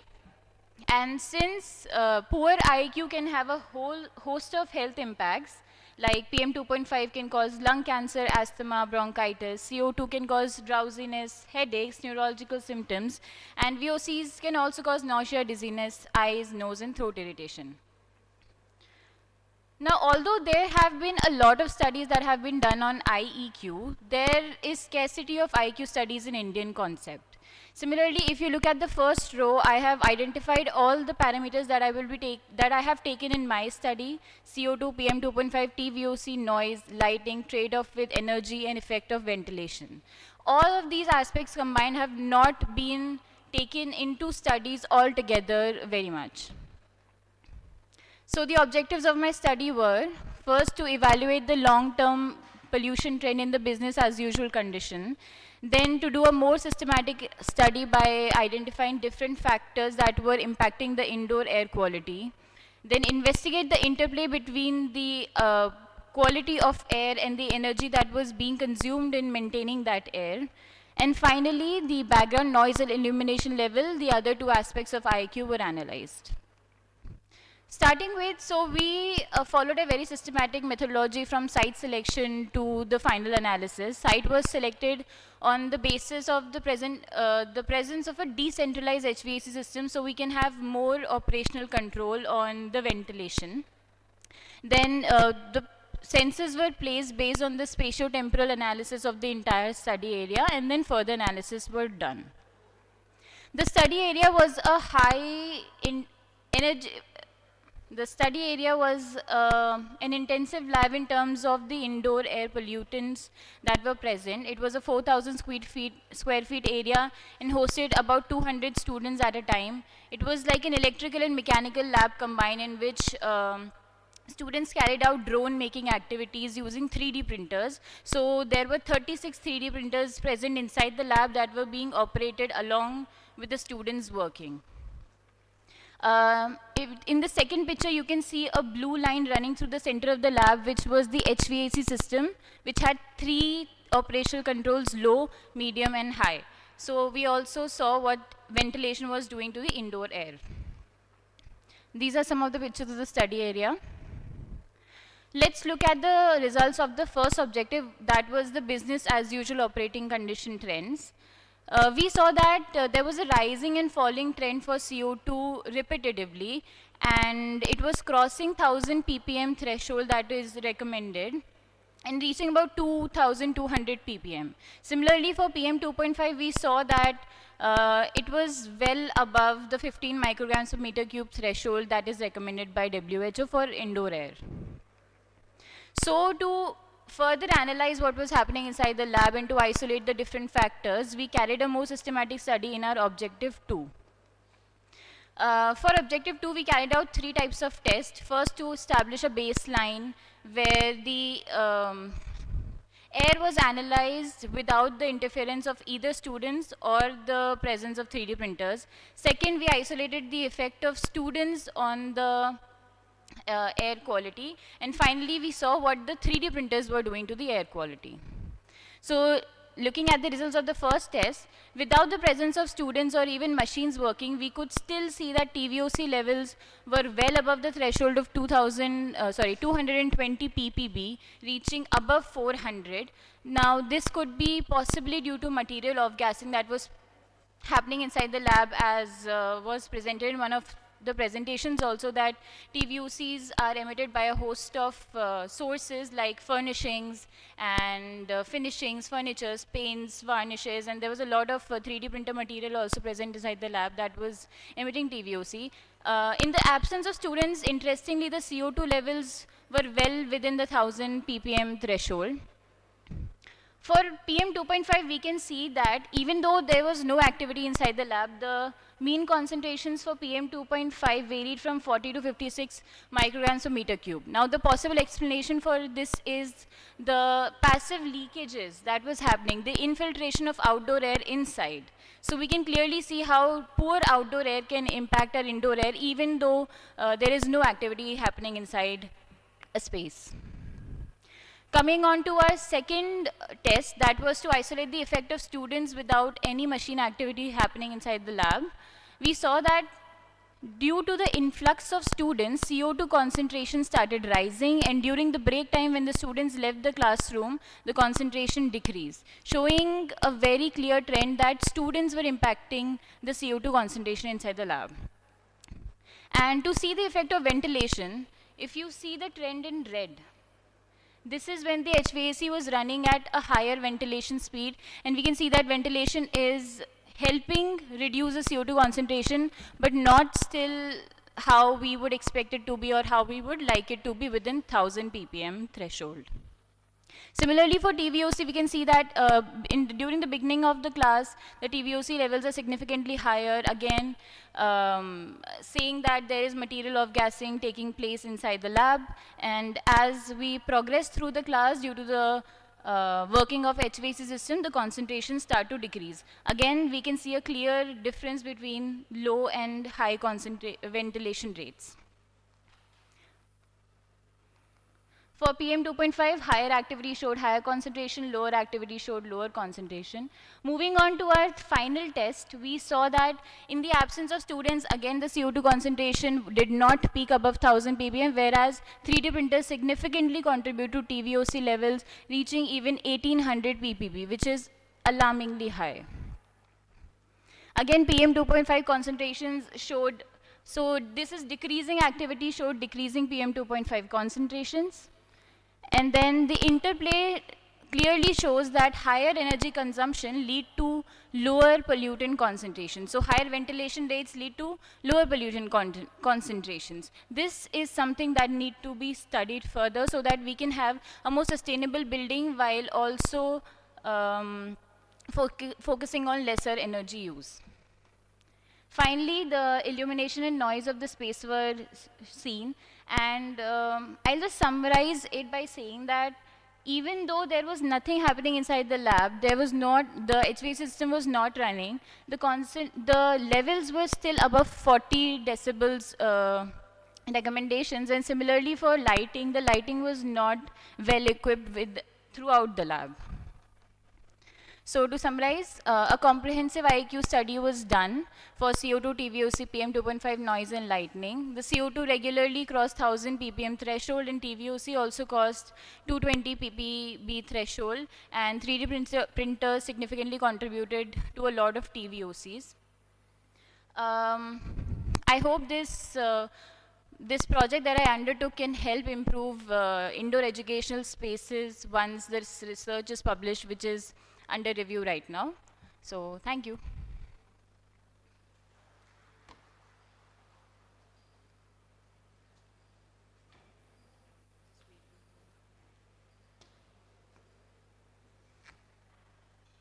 Thank you, Khyati. I think with Khyati and whatever researches we have received for this Young Researcher Award, we know that the future of indoor environment research is in safe hands. So with this, I would like to proceed with the next researcher. She is Miss Anshika Kumari from Patna, and she will be going online. Due to paucity of time, she has been given just 10 minutes. After her, we have Dr. Stuti Dubey, and then we announce the Young Researcher Award.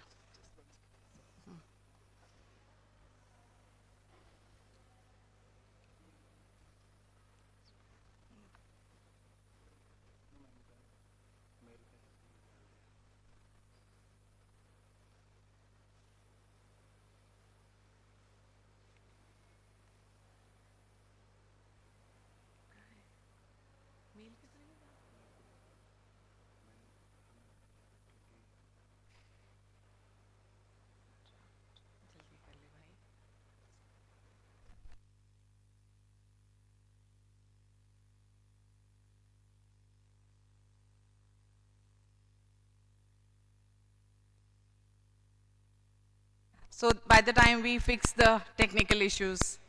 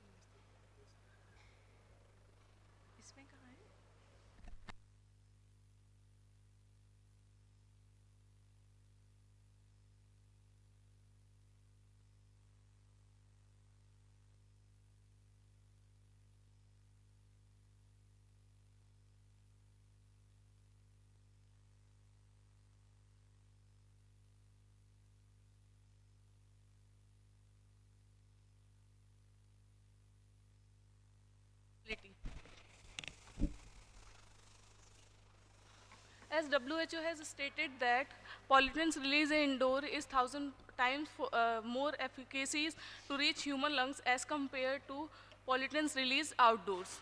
Among other microenvironments, school represent a critical microenvironment for exposure to indoor air pollution to children due to proximity to outdoor particle source, high population density, low ventilation, and challenging maintenance of school buildings. And the children present in schools are more vulnerable to air pollution as they have still developing organs, high breathing rate, weaker immune system, and more physical activity. And this indoor air pollution leads to numerous health issues, including reduction in learning performance, cognitive development, impairments, absentees, decreased proficiency in arithmetics and English language, arts, etc. In this study, I have worked on elemental composition of PM and settled dust, because PM can be a clump of various contaminants including heavy metals, and the resuspension can significantly contribute to inhalation exposure to pollutants in children. Also, WHO stated that particulate matter including dust affect more people than other pollutants. Meanwhile, metals are persistent in nature, pose high toxicity, and lead to detrimental health effect. These are the instruments used in the present work. 4 schools from semi-urban and urban regions were selected, and which were further characterized as residential and roadside schools. All the samplers were operated for 6 hours, covering 4 seasons, and meanwhile the samples were collected from desk, windows, and floors. All the samplers were placed at the average inhalation height to estimate the actual level of pollutants exposed to children in classroom. This is the methodology adopted in sample preparation. Now findings. The seasonal PM number concentration findings indicated that fine PMs were prominent during winter season, and as the particle size increases, the peak shifted towards summer season. Now black carbon and other gaseous pollutants were measured, and it was found that roadside school faced higher load of these pollutants as compared to residential schools. Now seasonal and annual PM mass concentration, again during winters PM load was highest and lowest during monsoon season.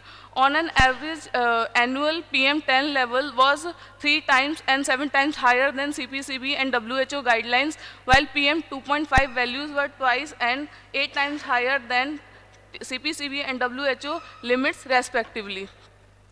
This table represents the mass concentration of size-dissolved particles in varied schools during 4th season.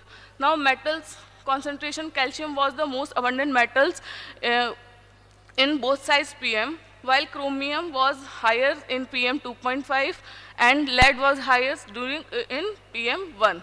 Also metal load was highest during winter season, followed by post-monsoon, summer, and monsoon season. On comparing the concentration of metals with WHO and USEPA guidelines, it was found that nickel and cadmium exceeded the limit.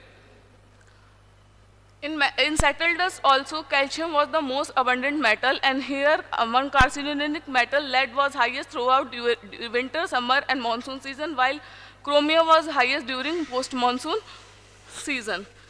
The enrichment factor values indicated that cadmium lied in highest enrichment class, while Mn fell in moderate to extremely high enrichment class. Now, these indices, pollution load indices, were calculated to know the level of contamination of metals in school dust samples. Pollution load index indicate progressive deterioration of dust samples throughout winter, summer, and post-monsoon season, while no to low metal contamination was observed during monsoon season. Meanwhile, pollution load index indicate extreme level of contamination by cadmium and middle to extreme pollution by copper. Integrated pollution index value indicated high pollution by cadmium and copper, while lead fell in no to moderate accumulation category as per geoaccumulation index. Again, enrichment factor also show the similar findings in case of cadmium. Source apportionment studies of metals in PM and settled dust showed that metals were originated from geogenic, anthropogenic, and mixed sources. Also, the relationship between elemental concentration of PM and settled dust was explored to estimate whether the level of exposure, metals exposure in PM can be predicted by elements in settled dust, but findings indicated no significant relation with concentration in concentration of metals in indoor fine PM and settled dust for all 13 allied metals. Health risk assessment was done as per literature, and it was found that PM, black carbon, NO2 and O3 indicated no non-carcinogenic risk to children, while carcinogenic risk due to PM 2.5 and black carbon was likely to occur throughout the year. Again, metals, health risk HQ via ingestion, inhalation, dermomold, and total health hazard index was calculated for PM 2.5 and PM 1, and it was found to be less than unity throughout the year, while CR, cancerous risk through ingestion pathways was highest for all metals, and in both sides PM, lead exceeded the acceptable limit through all exposure route. Similar findings was observed in case of settled dust. Again, a health questionnaire was conducted among students to assess the impact of indoor air quality on children's health. 240 students participated in this questionnaire, and the finding indicated that more than 50% students report minor health issues, that is headache, runny nose, cold and flu, and allergies, and tiredness and sleepiness was the most widely reported, followed by headache, stress, cold and flu, allergies, and breathing problems. Now, solution among various methods used to control indoor air pollution, filtration is one of them, and air purifier is a device which is used to remove contaminants from air, and CADR, that is clean air delivery rate, defined the efficacy of air purifiers. In this study, two types of air purifiers equipped with HEPA purifiers and varied specification was used. Both air purifiers was operated in presence of general indoor air and candle incense smoke. The figure explained the complete summary of data collection. The findings indicated that air purifier first reduced the PM level from 12.52 to 29.53% in general indoor air and presence of external source respectively, while air purifier second decrease the PM up to 52 to 68% in presence of source and 37 to 73% in case of indoor air, general indoor air. In case of ions, both air purifiers showed significantly % reduction in ions concentration in different size PM. Also, increase in ion concentration was observed in some cases after operation of air purifiers. Now, the uniqueness of the study is one of the school study is one of the rarest to report the number concentration levels of size segregated PM during ongoing classes in the region, provide a clear picture of quasi ultrafine PM exposure to children, degree of black carbon, gaseous pollutants, chemical characterization of such small size PM along with settled dust in school environment has been conducted for first time in the study region. Also, this is the second reported study of settled dust fine PM elemental association, first in the national context and also in school microenvironment. Also, the air purifier studies first to assess the effectiveness of air purifiers in terms of mass concentration of different size PM, especially particle up to 0.25 micrometers and chemical composition. Conclusion. The school children are exposed to elevated concentration of PM 0.25, especially during winter season. Black carbon load was highest during winter season, and NO2 and O3 level were far below than recommended values of WHO, except some limitation.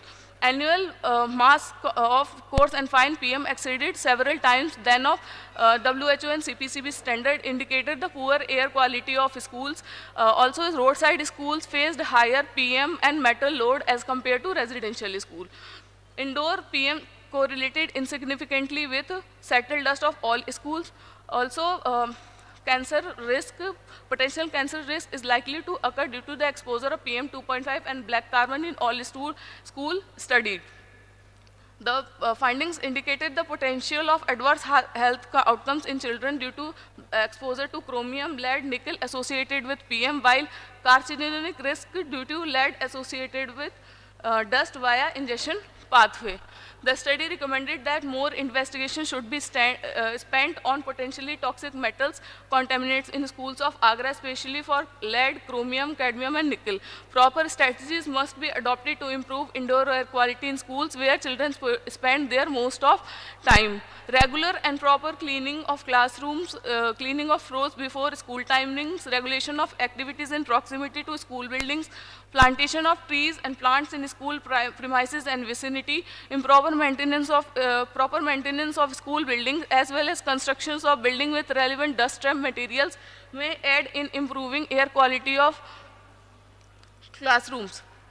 The mass concentration of ions increased in some of the sampling cases did not seem to be good one, and for the sake of health safety, air purifiers with mechanical filters like HEPA must be used instead of ion generators. With the dramatic reduction in PM concentration and associated health risk during HEPA periods, the study favors the uses of air purifiers to improve indoor air quality. While air purifiers with greater CADR, clean air delivery rate, and coverage area was more effective on particulate pollution in general indoor air, as well as candles and incense smoke support the fact of adoption of air purifiers with greater CADR. These are the list of publications and attended conferences. They are the publications particularly focused on indoor air. Thank you.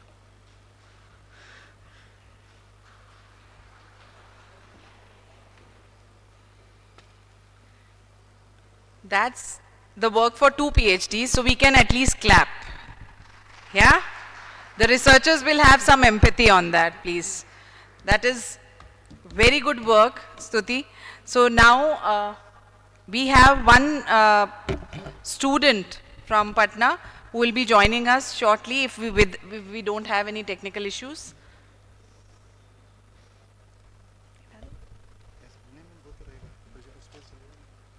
Okay, karo. Ab karo.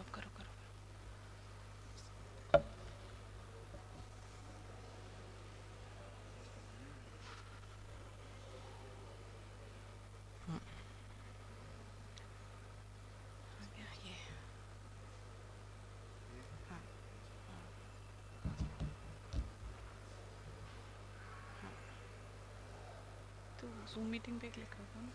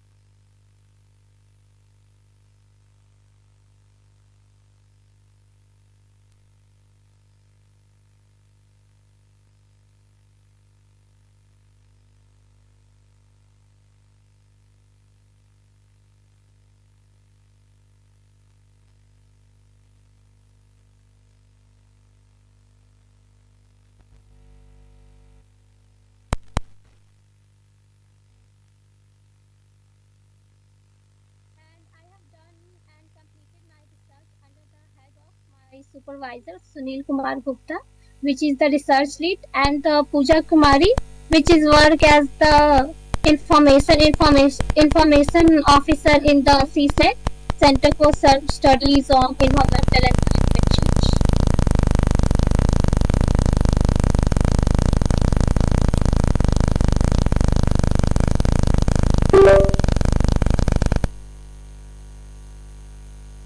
And it is the content of my study. First, I have to define the air pollution and the profile of PM 2.5 and PM 10.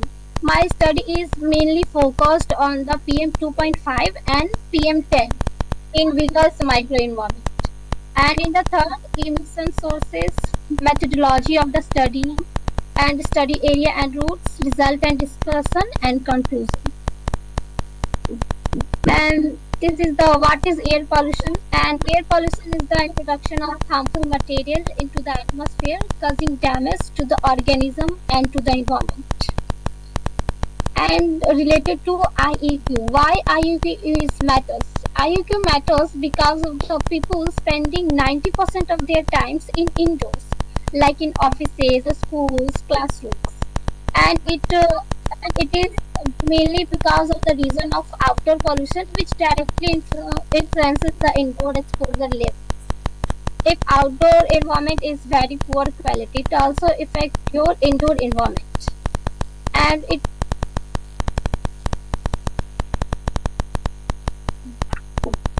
its vulnerable groups are children, elderly, commuters face higher exposure risk.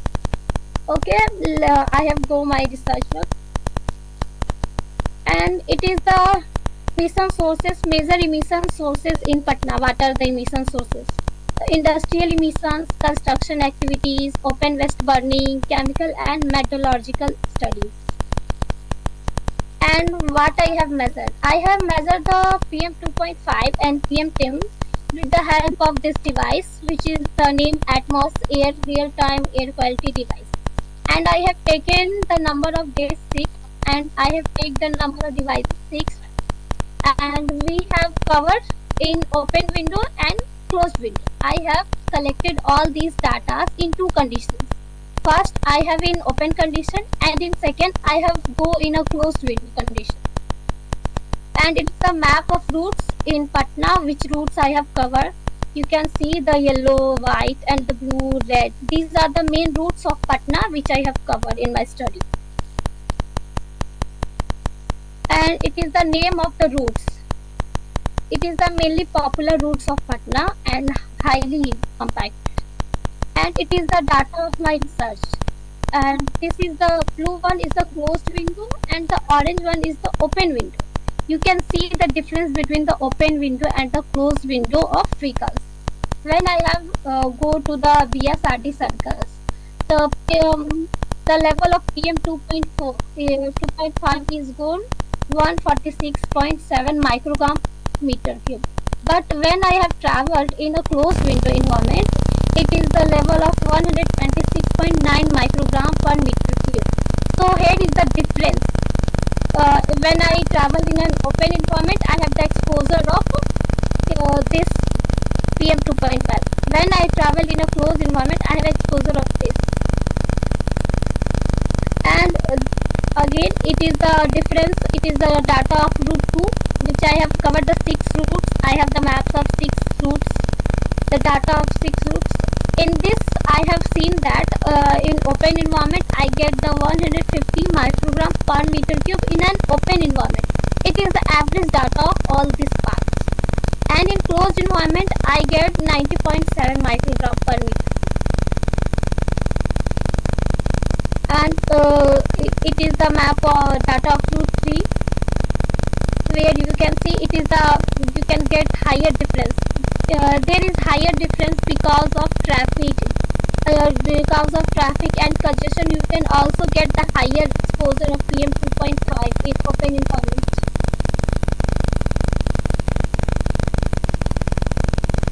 And it is the route 6. In a route 6, also it is the higher difference, you can see that. And it is the all average data of all the route 6. The route 6 in closed window, this data, and in open window I get 146 points. And in according to AQI category, it is very unhealthy to sensitive groups. And route 2 90.7 microgram per meter cube, which is also unhealthy for sensitive groups. And in route 3 I get it is unhealthy, and in route 4 it is very unhealthy. This type of I get the conclusion, and it is the conclusion based on the key observation. I have seen that the vehicles on the route 3, which is the route name is 4G mode to Ghat, has the lowest PM 2.5 concentration, where the route 5 has the highest concentration in close inverted because of the travel route and the traffic congestion. And so here we can suggest that we have to travel in a closed environment, because in an open environment you can see the difference between the exposure of PM 2.5 and PM 10, because PM 2.5 and PM 10 are very micro and it is easily travel in our lungs.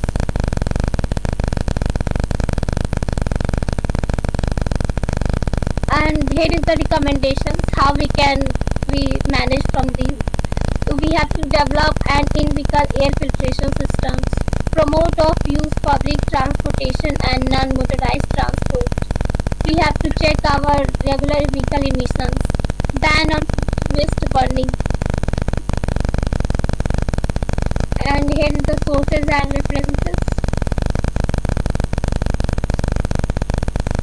And I have also done my research, also participated as a citizen scientist in a hyper-local mapping, where I have also measured the GHG emission of GHG gases in Patna, where I have collected the 80 million plus data, and it is also published under the Bihar Pollution Control Board report. It is the initiative of her department, where I have deployed the 50 plus sensors, in which 30 are static and 20 are mobile, which collected the data of PM 2.5, PM 10, CO and CO2. And from these data we have identified the hotspot pollutions in Patna.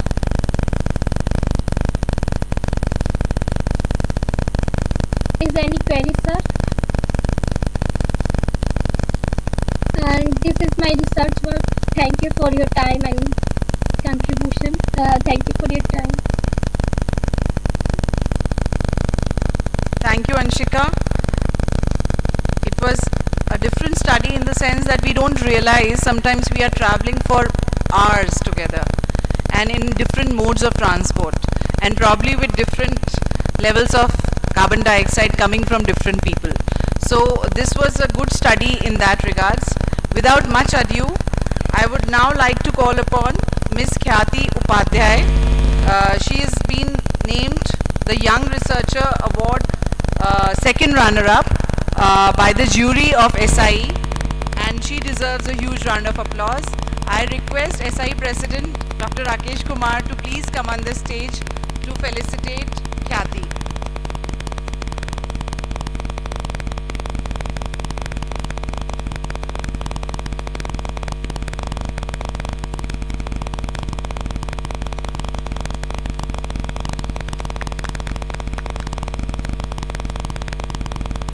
Slightly more. Let's clap more. Let's not demotivate them, right? For the next time, sir, I'll request you to be here for a while. We can have the second runner-up. The first runner-up was Miss Anshika Kumari. She had just presented before you, and the Young Researcher Award for IEQ 2026 goes to Dr. Stuti Dubey for her research, extensive research on black carbon and specially related to the schools. Keep clapping, please. We researchers at least deserve the clap, yeah, if nothing else.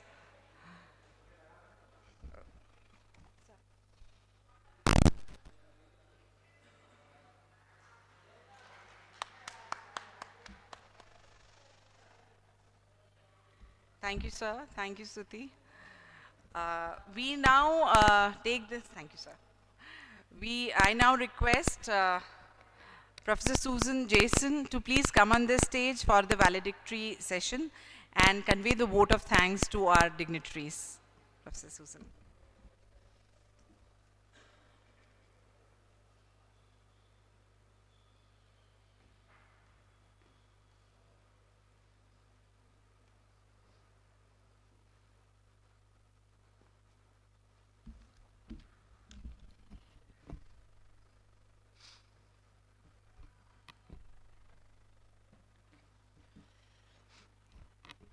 Honorable SI President, Dr. Rakesh Kumar, Honorable Secretary of SI, Dr. Priyanka Kulsresht, Honorable Keynote Speaker, Dr. Prashant, University of Surrey, UK, and Honorable Speakers of the Day, Dr. Ranjit Kumar, and honorable colleagues of my college and participants and speakers from outside, honorable guest of honor, Principal St. John's College in absentia, a very good evening to all of you.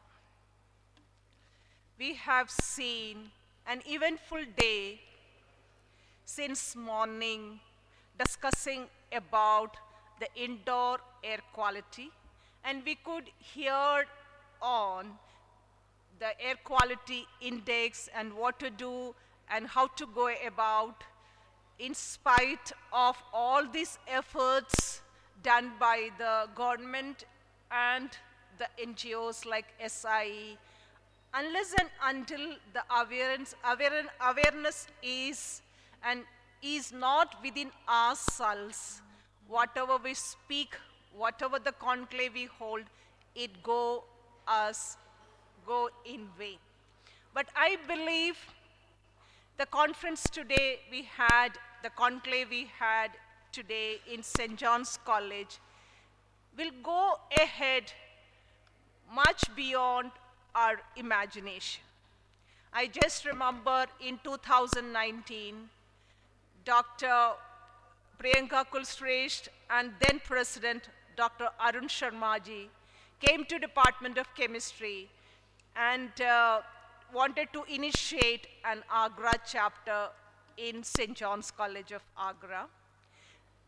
And then Professor Ajay Taneja became the president, and Dr. David Mercy became the secretary, and Mahima became the treasurer, and me being the advisory committee member.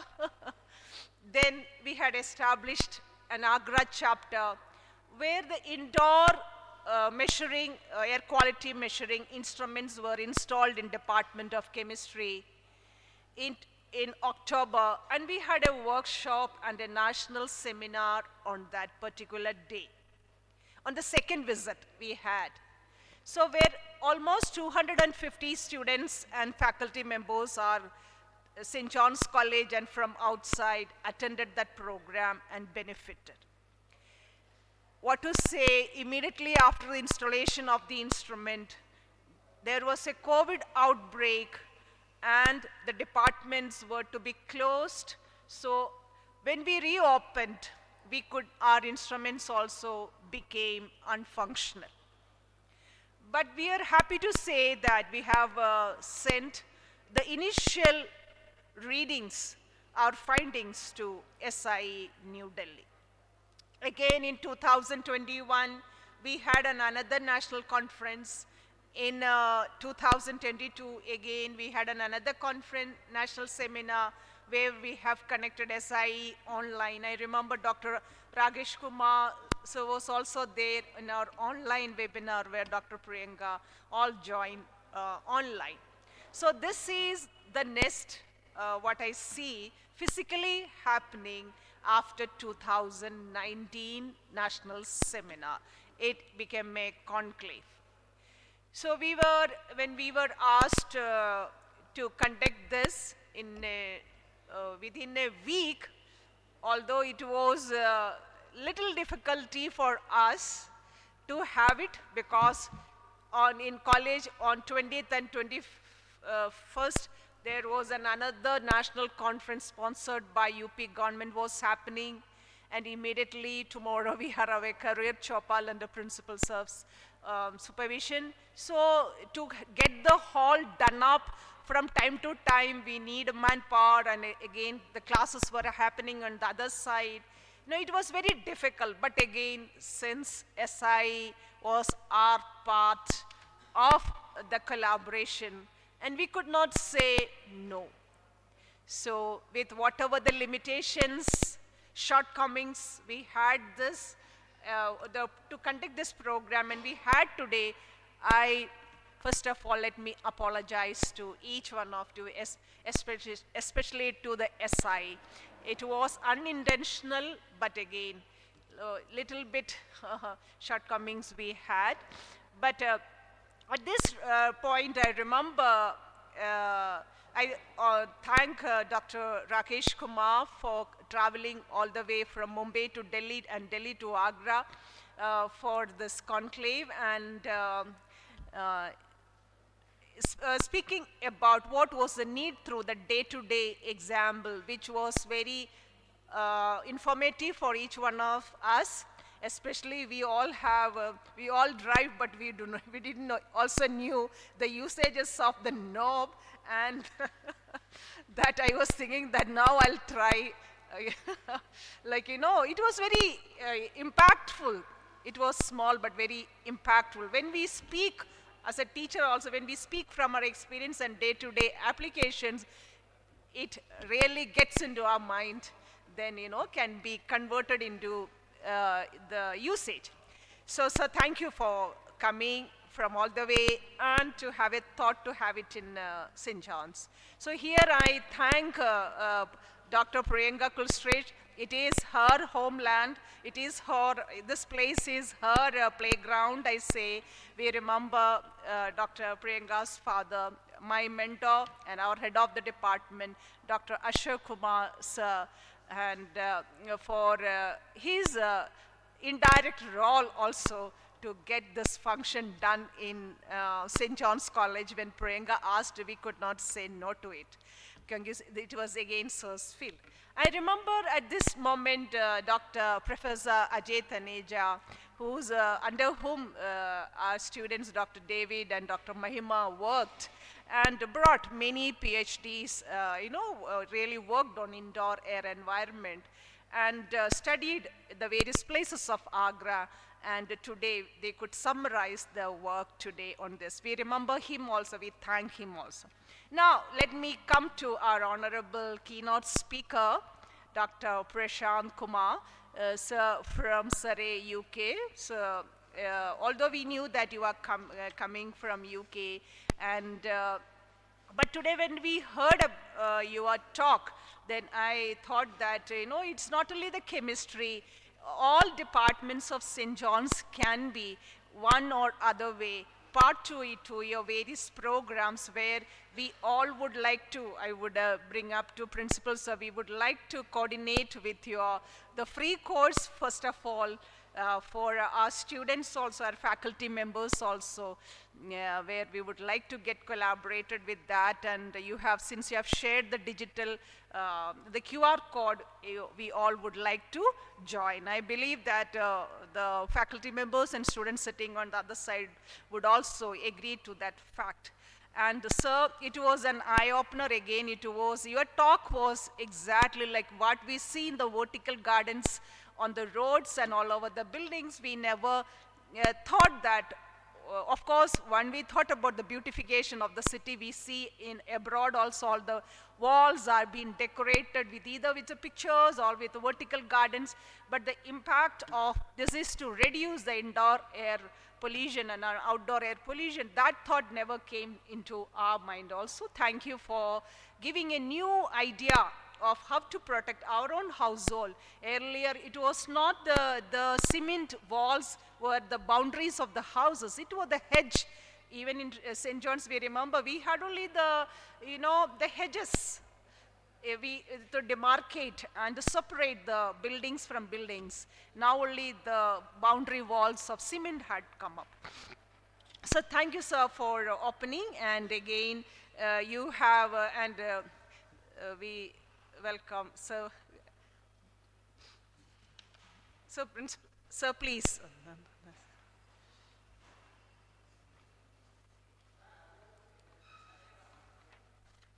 And also, sir, you really today launched the Urban Greening Toolkit and also a compendium of indoor air quality studies in AGRA.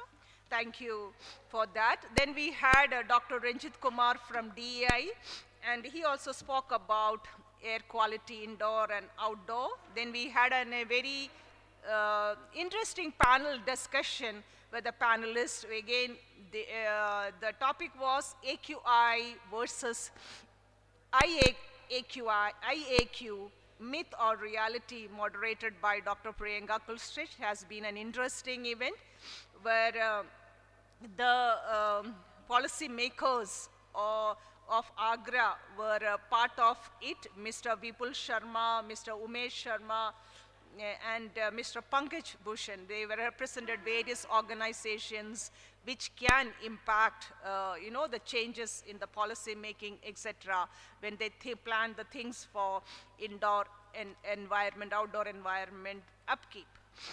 The next speaker was Dr. Namita Srivastav from Jhansi, a medical doctor. Then Dr. Shruti Gupta, again, she was an architect. Both Dr. Namita, she was a microbiologist, and Dr. Shruti Gupta, an architect, and both explained, what are the things which many times after monsoon we forgo. Although we see the funguses on our wet walls, but we forgo thinking that, okay, we'll get it whitewashed during the Diwali season. Till then, we keep it there only, because again the walls are quite high. So they were the eye-openers, very small thing, how to keep the inside air too is important, and how to keep it fresh. So the various speakers touched upon the various aspects of it. Then Dr. Mahima Habil Mercy did a case study, and whatever the work the members of SIE, AGRA City chapter done in IEQ, she has summarized it and presented it. And then we had Dr. Studi Ashika, their presentations. One we have just heard an online presentation. Then Kathy's presentation we had.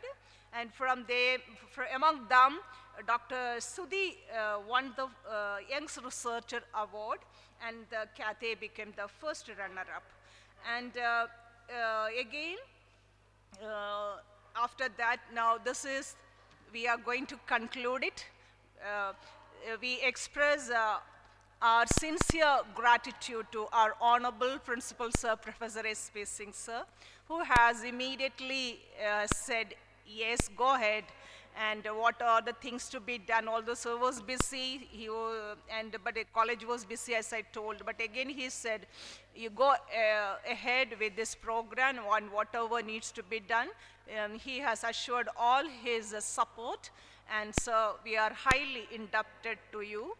And always, sir has been helpful to take all these programs of SI to meticulously conducted, and he was always a backbone to find it successful, made it a successful event. So we thank you, sir. So we thank you for your, Dr. Ranjit Kumar from DI, we thank you, sir. I express heartfelt gratitude to all our staff members, faculty members, and speakers and attendees, participants from various other institutes, traveled from Kanpur, traveled from Delhi, traveled from various parts of UP and India to attend this program and make it a successful event. I believe the time you spent in these four walls of this college auditorium has been instrumental, I believe, will become instrumental in changing your attitude towards your indoor environment, and you would try your level best to change the ambience, the environment in your own micro level to make it fresh and make it to economically and also viable to our health. With that note, and I finally thank the Almighty God for making it a successful event. With that, we look forward for future endeavors with Society for Indoor Environment. We thank you.